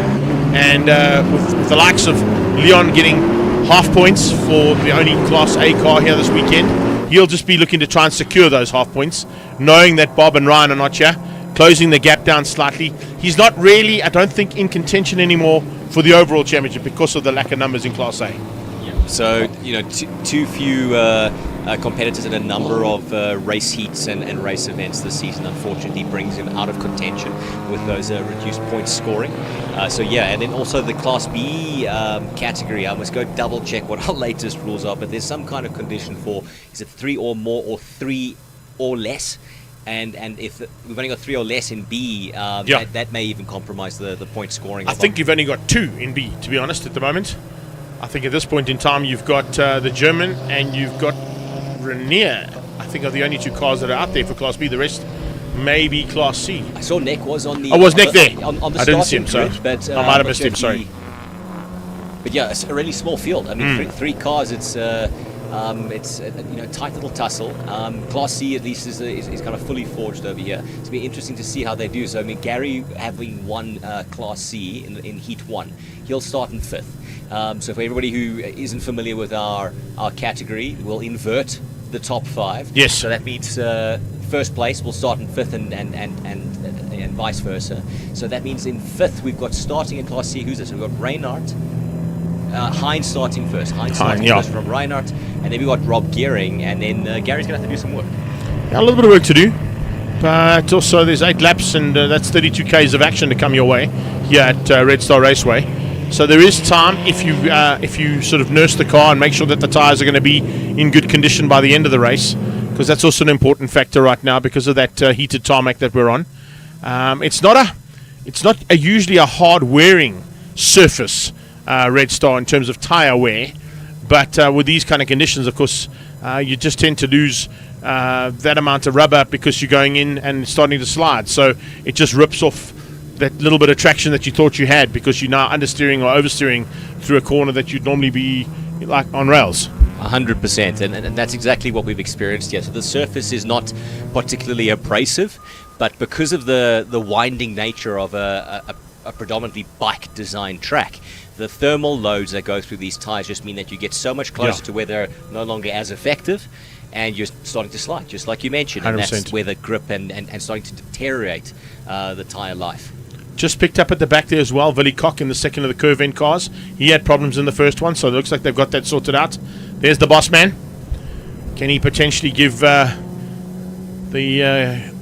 Grease Monkey Garage machine a run there? Diesel. Let's see what. There's something about the response time of a naturally aspirated BMW. That's what I'm thinking. That's what I'm thinking. There's not too many of those left. Off the line, it might have the advantage, and can he just maybe squeeze through there and give Martins a run until they get onto that back straightaway? This man is first, second, third, fourth, and fifth, so he will start on pole on the inverted grid. Doesn't have to worry too much about that one. He'll take over that safety car's responsibility, but yeah, Neck has it all over to do so. Obviously, he's familiar with this position. He started in pole for race 1. He's in the same position again. We know that he had some issues with his sprayers, which impacted the cooling of the car. Can he keep it all together now? So let's remove that Nissan from the circuit and leave the BMWs to fight it out as they come to the line. It'll be up to Leon to dictate the pace. Remember, he will be the effective man to decide when the loud hammer can be put down, and he does that to perfection. Macris from the German into turn 1, and then the rest of them just starting to sort things out. Good start there from Reinhardt. He's just ahead and maintains that gap over Gehring, but what's he going to do about the 2 cars ahead of him? So Heinz still leading out Class C over there. So it looks like Class B hasn't changed. We've still got Neck leading that out. The German taking a little bit of a defensive line from Renier there, but that I don't know if he's going to be able to keep that together. Looks like Renier has moved quite far into that outside line. So we're not really going to concentrate too much on Class A because there's only one, but there's the B's and C's. And Neck and Andres Meyer, Renier Smith fighting for honours there, as I said. Hein van der Merwe trying to keep out Reinhard Miller for now. But the Sav Speed car has got some pressure coming already from that MTech sponsored machine of Miller. Now we see there that Renier Smith has got past Andreas, and he's looking at Neck Macris very closely right now. Change up as well from Gary's side of things. Gary's moved up 1 position, so finding a way through there on Rob Gehring, just getting up 1 position in that Class C hunt, and see whether or not he can do anything about that. The German, though, is on the move, looking to try and get up there as quickly as possible. Oh, and it's getting real in Class C. Here we go. Looking very fighty right over there. Look at that puff coming out of that diesel machine over there. He's going hunting after Rob Gehring in that conventional gasoline-powered car. I'm just worried about, was it a bit of dust or... No, I think it was just a bit of dust from one of the areas on the track that maybe had some of the cement dust still down a bit. Looked like it might have been a bit of smoke, but that white dust coming across the track was a bit of a concern there just for a second, but I think it's all sorted. This Class C pack still so tight. So literally 4 cars probably split by a 10th right now in tight formation. And I think the reason for that is Hein is actually holding them up. Hein van der Merwe is doing a fantastic job to hold them all up, but can he do it for the next 7 laps? That's what you've got to take into account. We see the German is still very close on Renier right now, so I think Renier is not able to get past Macris in this first little section right now, but we're going down to the dangerous point. When he gets back onto that main straight, Neck is going to be looking at his side view mirrors very closely to try and defend. It comes across almost instantaneously to the middle of the track, or almost the middle of the track. It's a very wide surface. Remember, it's 14 meters wide, this circuit, so there's lots of place to play. Great job here from Van der Merwe to keep them out for another lap. Martin's on the charge. Here comes a move from Koch as well. Koch just squeezing through. The white smoke was actually coming from the second of the curve end cars there. From Andre which is Van Vuren, Van Vuren. Looks like some kind of braking. Oof, that's continuing to smoke over there from Andre van Vieren's car. It looks like probably a rubber, rubbing on probably the body there, because it's not doing anything like that on the straight. It seems to be problematic on braking and turning. Just keep an eye out as well, also, not only on Van Vuren, but on Neil Reynolds too. Reynolds in the Valve Hospital car seemed to have a little bit of white smoke as well. Yeah, look at that. Okay. Bit of white smoke coming out of both those cars. One from the back right wheel looks like on Van Vuren, but there was definitely some exhaust smoke coming out of that Valve Hospital machine of Neil Reynolds' car. From our timing display, it looks like the Class B hasn't changed in terms of position. We've still got Neck leading from Renier, and then Andreas. In Class C, Heinz still leading that battle. He's got a lot of pressure from Reinhardt behind him, and then Rob and obviously Gary looking to make up some swift positions if he can. Now I have to go and correct myself, because I got a side-on shot there of Andre van Vuren's car, and his exhaust pipe actually comes out just ahead of that back right wheel, so I think that's exactly where the smoke's coming out of. Right, here's a move. Miller on the move, and up into the lead. He's So eventually finding a way through on the lead car there, Funamava. So that's Class C changing up. So let's see what Rob can do now. So I think that pack was being held up quite a bit by Heinz' first stage pace there. Wow. But is Rob going to have the pace? Oh, there you go. I was about to say, that was exceptionally wide, and that is the biggest spin we've seen all day. Keep it going. Try not to stop, because yeah, I'm worried about the fire starting. That's what I'm worried about. Don't get onto that grass with a hot exhaust pipe right now. Back of the pack, though, for that mistake there from Reinhardt. Just after taking the lead of Class Can C. you believe it? There's going to be a lot of work left for him. Now we can see Renier putting a move onto Neck Muckris. Is he going to make it first into this corner over here? No, he has to give way to Neck. That Class B pack still running very closely together. We've got effectively 1, 2, and 3 right next to each other. A lot of little dust being picked off. That's just cutting the curb there. Yeah, cutting the curb through the second part of turn 1. And just pulling some dust right into the face there of the German. Slipstream.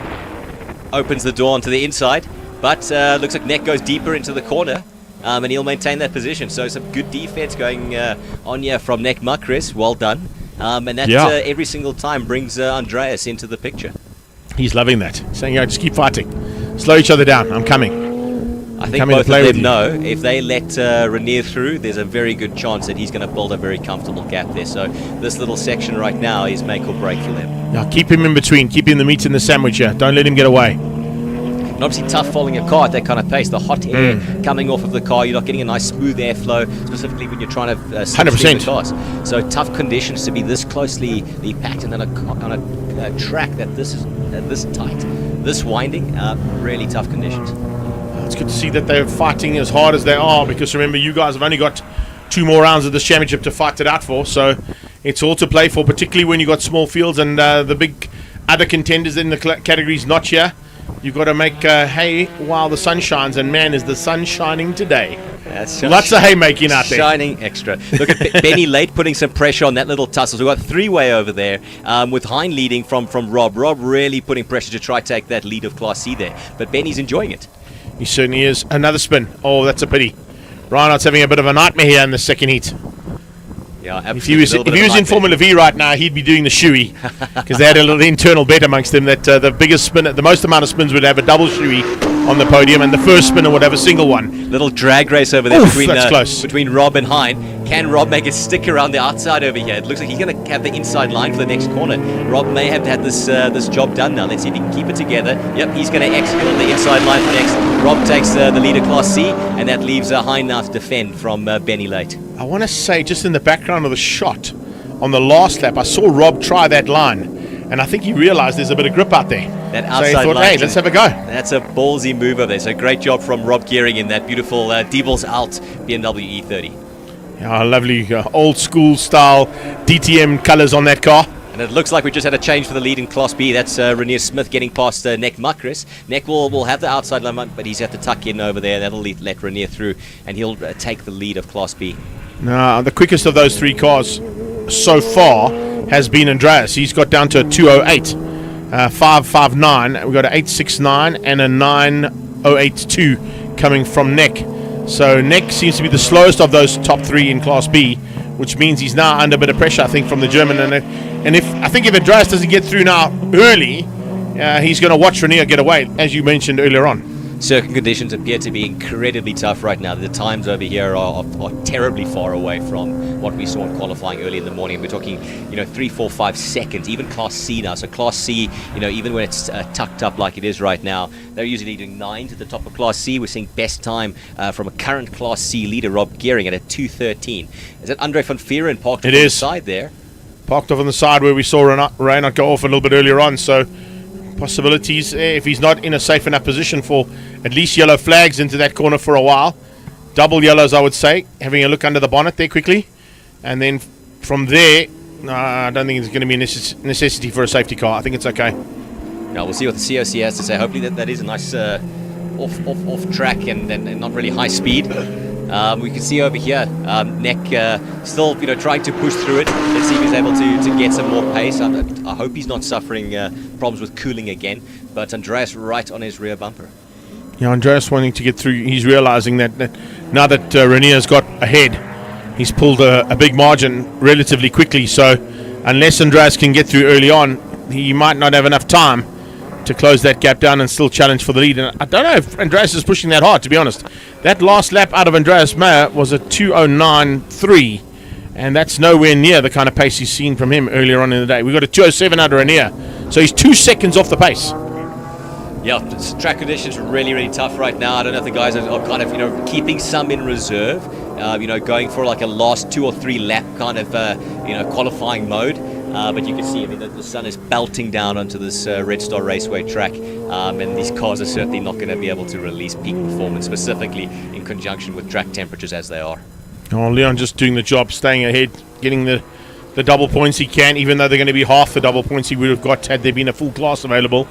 But he's here, he's got the double win, and that double win will certainly bring him back into potentially a win for Class A for 2024. I don't know if he's going to retain that number 1 plate for the overall championship.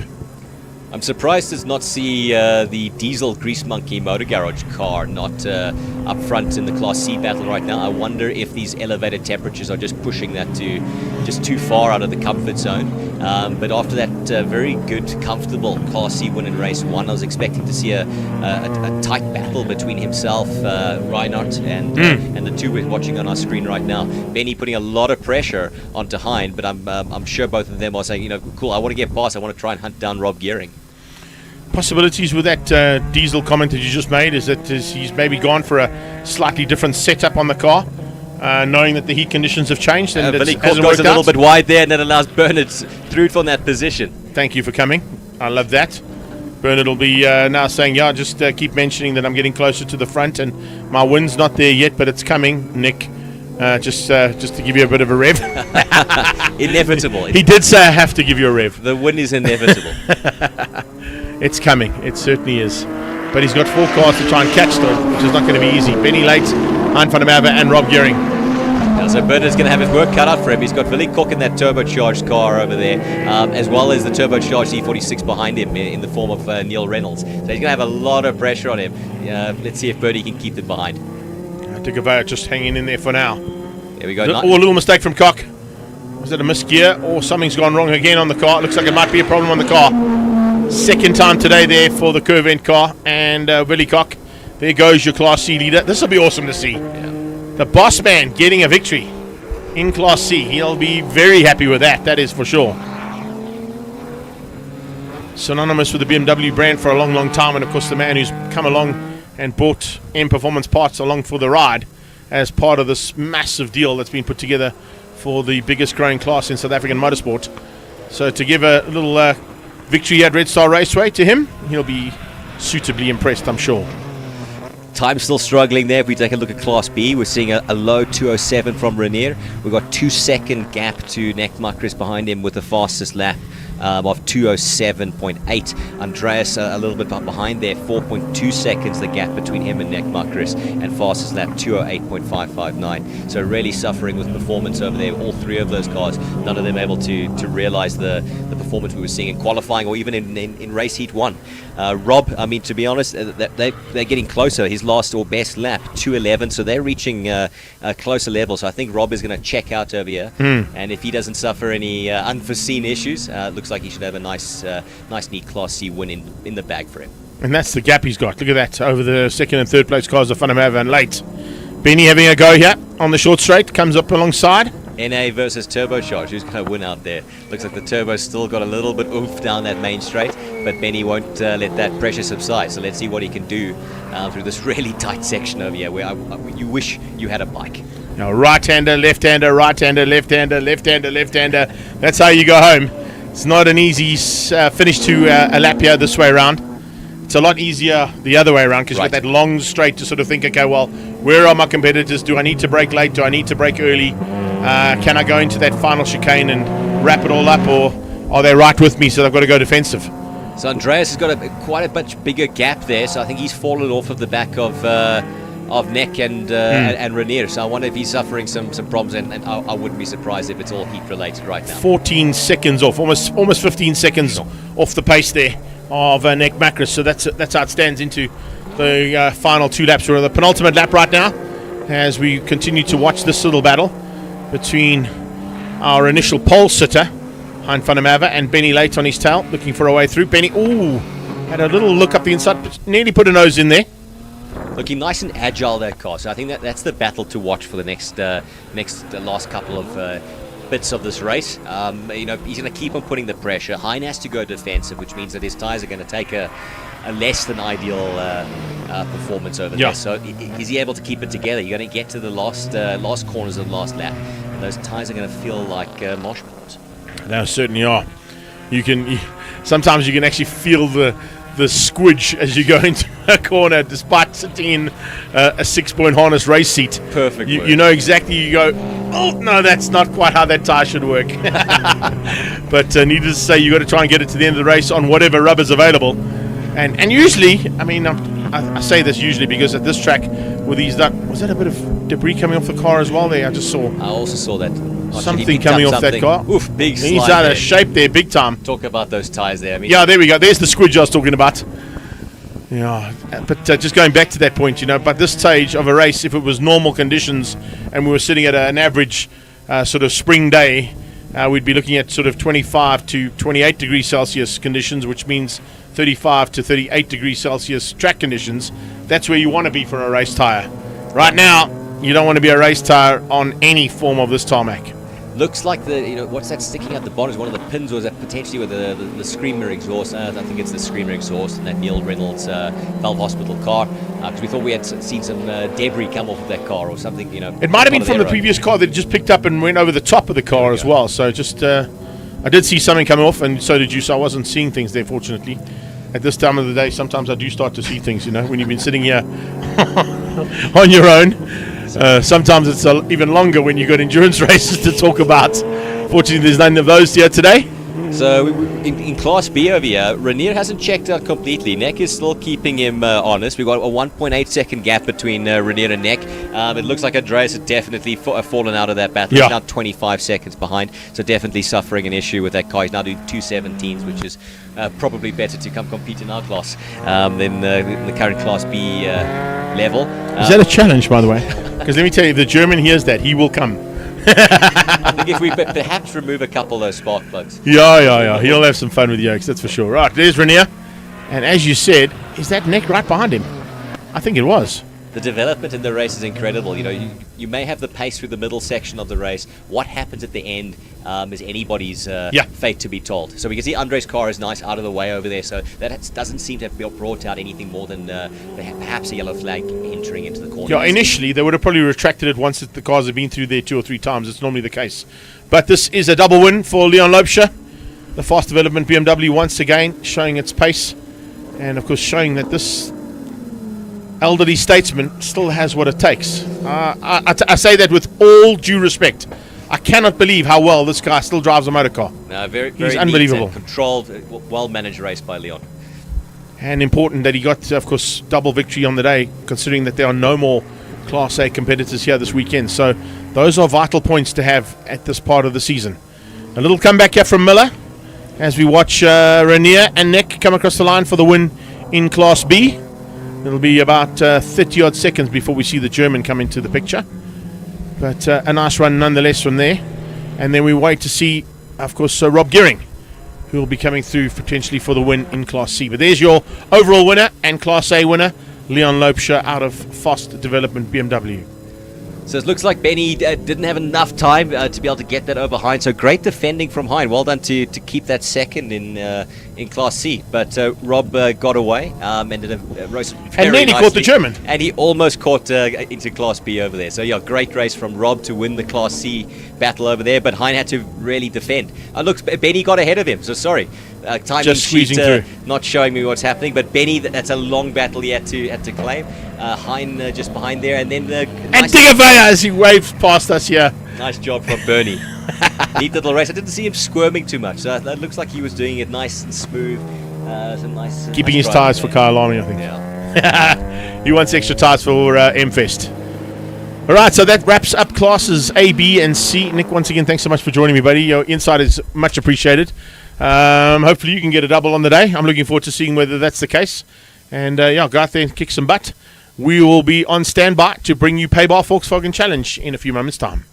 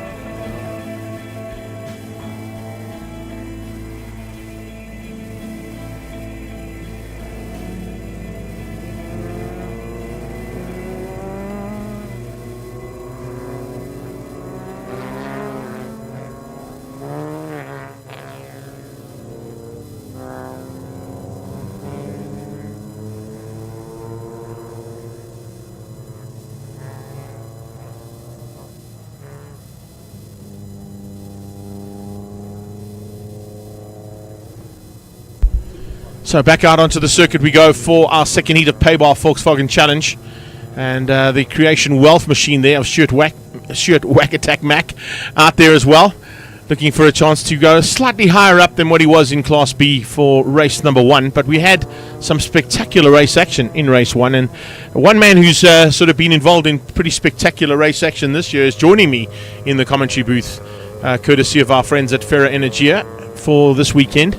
And that's Michael Zafira. Mike, great to have you back, of course, here in the studio. And as you just said, a slightly more comfortable studio than what we had ever before that you've seen me in, hey? 100%. You know, Cape Town was also wet and miserable. We've at least got some good weather today. Yeah, we back at it. Good racing. Race 1 was incredible. Super proud of the boys, kept it clean, and it was entertaining for us as spectators. One thing I'm going to say, though, is, I mean, you must be loving life sitting on the sideline here, knowing that they are fighting in 35 degrees Celsius conditions out there at the moment. Let me tell you something, I'd rather be in that seat than sit on the sideline. Yeah, I know. That's the pure racer coming out of you there, you know. It's, a bad day's racing is far better than a good day's work. 100%. So listen, you had a relatively bad day at Kyalami. We chatted to you in Cape Town. The recovery was going well. Take us through what's been happening so far, and I believe you're in the pool now, and some more, of course, recovery happening on a daily basis here. 100%. So doctors cleared me to swim. We're getting there. I'm starting to run. I just can't do sharp changes. So just super happy that we're getting to where we are now. And the neck's been giving me a bit of issues, but those are teething pains. I mean, the minimal stuff I don't really worry about. It's not too much of a fuss. Just keep that mic right on your chin, because we're losing you a little bit there on the microphone there, Mikey. But also nice to see, at this stage of the season, still a relatively big pack of cars coming to the penultimate round. There are a couple of cars that were involved in incidents at the previous round that are not 100% ready. But importantly, is you need to be here if you're in the championship. So that front row, and with Dean Ross's first start, avoiding all the trouble that happened in turn 1, shows that there's still very much a lot to play for in Class A. 100%, and the boys are definitely putting on a show for us. And I'm pretty happy being in C. I don't want to be in that mix. Eh? It's always nice to have that sort of gap. You know, you can watch the Class A's get away, you get the Class B's get away.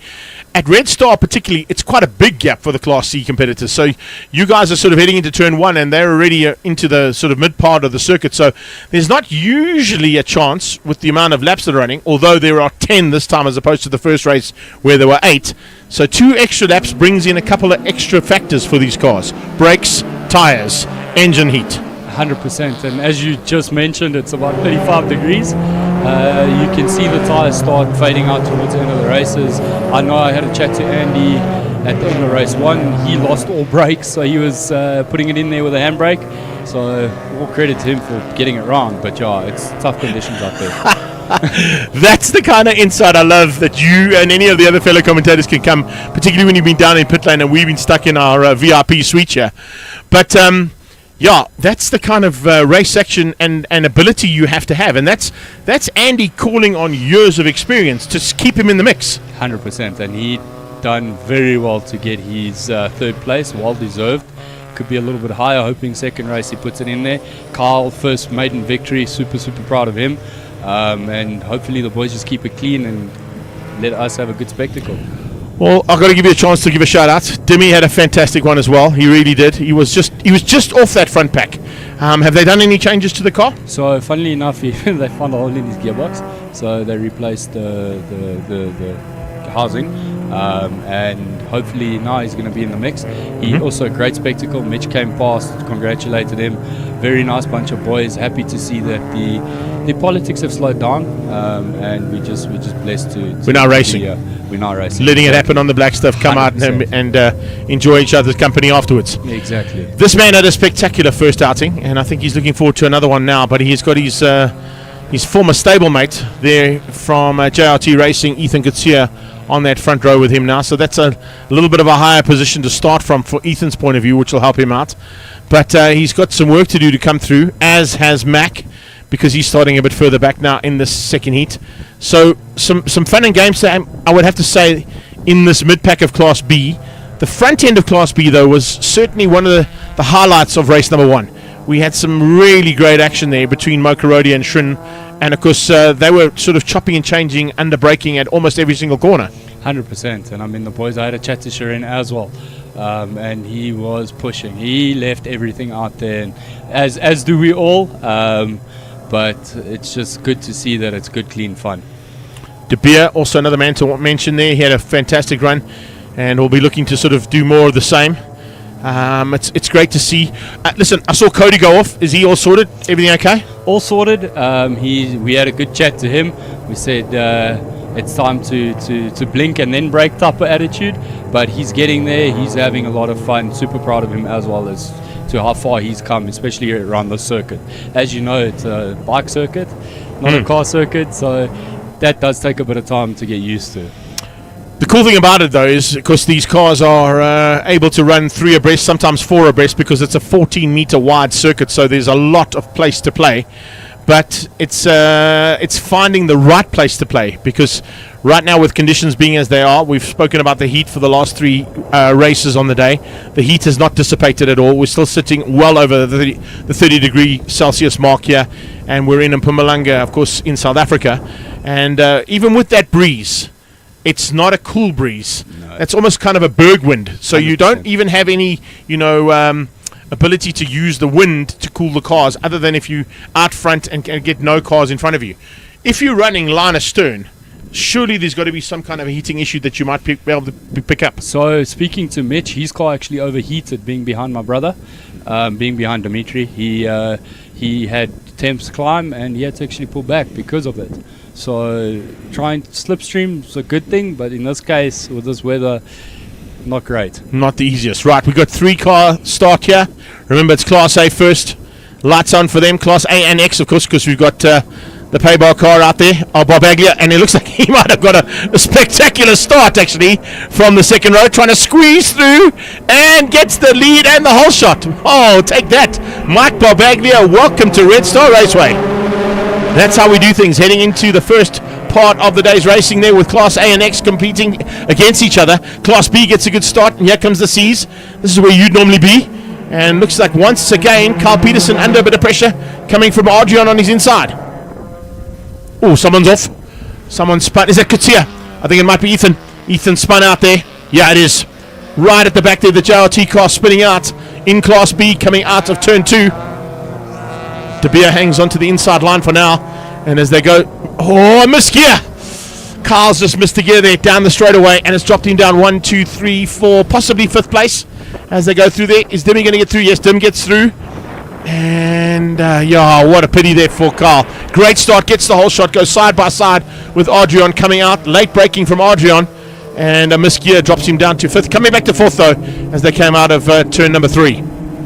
Lessing has had probably a little bit more time on track than most of these guys, coming from a motorcycle background. So would that come into play, you think, amongst these guys?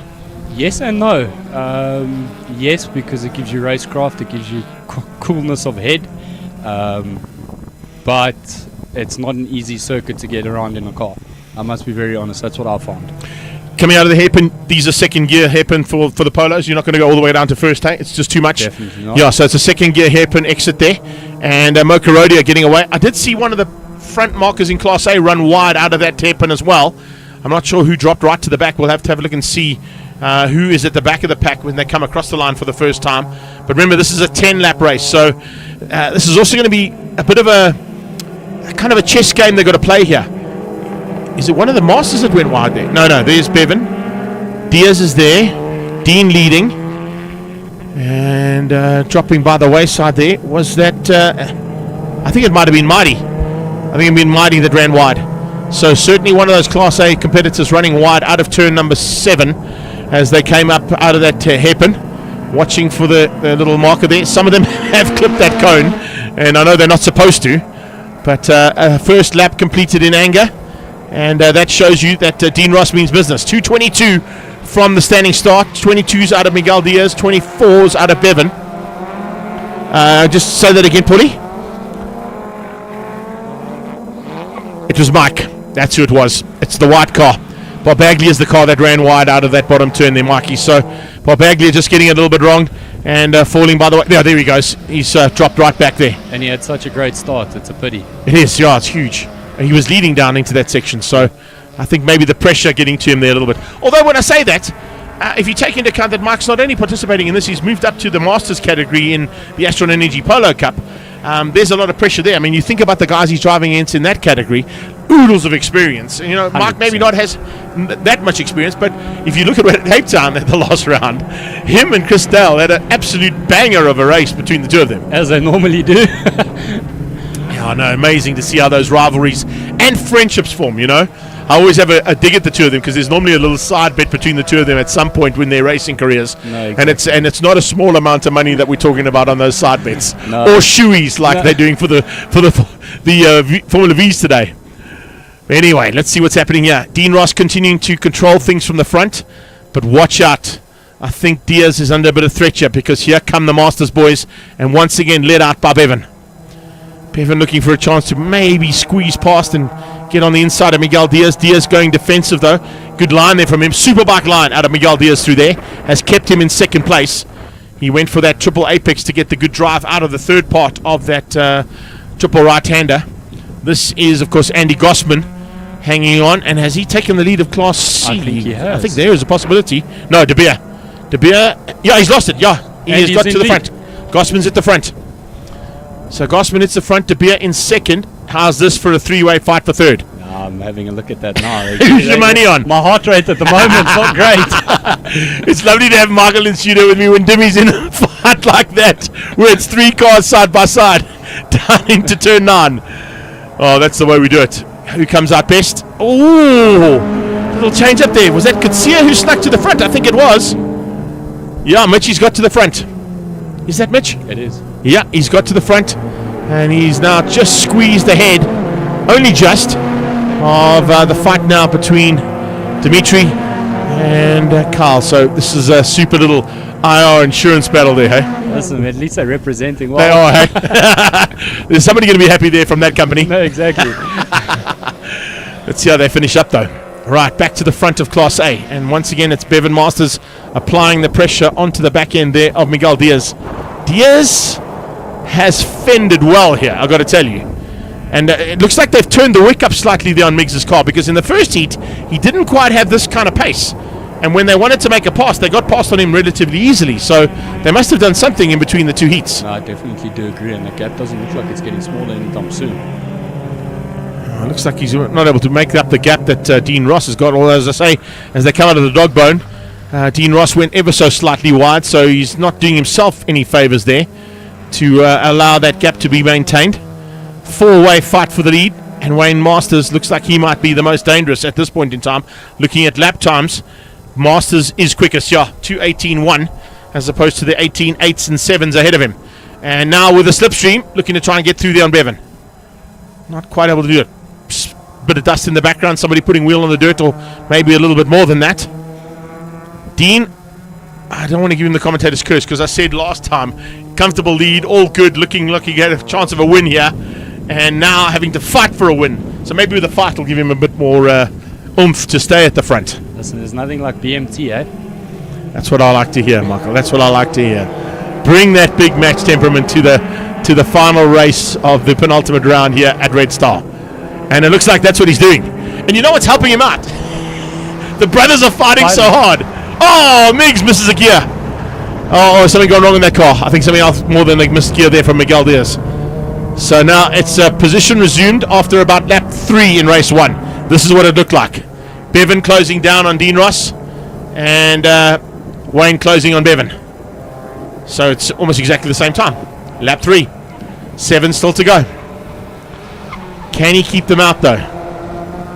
The Norbrake car would have to be a supercar to keep out these two brothers who have been fighting frenetically and incredibly the whole day. It really has been a good one to watch.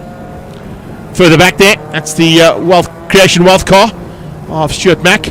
Apologies for getting that sponsorship wrong earlier on there, Mac, but we got that one right eventually. But still running with that Motul badge on the front, and of course being helped out there by Nathan's Motorsport on the prep of the car.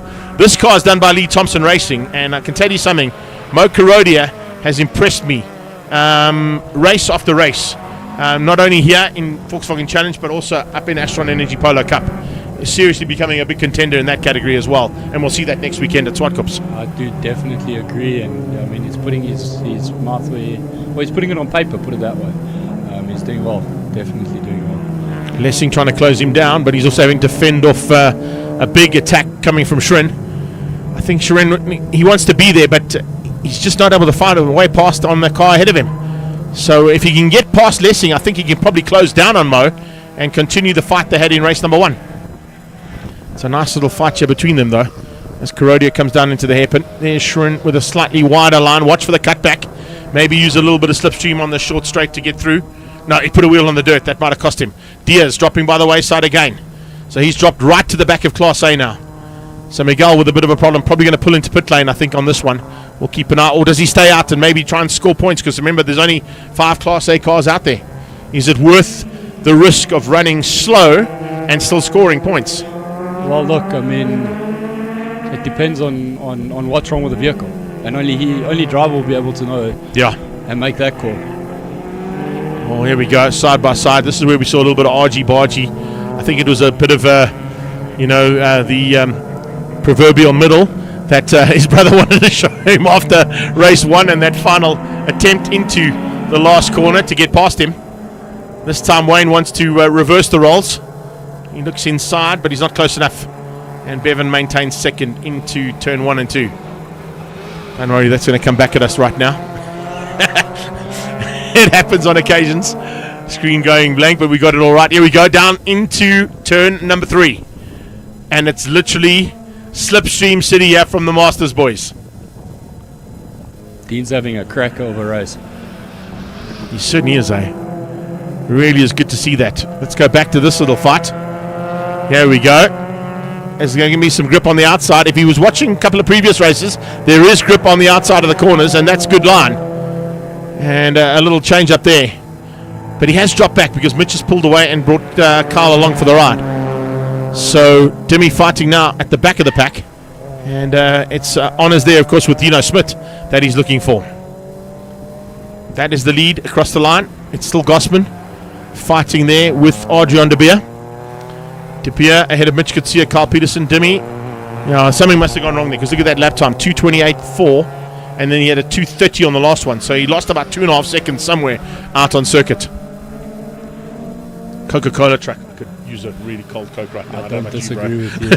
Also, it's the tyres at this point of the lap. They need to start conserving them because they do overheat relatively quickly. Yeah, if you think about it, this is a 10 lapper, so there's an extra 2 laps that they've got to try and find some grip and traction out there. So as much as you've been fighting hard, backing off slightly, giving a chance for the tyres to maybe cool down, give the temperature in the car a chance to drop. Don't go off track because that's definitely not going to help you. Bevan or Wayne? Oof, I think that might have been Wayne. No, it's Bev. It's Bev who went wide. Bev went wide there. That's costly for Bevan. That's a potential double victory out of the door. Unless he pulls something out of his hat. Yeah. Well, I don't know. You never know with these kind of conditions and how things are changing up here. Every now and again we see a lot of things happen. We can go to that old Murray Walker, F or F1, is it F or F1? If something happens 100% in F1. This is Volkswagen Challenge, and usually a lot happens. Exactly, you're normally involved in it. No, yep. In the blink of an eye, things change. Right now, trying not to blink at all is that no-brake car of Dean Ross. He's watching those rearview mirrors constantly. He sees Wayne pull out, trying to go for a slipstream. I'm not quite sure if he'll make that one stick. Mo Karodia hanging on ahead. Has Rajpal got through? Yes, he has. So Shirin has got through here and up into second place now ahead of Lessing. And there's enough time. It's halfway stage. It's perfect timing. He's got 5 more laps to try and close that gap down. And if we look at the gap, he's looking for about 1.5 seconds. Over 5 laps could be doable, depending on what his lap times are. What is he doing? 2:23s? Mo still seems and 2:21s out of Mo. So I think Mo eased off slightly because of the fight he saw. But now that he's seen the change-up and Shrin get ahead, you probably have to turn that wick up a little bit. Definitely agree, because that's a second difference. If you can find a second a lap over the next 5 laps, that's it, he'll be ahead. So watch out for Mo Karodia now to try and step up the pace slightly. I'm sure Pitboard will go out there from Lee Thompson Racing saying, have a go, let's get it going. Or is there in-car communication to him saying, Mo, Shrin is through, time to go. Very much the case right now as we watch those top 3 for Class B. Stuart Mack just off the back end of that, not quite the pace we normally see him at. He's usually in the mix there. And of course Gossman, let's have a look and see how his brakes look. He's looking pretty tasty. Don't think I saw him go off the left hand to go for a handbrake turn into turn 3 there. Just yet. It might still come though. Please God it doesn't. Shame, he's also had bad luck this year. I wish him all the best as well. No, listen, the crash in Swartkorps. That was a big one. That was a big one, yeah. And I'm glad to see Phillips also okay. Yeah, unfortunately though, Phil's car, we had to go and throw that in the bin, buddy. A car can be replaced. 100%. You know all about that, pal. Yeah. You know all about that. More importantly is that he's okay.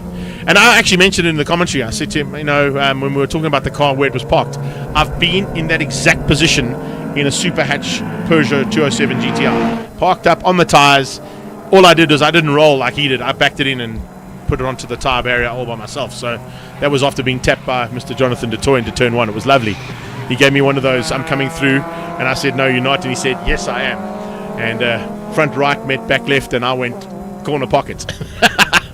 Problems for De Beer. Oh, that's not good. That is second place in Class C, parked on the sideline. That's coming onto the big straightaway. So that is going to move. Oh, there's big changes there. Could see up to second, Peterson up to third. Overall win could still potentially go to Carl. That'll be interesting to see. Look at Ethan Katsia now. You're looking very dangerous at the moment. Trying to find a way back here Tanay and Kube. And he's in the Ferro Energia car, of course, fighting there with the return of the man who dropped right to the back of the pack after spinning in turn 1 in the early stages. And you can see there's a bit of damage on the car. I think he might have hit somebody with that spin. Look at the front bumper on that car, Mikey. It's very possible. Very, very possible. Have to have a look and see if there's any damage on the back end of any of the cars that we can see out there. I haven't seen it because we don't normally see the back end of them too much in our coverage. But needless to say, the JRT car made light work there of Tanay.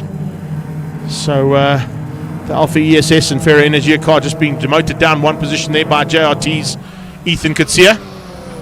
How's that gap looking between Mo and Sharon? So we look at that gap, it's 1.3. It's come definitely down come down. Yeah, it's definitely come down. It's come down probably even more. It's probably less than a second now as you can see them come out of the hairpin. So Sharon definitely on a move here, looking for a chance to close down on Mo Karodia. Resuming the battle that we saw earlier on. So it's pretty much the same as what we saw in race number 1. Those two going to fight it out and leave Lessing and Mack to try and fend off who's going to get that third spot on the podium. Or pick up the pieces. Yep, exactly. This is nice to see as well. I haven't mentioned Dierwald much this whole race. In fact, the whole day. We haven't seen much of him. It's probably the first time we get a chance to mention Dierwald Tehran, but he is in this one, and he's now under attack there from Ethan Katsia on his return to the front. To see if he can stay in that little battle. But that also is not an easy thing to do. 1, 2, 3 across the line, and very evenly matched. Let's look at that gap. Oh, 1.4 seconds between the top 3. Nothing in it at all. And it's a change up with Masters at the front ahead of Dean Ross. So yeah, Dean Ross now the meat in the sandwich between the two Masters boys, as he was at an almost similar time. No, in fact, at this stage he dropped behind the two of them, and they were fighting for the race victory. Now he's still in the mix, as is Naidu. Rajpal, a bigger one. Shrin Naidu, I'm thinking about in the other categories. So many guys I've got to try and remember here, Mark. Welcome to my world, bro. Did Mo run wide? He did. And Rajpal's going to give him a run now. They are side by side down towards turn 3. And inside line is where you want to be here. Who is latest on the brakes? Are they going to actually brake? They didn't. They literally ran into turn 3 and then just tapped the anchors. That was incredible stuff between the two of them. Now that's the way you do it, eh? Now, I mentioned earlier on, I mean, Mo said to me, he said he's so happy with this car and the way they've built it. And a lot of guys that I've spoken about in the past, of course, said, you know, a booted car like this has actually got a slightly better aerodynamic package on it because it gives you that little bit of extra boost at the back.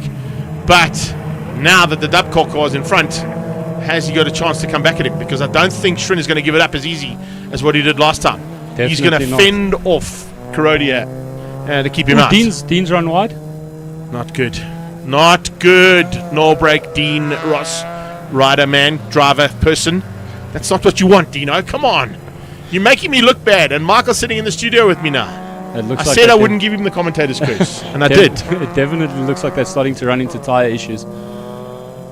Brake issues potentially there. Huh? Exactly on time. That was all him, eh? All commentator's curse coming from my fellow commentator now. I like it. Thank you, Safirio. Much better that I don't have to take all the brunt of it afterwards. Oh, loving it. Here we go. Right, let's have a look and see. Morgan, have a look. Oof, he was close there. Certainly wanted to put a nose on the inside of Rajpal's car, but I think maybe hanging back for now, realizing that there's still a little bit of a way to go here. But with that car slipping and sliding in front of him, he must realize that there is a potential to get back to the lead. I'll come up to turn 13 and try and hang on to it. The idea is to try and be as close as possible without running temperatures too high on the car. Not easy to do. Do these boys not make us sweat? Yeah, in an air-conditioned unit like we're in right now. It's the kind of race action that you are used to being involved in. No. I've never had a chance to race in this category, but I have driven one of these cars. But I must say, on a similar vein, when I was in Polo Cup and when I did production car Class T, it's kind of the same look and feel. Although, when I look at what happens when you've got a full bunch of Class Bs like we normally have, or a full bunch of Class Cs like we had at Kailami, you've got to have your wits about you all the time. You can't afford to even, as I said, you can't afford to blink because something goes wrong just like that. And not necessarily in the way it went wrong with you, but it could literally just be a missed gear, or you just missed the chance of the guy diving up your inside and you don't defend. 100%. But there you go. I mean, I blinked and I was in a wall. I know exactly that, but exactly that. Now, you know, you're not the first and you're not the last to do that kind of a mistake. I mean, I can run through oodles of drivers that I've spoken to afterwards and said, what went wrong? And they went, I don't know, or I sneezed. Yeah. There's a motorcycle rider that sneezed in turn 2 at Pekisa and ended up on his side and into the side wall there in the barrier. So those kind of things can happen. What we're watching right now is the battle for the lead of Class B, and it is an epic one once again between Shrin Rajpal and Mo Kurodia. Kurodia now with the slightly better drive out of that hairpin, but inside line being defended by Rajpal, and so much so that he's locking inside and back right wheel. So not what you want to be doing in there, because it's a triple right hand. It's a difficult corner to get right that as well. If you think that hairpin is difficult, that triple right hander with the 3 different apexes, if you get it right, it's beautiful. If you get it wrong, it's horrible. So nicely done from the two of them to try and hang on to each other. And even though they're fighting that hard, how's the way they're pulling away from Lessing? Lessing hasn't got an answer here. He's 2.2 seconds back. And their times have stayed consistent. Good to see that. Someone running wide, putting wheel on the dirt there, possibly coming out of turn 1 as we watch the two Masters boys going side by side. Is this Bevan going on the last lap to overtake his brother again? How's Wayne? He's got his hand up the side trying to get some air into the car. After running wide. Feeling the heat. If you're putting your hand out to try and guide some air into the car, you must know how hot that car is. And that's under attack from his brother as well. 100%. We made a joke. We said we're going to put a temperature sensor in that car because that car ain't 35 degrees. No way. It must be in the 40s. No, easily.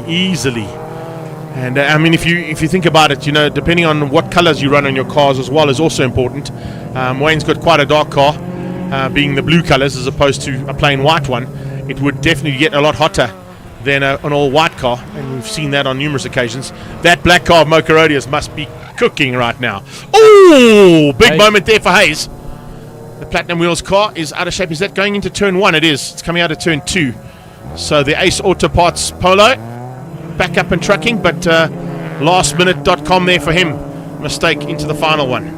Bevan Masters 2:16.6. His fastest lap coming through there nicely, but look at the lap times that are coming out of these two now. What I want to see now is keep an eye out on who's going to have the ability to stay in the front. Is it Bevan or Wayne? We're watching Kutsia heading through there, and of course he's looking for a chance to be in that top 5. Blue flags waving as the quicker cars come up on the back end, and they're coming up on Cody. And I think Cody might have helped Wayne out there.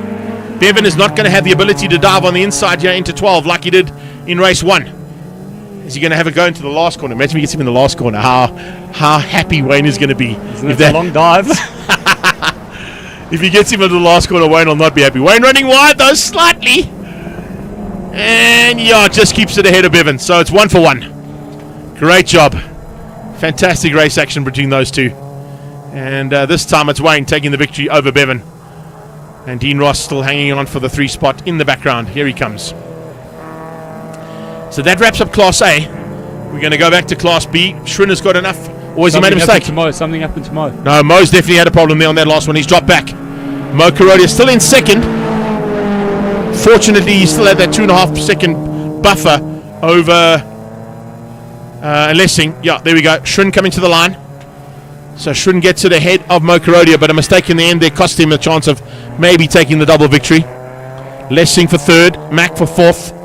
And looks like behind him is Ethan Kutsia. Good recovery there from Ethan. Top 5 recovery from Ethan Kutsia. That's not too bad at all. And then behind that, Dioval Taron and Tane and Kube. We saw Jacques Hayes unfortunately having a problem there in the closing stages. And I think Chris Davison might have been caught and passed along with Nicole Lombard. So just finally to wrap things up, let's go to Class C. Class C should be Gossman. This is your brother. Timmy is sitting currently for 4th. That'll be nice. Still a chance of... No, there won't be a chance of 3rd overall, eh? No. 4th. Yeah, it'll be 4th overall. 4th overall for them. So to the line, that's Jacques Hayes. He comes and takes the checkered flag. We're waiting for Gossman. We'll try and pick him up in the background if we can. Or is that Mitch coming through? There's Mitchy. No, that's Mitch now. So is Gossman just ahead? No, he's not. There he is. Yeah, he is. He's quite a way ahead, actually. So Gossman will be coming onto the main straight away. Mitch could see it coming out of turn 12 up towards 13. Checkered flag on standby. Here comes Gossman. Fantastic racing, boys. From Mark, great to have you in studio as well, and some input there from your side was really lacquer. Something completely different to what we normally have. So Gossman takes it, Kutsia in 2nd, and Carl Peterson will get 3rd, which potentially puts Gossman 1st and Carl 2nd overall, I think, for the day. So that's how we'll wrap things up. Depending on the overall time, because it's 8 and 10. And 3rd, and then so they switched up, but depending on the gap that the gap there. Well, the supporters on the sideline are happy. They know they've only got 2 more races to go. We've got Mobile 1 V8 Supercars coming up next, and then the final race from BMW M Performance Racing Series. To run through overalls, it's Wayne Masters, Bevan Masters, and Dean Ross, your top 3 in A. Shrin Rajpaul, Mo Karodia, and Lessing in Class B. Gossman takes it from Kutsia, and Carl Peterson with Dimitri Seferio there in 4th place. Good run there from the IR team. Fantastic stuff, and thanks for joining me, buddy. Much appreciated. Appreciate it. I will see you at the next one at Swartkops, otherwise I'll see you at Prize Giving later on. 100%. Thank you, buddy. There we go. Mobile V8 Supercars up next.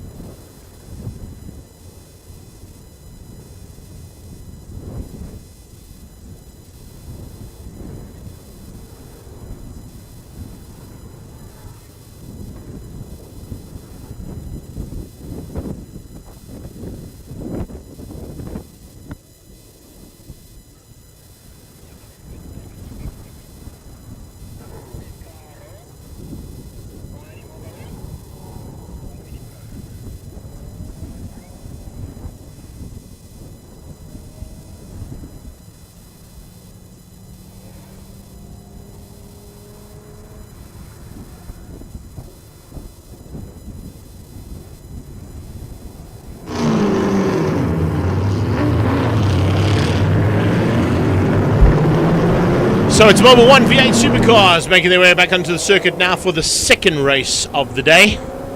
And they're looking forward to going, I'm sure, to get this day done and dusted. The temperature has come down slightly, but when I say slightly, I don't mean a huge amount, unfortunately, for these V8 Supercar pilots.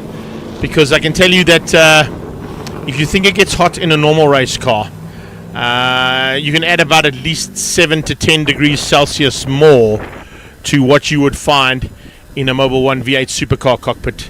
And that's even with the fact that they don't have any windows on the left and right hand side of the cars. So it's all about the ducting that goes into the cars to allow some breathing for the drivers. And well, I say it went down slightly. We were at one point at 40 degrees Celsius real feel. It's now down to 37 degrees Celsius real feel. It's 35 degrees Celsius ambient temperature here with a 14 degrees Celsius warm breeze blowing in from the southern side of the circuit. It was expected to get up to about 40 degrees at about 4 o'clock this afternoon. So it could even get hotter during the day. And I don't know what else to say anymore. There's not much else we can do to help these pilots out when it comes to conditions that they are in at the moment. And it just shows you that you've got to have your wits about you to drive in all conditions, no matter what is thrown at you. And as I said, these V8 Supercars, because of where the driver sits so far back in the cockpit, there's just that much more room for hot air to come through. And of course, the driver usually sits just at the back of where the seating area would be, and is protected by kind of aluminium sheeting all around him, which, as most of you know, is kind of a heat conductor. So whether there's engine heat coming out of the car or engine heat coming out of the ambient temperature, you'll start to feel it. I've been in that front car as a passenger down at the East London Grand Prix circuit with the Italian stallion Franco Di Matteo, and even as a passenger sitting on what is his right hand side, is you start to cook. I mean, we did 4 laps and I got out of the car and I was completely drenched. So they are about to go at it for another 8 laps, and it's going to be interesting to see how they weather this storm. And when I say the storm, I'm talking about the fact that the weather is so hot. The tires need to make it through all 8 laps. The brakes need to make it through all 8 laps. And can anybody do anything about Franco Di Matteo possibly getting away now that the grid is inverted and he doesn't have to defend and keep out the attack on his teammate, Julian Familiaris. Familiaris lost a lot of points in the first heat due to the fact that he finished down in 4th place overall, but 3rd in his class. And fortunately, he had Di Matteo behind him, who never overtook and played the team game to give him a chance to score those 3rd place points. But now Thomas Reeb goes alongside in the Chevy Lumina for Mobil 1 and Cafe 9 Automotive to go up against his good friend and arch rival Franco Di Matteo. Race 1 winner Warren Lombard wants a double victory here, and that would be fantastic for him, considering that he celebrated his birthday only last weekend at Zwartkops. They line astern and maintain position through turn 1 and 2 under double yellows, but out of 2 onto the back straight they go, and it's green flags. And this is where the race starts. As they cross that little line of rumble strip, it's every man for himself out there. And as I said, with Di Matteo being at the front end and having no one to worry about to fend off now to keep Julian Familiaris in play, it looks like they've got some great work done on Familiaris' car, and whatever the issue is on that car, it's sorted. So he's back into the mix, but already an attack coming from Reeb, and Familiaris closes under that attack, because what's happening here, I wonder if Di Matteo is playing the team game again. He's backing Reeb up, and with backing Reeb up, he's allowing Familiaris to catch Reeb, which is also helping Familiaris and Lombard in with a chance of getting through there on Thomas Reeb. Di Matteo drops the hammer as he comes out of the dog bone, down to the hairpin, down to first gear, and then from first gear, before they change to second, they get to 140 kilometers an hour in these cars. Unbelievable to think how fast these things are in first. At Red Star, it's basically first, second, and third. They might go to fourth depending on their gear ratios down that back straightaway, but most of them are sort of second and third gear corners except for the hairpin. That's where they'll drop back down into first. Some of these switchbacks, also depending on how they're running their gears, may be first gear corners as well, to try and get the drive out of them. But here comes an attack from Reeb. This is lap 1 of 8. And Reeb already looking dangerous. But Familiaris wants to make up lots of ground lost in race 1. He's got to get through on Reeb, he's got to get through on his teammate. Once he's through on Reeb, I don't think it'll be too much of an issue for him to get through on Di Matteo. Di Matteo will then look to play the team game and give Julian a chance to get ahead of him and then go on the defensive. In the background, we're watching Aki Kampan, who was 3rd overall in race 1. He leads GT2, and that's a mistake Thomas Reeb cannot afford to make. Not with Familiaris breathing down his neck. The champion would have seen that slight mistake, now trying to gain an advantage, maybe with a slipstream. Not close enough to use that slipstream though on the big Chevy ahead of him. So we got Ford out front in a Jaguar chassis. We got 2 Chevys in 2 separate chassis, one Lumina and one Corvette in 2nd and 3rd, and a Mustang running the Ford engine there in 4th place with Lombard at the wheel. Into the dog bone. This is where the Corvettes seem to have the advantage over the last couple of laps and of racing in race 1, and of course here in race number 2, it's where he's trying to capitalize. I know he had issues in the closing parts of race number 1, which cost him a lot of points, which were up for grabs with a potential victory he was on song for. Now having to keep out that Pep Boys Automotive and Gavin Wilkins Racing prepped Mustang behind him. So not only going on the attack on Reeb's Lumina, he's having to go defensive on Warren Lombard's Mustang. And Reeb completely out of shape. Thomas Reeb just putting a wheel onto the dirty stuff on the outside of turn number 9, and that's him on the sideline. Fortunately, he kept the engine running and he has stayed with the ability to get back on track, but that is now handed 2nd place to Julian Familiaris, which I can tell you right now will become first pretty rapidly if I know that Franco Di Matteo is playing the team game. Di Matteo will look in his rearview mirrors and see it's now Julian Familiaris up in a 2nd and potentially let him through and then go defensive to keep out Lombard. Working as a team here to try and secure back-to-back victories for Di Matteo Racing. In the championship, that is, as opposed to what the race action would be, whereas that would be Warren Lombard looking to try and get through on both of those cars. Alki Kampan is now up into 4th ahead of Reeb. Thomas Reeb is back on track though and is now trying to close down on Kampan. Remember, Alki is in GT2, so it's a slightly less powered car, and they run on older rubber as well, so they don't have quite the same pace as the front GT1 cars do. Just to cut the costs of racing. There you go, Di Matteo moving out of the way, opening up the door. Does he allow Jules through? He's watching the rearview mirror as well. Doesn't want to let Julian through and let Warren come at the same time. He's got to time this to perfection to allow Jules through if he wants to play the team game, and then go defensive to keep Warren out. I think Warren Lombard will be well aware of this. He'll know that if Jules goes, he must go with him. Otherwise, he might miss the opportunity to get up into the hunt for the front. Here they come. Short straight into 9. Franco runs in deep, cuts back on the 3rd apex, and exits the triple right-hander. Keeping it inside and pretty neat at the moment. Julian pulls alongside. Is Di Matteo going to let him through? This is perfectly done. Here we go. Formation flying coming out of Di Matteo Racing. He tucks straight back underneath the Corvette's rear bumper there and the wing to fend off Warren Lombard's chances of going with Julian. So that is how you do it. Arch rivalry and of course seasoned campaigning going out there. That is how a wily old fox knows how to get his teammate to the front and keep out any contenders. Nicely done there from Di Matteo's point of view, but he's not going to have it his own way. Warren Lombard is going to make him fight now, and Lombard realizes he has to get ahead of Di Matteo as quickly as possible. If he doesn't, he's going to watch Julian Familiaris drive away. if they've got whatever the issue was on Familiaris' car sorted out. We know the kind of pace he had. He got onto pole position, so he has got some pace to run and stay at the front end of this race. What can Lombard do now?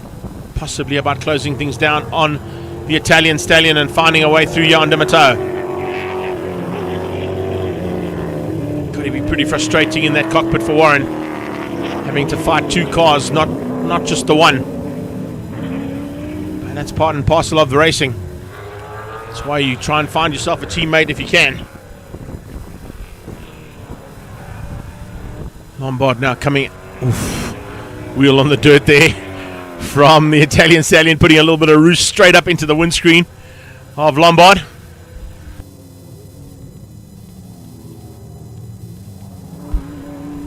As they maintain this little battle. It's good to see that Warren Lombard is not going to give up without a fight. He wants this Jaguar badly. The Mustang closing down on the back end. Ford power at its best.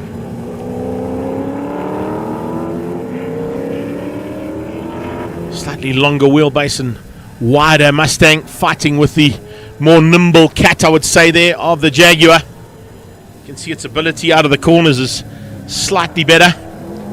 But the straight line speed and the aerodynamics of that Mustang might help him out, although the Jag is pretty streamlined in its own right. Halfway stage, 4 out of 4, and still 4 to go. Lombard comes out of turn 2, gets the hammer down. Good drive there from Warren Lombard. Is he close enough to have a go now? He pulls out of that little bit of slipstream, but not close enough to use it. That de Matteo Racing Black Cat just keeping him at bay for now. Franco Matteo, as I said, a seasoned campaigner, one of the longest standing members of this association. Knows how to fend off competitive drivers, and Warren Lombard is certainly one of those.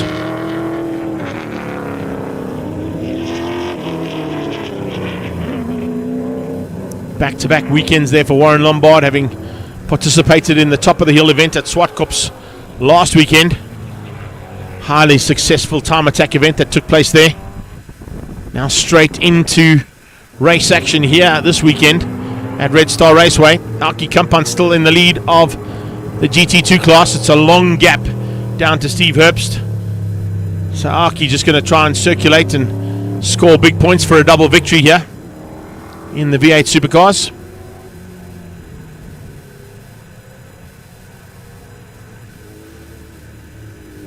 Aki's also been caught and passed by Reeb, who's been able to get back up into that top 4, but 18 seconds off these two.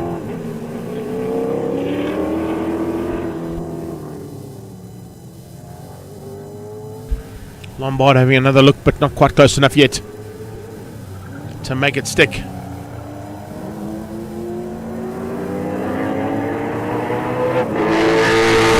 And they come into the main straight away now. Another lap completed. Still 3 more to go.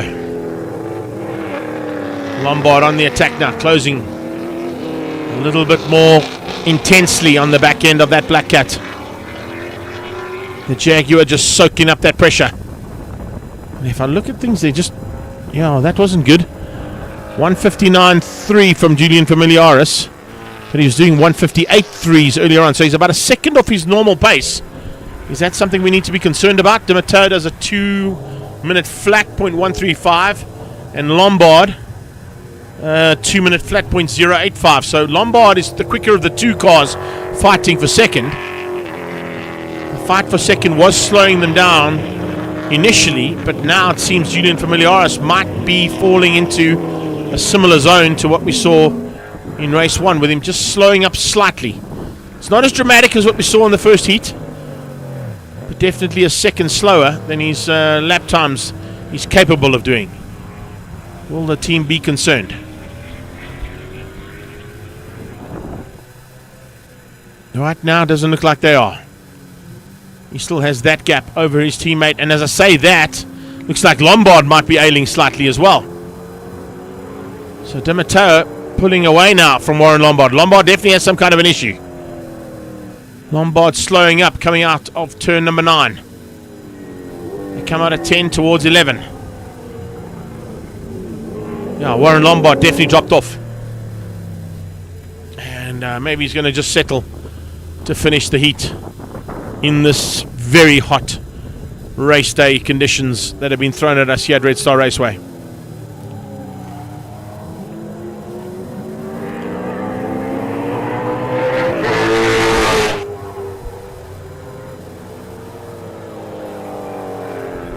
Familiaris with a comfortable lead now over his teammate. 4 seconds on Di Matteo. Di Matteo almost 6 seconds on Lombard.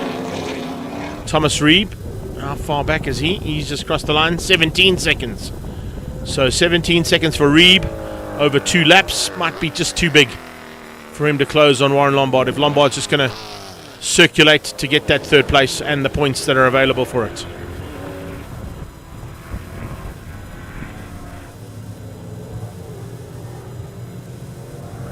It definitely looks like he's backed out of it. Gave it a run, couldn't quite find a way past on the stallion. Decided, well, let's have a look and see. We'll put the Mustang in 3rd, take those points home. That's 2nd place, the Pri Instrumentation and PPG car there of Steve Herbst. GT2 2nd place driver.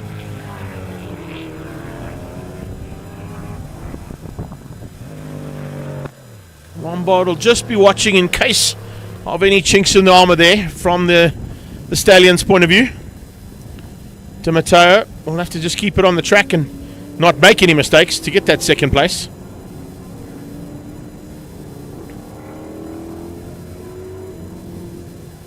He'll be pretty stoked to be back on the podium. Familiaris running wide, so does Di Matteo, showing the effects of 8 laps of hot race action. And those big slick tyres now starting to feel the pressure. They're going to start to slip and slide a bit now over these next couple of laps, I'm sure, to bring it to a close. It's 1 corner and 1 lap to go for Familiaris and for Di Matteo.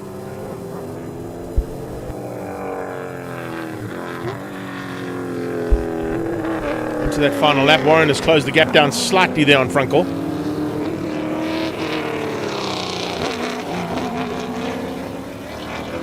So Frankel Di Matteo now watching those rearview mirrors. In fact, if you look at those rearview mirrors, he's going to see Lombard right in them, because Warren Lombard has now caught up and is in contention for a potential 2nd place here. It looked like it was all plain sailing for Frankel Di Matteo, but with this last lap, Warren Lombard has decided, listen, let's have a go. He must have seen something, and it's given him a little last-ditch effort here to get past. Yeah, there you go. There's confirmation of it.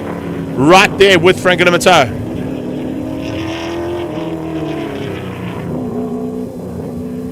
Can he find a way past, though? He tried earlier and couldn't. There's 1 short straight to go here. Down to 1st. Watch for the drive from the Mustang. It's good line and good pace. Slipstream could come into play there as we watch Familiaris going to the triple right-hander. That's going to be a race winner if he keeps it all together for another 4 corners.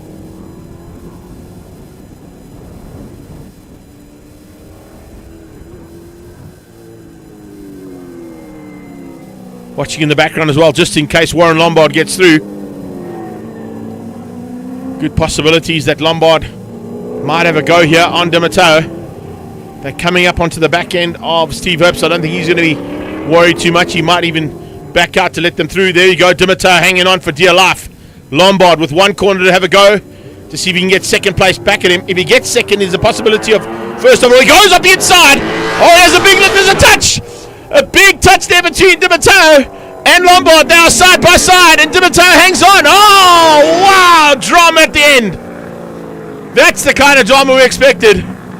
Lombard having a go, and Di Matteo matching him. So fortunately, they both stayed on track. Otherwise, Reeb would have been in the pound seats there big time. But Warren Lombard having a big go right in the closing stages there to get up the inside of Franco Di Matteo. Julian Familiaris gets the win, so turns his luck around completely from a horrible third place in the first heat with an ailing car. He comes back to take the victory in heat number 2. Di Matteo hangs on for second after a last-ditch effort there from Warren Lombard to dive up his inside and squeeze through. It would be awesome if we could see that again. Thomas Reeb finishes up in 4th place in GT1. Alki Kampon with a double victory over Steve Herbst for GT2s. There he comes to the line. What a way to finish up Mobil 1 V8 Supercars. I kind of thought Warren would have a go. If he was close enough, there's no doubt he was going to have a go into that final corner. So Warren Lombard having a big look up the inside there to get through, but looks like that's how it's going to end up with Familiaris, Di Matteo, Lombard, Reeb, first 4 in GT1, and Kampon beating out Stevie Herbst for GT2. Our final race of the day, coming up in a few moments' time, it's BMW M Performance Racing Series, classes D and E.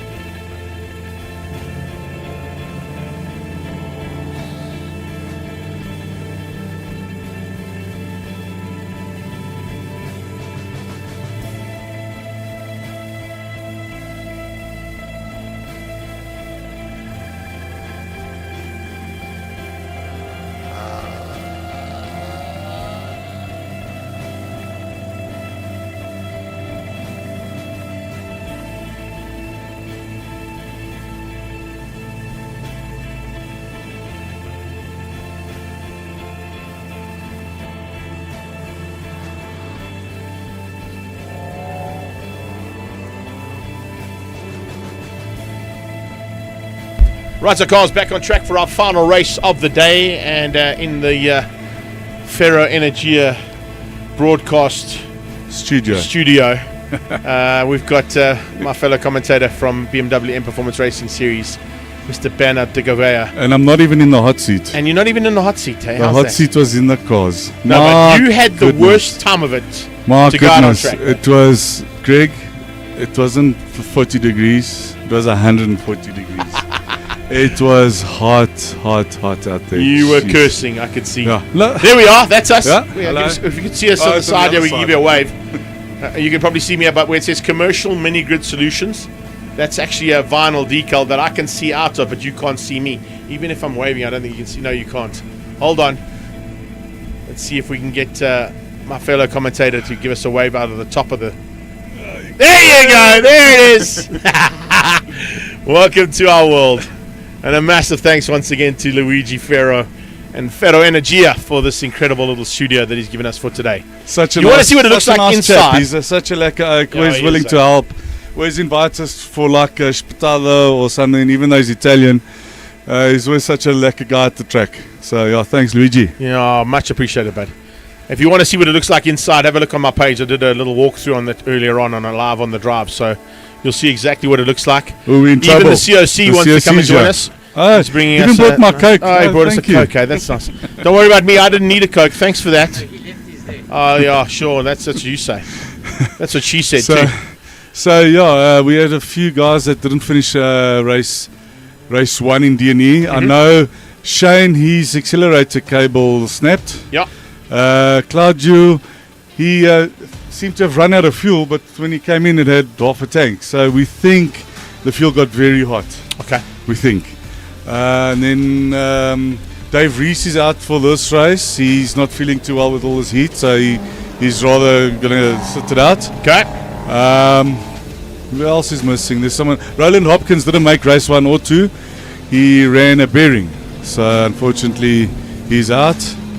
And Mariska, I don't know what happened to her in race 1. I didn't get to speak to her, but I see she's at the back there. And yeah, we got our 2 newcomers there right at the back. So for the first race, they have to start right at the back of the grid, just to get used to these rolling starts, because it is quite daunting to be in the middle of the pack there. Or when you come to your first race, like on a few occasions that I've had with Super Hatch, the day that they decided to change to the inverted grid, yours truly finished up at 7th place in Class A, and they inverted the grid, and I was on pole for race 2, which was really daunting when you've got Mark Dutoy, Jonathan Dutoy. That's not too bad because it is you in front. Yeah, but still, it's the pressure of all the usual contenders on your tail.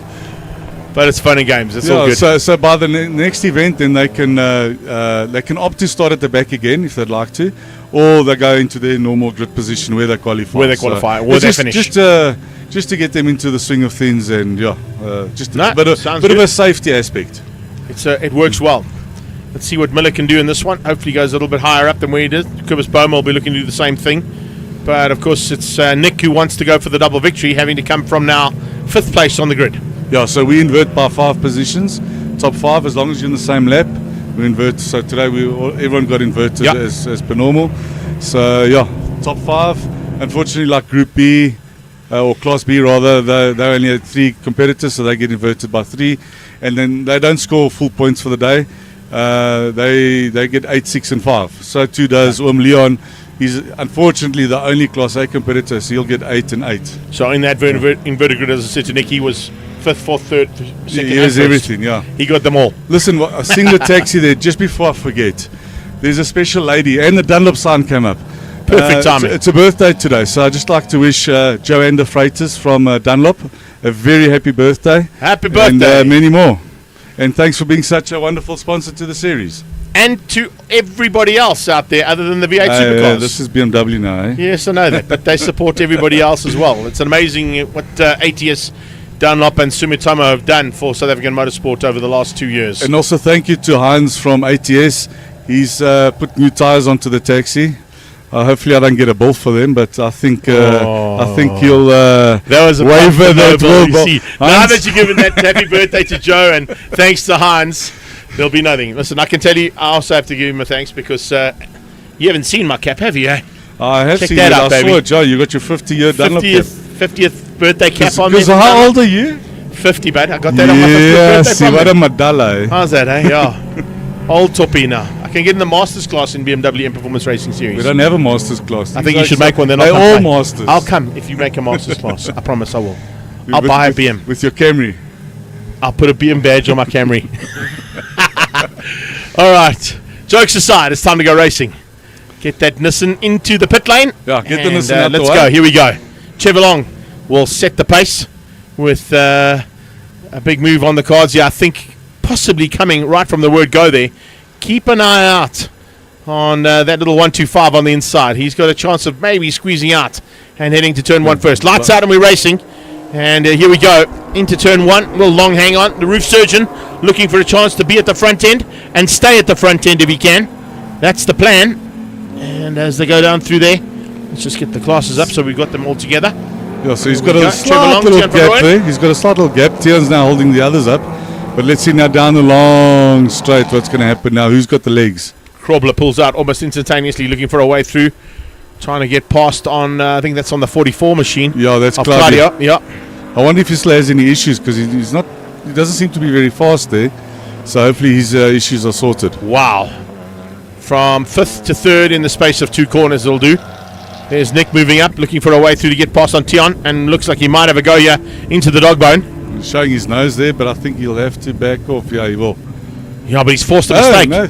Forced a mistake out of Tian. So Tian runs wide, and Nick squeezes through up to 2nd.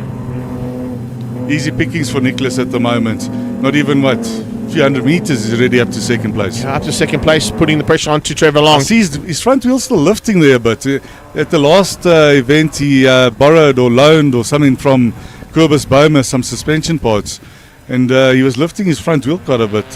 Now it's fine. Oh, Trevor's run off the circuit. There you go. First place, bit of Nick pressure. Abst. Bit of pressure there. Halfway and he's around, off. lap 1. But I must say, that is a tricky corner. If you Mhm. go in there too hot, you're off. There's no chances there. I think the pressure Second was chances. on the roof surgeon man there to try and hang on. So he unfortunately put it off on the dirt. It's allowed Krobler up as well. He's now putting pressure onto the back end of Boma.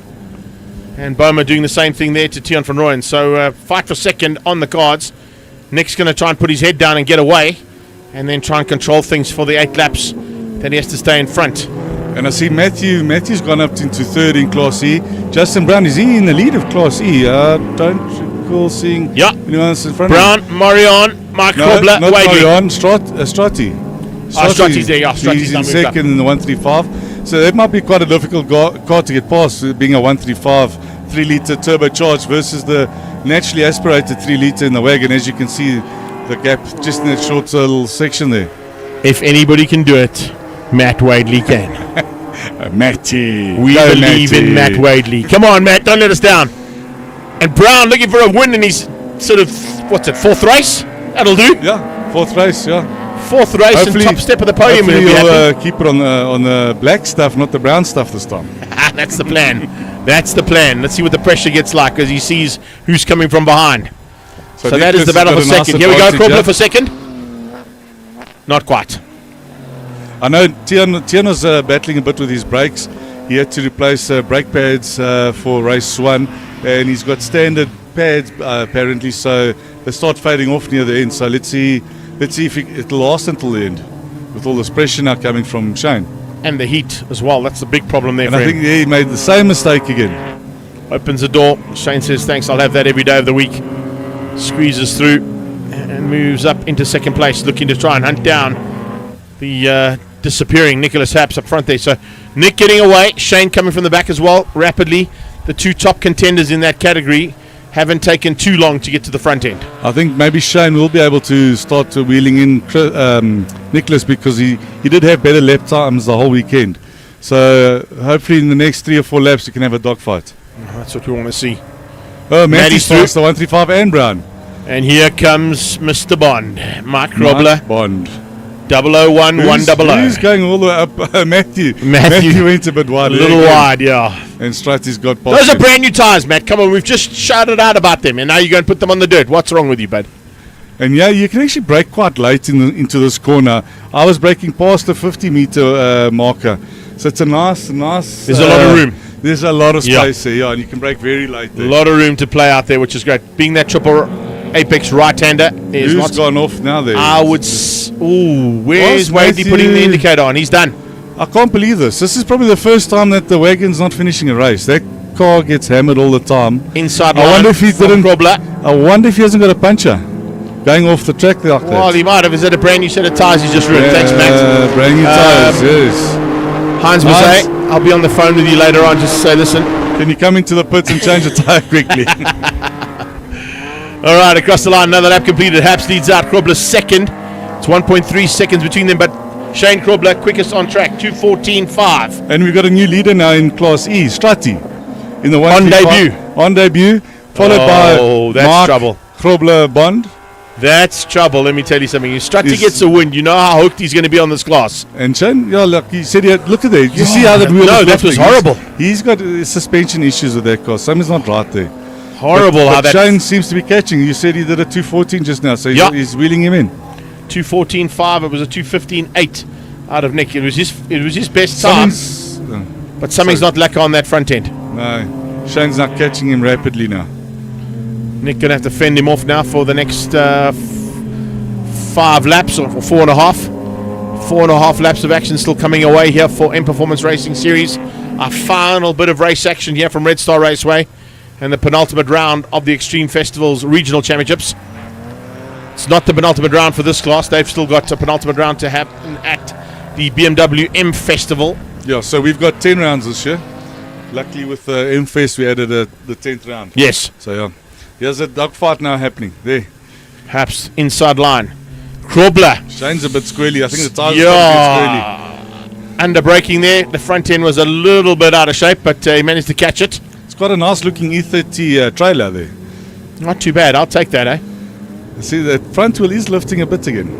No, I don't think this is a fight for survival here.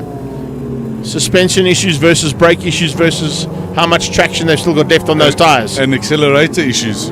Yeah, of course. So What's the that? Accelerator first. What's that? 150 rand accelerator cable. Yeah. But That's he all managed it to get cost. it fixed. That's good. Here we go. Here's the move from Shane. He should There come it down is. to the lead.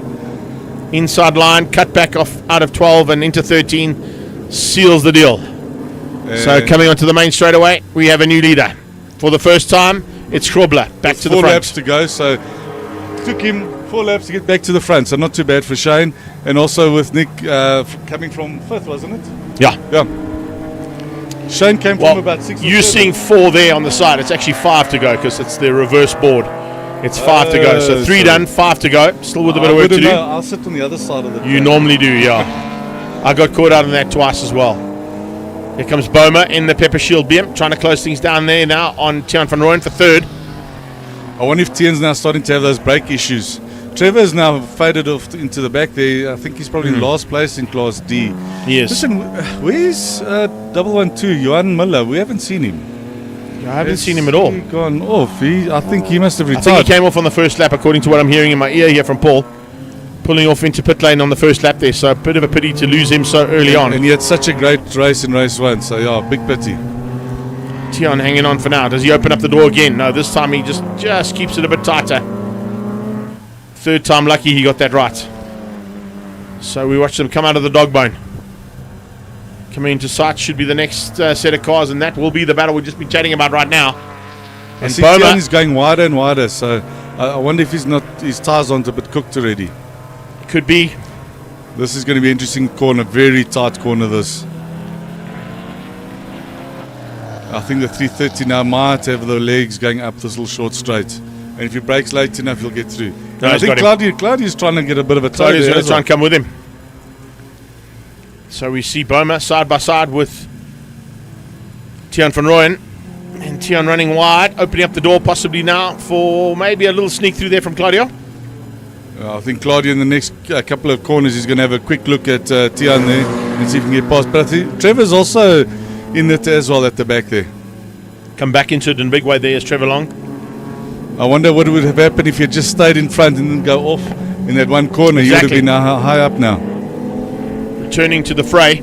I think Claudia's now got the inside line again. A little late from there from Long, but manages to stay on track. Inside line, heading into the final corner. There goes Krobler, leader. And fastest lap, 2:13.3. 3.84. Sure, that's actually very good in this heat. And Tian's now lost 3 positions in a couple of corners. I think his brakes or tyres are a bit cooked at the moment. Definitely having to battle with some kind of issue on that 125 of his. Such a pity to lose him though, because he was fighting hard. I think you're going to see a resurgence here from Trevor. If he can just keep it on the back stuff. He is locking up on occasion, so he also might be battling a little bit with brakes. Having to climb on them a little bit harder than normal. Maybe just not having the confidence to brake where he wants to, so he's braking harder and ensuring that he stops the car in time. You can see that Claudio's done a bit of off-roading this weekend with his car there you a go. bit dirty at the back. It's not an X5, Claudio. It's just an E36. Yeah, definitely not a Dakar car either. Keep it on the black stuff. And Strati's keeping Uncle Mark at behind him, so Uncle Mark's having a great race here today as well. I think he's still in second position there. Can you imagine if Mark sneaks through for a victory here? Jeez. You'll never hear the end of it. You will never hear the end of it. The old man will be celebrating today. But I think Strati wants it more than him. On debut, a victory would just secure his decision to come to your class. And that car will be blazoned with livery as you can by the see, time you get to M-Fest, let me tell you. It's leaning a bit. I believe he hasn't really done much to the suspension, so he's looking at now doing some further upgrades to the car. Once he does his upgrades, he'll probably end up going into Class D and not long after probably into Class C. Yeah, that's what we want to be seeing. Just performance-enhancing parts being brought in by M Performance Parts. Get those onto the car, and all of a sudden, you're in the thick of it. And when I say that, and if you make a mistake like that, Mark Krobler's going to make you pay, Strati. Here he comes. Years of experience, yeah. Yeah. Let's see who breaks later, yeah. Oh, just staying ahead of the 100. So, Mr. Bond on the charge here. Looking to close things down on Stratianicus for the lead of a great battle for Class E. He went a bit wide there, but I think he just managed to hold his line. And Mark is closing up a bit there again. You can see the suspension difference where Mark's got the advantage. I think also the setup on the car, he knows exactly what he can do on that car. Look at that Z3, there's no lean on it. Nothing. Look at the 1 Series, it's leaning. And now you can see now his battery. Oh, inside, here he comes. Krobler for the victory. Can he get there? Oh, he's going to go for the lead at least for now. Now you'll have inside line now for the last corner. Got him. Let's see if he can just stay in front of him. Well, Strati ran wide, so it cost him a little bit of time. So he'll hang on for this part of the lap, but he's check on the side there, loving it. Krobler hits the front and leads out into turn 1 with an amazing run there to get through on Strati. And they've got 3 to go. Haps in second. Can't close down on Krobler, but second may still secure him the overall victory. So Shane's managed to get about a 3-second gap, looks like, from Nicholas. So yeah, great going from Shane, coming from about 6th or 7th on the start of the race. I believe Jan Miller might have just pulled back out of the pit lane and gone back on circuit, so he's a couple of laps down. Might be too many laps down. What is your call in terms of percentages finished? They've got to do 66.7%, so or 2/3 of the race. But it's great that he's coming back. He's got the car out sorted and back on track. Yeah, Take nothing away from that. I'm just thinking, was it worth going out? It was quite funny yesterday in practice. I think his filler cap on his fuel tank wasn't closed properly, and he was spewing a bit of fuel on. And he got red and the red and black flag to come in, and he never saw nothing for 3 laps. Eventually it sorted itself out. He says, no, I'm here for all the laps. I'm coming to do as many laps as I can. It's great to see him back out on track and finishing it off. So yeah, it doesn't matter whether or not he's not going to be classified. He just wants to go and get as many laps in as he can. He's also learning the car now that it's a turbocharged car, so something different for him as well. And probably getting the data as well, to use for next time it's this hot. Remember, he comes from drag racing, so he only knows how to go straight. Yeah. He learned how to take corners recently. The back straight, he must love at this place. All right, Haps across the line behind Krobler. Krobler going down to the 2:14.3s now, so he's eased off. It's 2:14.9s coming out of Nick, but that was his fastest lap so far, so Nick has turned the wick up slightly. And look at that, Kobus Boma. Last minute manoeuvring up into third. As he stayed there, we'll wait and see. Krobler, we know, is leading out in Class E. But if I look further down in Class E, Strati ahead of Justin Brown looking for a podium on his 3rd race ever. and Marion still circulating ahead of Mariska. So the battle of ladies is 4 and 5 at this point in Class E. And Mark's pulling away now from Strutty, so I wonder if the heat hasn't affected the car. There's Strutty waving at his family. Waving at the fam on the way past with 2 to go. On a Saturday to Dalmas. Yeah, I think he comes to Dalmas often, eh? He's a big fan of the town. Yeah, but he's now traded in for 4 wheels. There is Marianne, just mentioned her, in the Wonder Woman car. It's great to see that the car is now running properly and she's all happy. So that's great to see a newcomer to the series, or relatively newcomer to the series, and the car's lasting and doing well, especially with this heat, because it was tough to be out there today. 100%. And the cars lasted, those that entered. There's a few obviously didn't finish, but yeah, great stuff to those who lasted. There you go with the Wonder Woman sign and of course livery on the side of the car. I'm glad that she went with the Hulk green colours though. That's kind of one of my favourite colours. You're like a big fan because you like what the Hulk. I'm a big Hulk fan, yeah. That's for sure. It's all good. But this young lady's had a fantastic race pedigree through her various categories, starting I think in Silver Cup initially. So has found a way to where she should be. If she's driving a BM, this is where you need to be. If you've got a BM in any other race series, you need to come and play here as well at some point in your race career. A couple of guys started their careers, of course, and went on. Problems there, Claudio again. Yes, it is. I wonder if it's a fuel issue again. Oh, that is such a pity to lose him. Trevor Long's going to be gifted that 4th place now. Tian van Rooyen will move up to 5th. Hopefully he's out the way, then they can continue. I don't think he exactly wants to park on the dry grass because with fires is a bit of a hazard at the moment at this track. I think he'll be happy just to stay on the inside and out of harm's way. There will be yellow flags waving up the short straight, so they will see him. It's quite a long way up the straight. So is it about a lap left or so? What are we looking at? Yeah, we're on the last lap now. Yeah, so it's probably just the Hey! So I think you introduced the flag man. Well, the flag man, of course, has been a man who's been behind the scenes at all the races here for the last 10, 12 years at least. No, not so much. But 2013, but that's when he came. I did my first 24-hour. Okay. So it's 10 years. I've dealt with him for numerous events as well. As you know, we do the track days and other events. Always a guy that you can talk to and ask for stuff to be done on the track. He's always willing to help. And it gets done. Yeah, 100%. So Quinton, you tell the folks what's happening. Yeah, so listen, Quinton's been here for a long time, as I said. He's going to be waving the flag here for Shane Krobler when he crosses the line, just as his final event, giving him a chance to do the checkered flag for the last time as well. He's moving on to basically another one of his loves, of course, is 2 wheels. Being a big bike fan himself, he's moving across to Honda to join Rion Ferry as part of his team, so it's always nice to see that. But a sad day here, I think, for Red Star Raceway, because that is definitely a stalwart of this racetrack that they are losing. But of course, I think he'll always be welcome. He's probably got the key to the circuit after all the work and effort he's put in the past. And I don't know if you guys noticed on the flag, there's a bit of black and a bit of white on the flag. So all the drivers actually signed that checkered flag. He's going to keep that flag and take it home with him. Yeah, it was in the media centre. I actually got a chance to sign it as well, which is really cool. But you can see, check all the paparazzi waiting to get the shot as well there. Rain Dog in there instantaneously. And waiting for the checkered flag here for Shane Krobler. We've got our vice chairman of the club there, Colin Van Son, who was the chairman for many years, also sitting there with a red shirt. And here we go. There we go.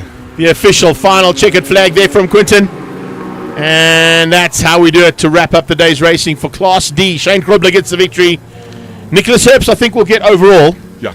Because Shane didn't finish the first heat. So two finishes, first and second, will give him first overall. Perhaps Kubus Boma should be the next car. Big gap now to the... Yeah, it's a long way down. Normally these oaks are all together, and I'm surprised there's such a huge gap. So we wait for Boma to come through, and then of course we'll be waiting for the 100 car. Trevor Long came 9-4, so you got gifted from Claudio. If he stayed on track, possibly a top 3 there for him, maybe even a victory. What's happened to Tian though? Tian's dropped right back as well. He was a long way further back there. Here he comes. Yes, yeah. I'm sure he had braking issues again. But still gives us a wave as always. Always a happy man when he finishes up a race day is Tian van Rooyen. And as I said, if he's got his helmet cam on, make sure you check out his page later on, because the onboard footage on that helmet cam is here comes the old man, Uncle Mark. Stand by for 2 weeks of, by the way, guess who won Class E? Well done, Mark Krobler. Krobler's 1-1. Yeah. There Father you go. and son, actually, yes. Father you're right. and son victories there. Yeah. There you go. There you go. That's got to be a first, I think, eh? That must be a first. Must actually go I don't think check. we've seen a father and son victory in 2 classes in the BMW Racing Series before. But that, if it is, there's a bit of history in the making for you. That's nice for your social media. Yes, Mariana finished her race as well, and I think Mariska will finish behind her. Yeah, and that's it for us for today. 100%. Let's wait for Mariska to come through there just to give her fair due and give Quinton a chance to give our second lady her final checkered flag for the day. So while we wait for her, I just also want to thank you for having us here. Thank you again to Luigi for the mobile unit here. Thank you again to Quinton for all the years of service at Red Star, and his wife as well. She also left. And to Red Star itself for the hospitality. They're always good to us. So thank you to Diego and Dean and team. Once again, a successful event, and yeah, all the best. Well, there's Mariska coming across the line to make it the final car in Class E to wrap up the day's racing. To our marshals and medics, and of course everybody else on circuit that do an amazing job. Of course, it's Don and Hunley that were our medical team here today. They're arguably one of the best in the country. The Red Star Raceway marshals doing an incredible job. We didn't have much clearing to do today, which helped out a huge amount. It was nice not to see any ambulances or any medic scouts on track. Yeah. It was actually a very nice day. No incidents, not that I recall. Nothing major that required medical intervention, that is for sure. It's the best when you can load your race car back on the trailer in one piece. And I think there's only a couple of cars that might have some breakages as well, as we see our winner moving into pit lane there after his cool-down nap. But at least it's mechanical, not exactly. structural. It's not structural. Yeah. There was no structural stuff. Other than, I think, the front end of Ethan could see. I think he was the only one who had a bit of an argy-bargy with somebody. And maybe the 2 Masters brothers, because on the first heat, you wouldn't have seen it, but when you watch it later on, just watch the last lap of heat 1. It's quite like when Bevan got up the inside of Wayne, and Wayne came and gave him a little international how are you feeling? I don't like you that much, brother. Brotherly love. So the brotherly Sunday love lunch tap. is going to be very interesting. It's going to be magic, yeah, exactly. And Listen. by the way, well done to Wayne's son for winning the championship. Exactly. Porsche champion in Italy. What a way to go there for Keegan Masters. We had champions crowned yesterday as well in both Brad Cox and, of course, just north of us, but he's kind of a South African as well, in Ross Branch in the World Rally Raid, taking 2 world championships yesterday for the Southern African boys. So, we've got some talent coming through here, and we're expecting to see more of it in the very near future. Remember, next weekend we're at Swartkops. It's the final round of the Extreme Festival National Championships. Come and join us there. You got BMW M-Fest end of the month. Go and join Bernard and his team. They're going to be doing 3 days of incredible BMW non-stop action there.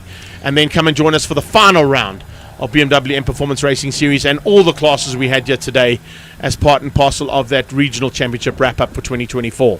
On behalf of our team here at Two Wheels and Up to 60 Seconds and all of our camera crew, thanks for the support out there for them. They've had a tough day in the saddle at 40 degrees Celsius temperatures to bring you all this race action.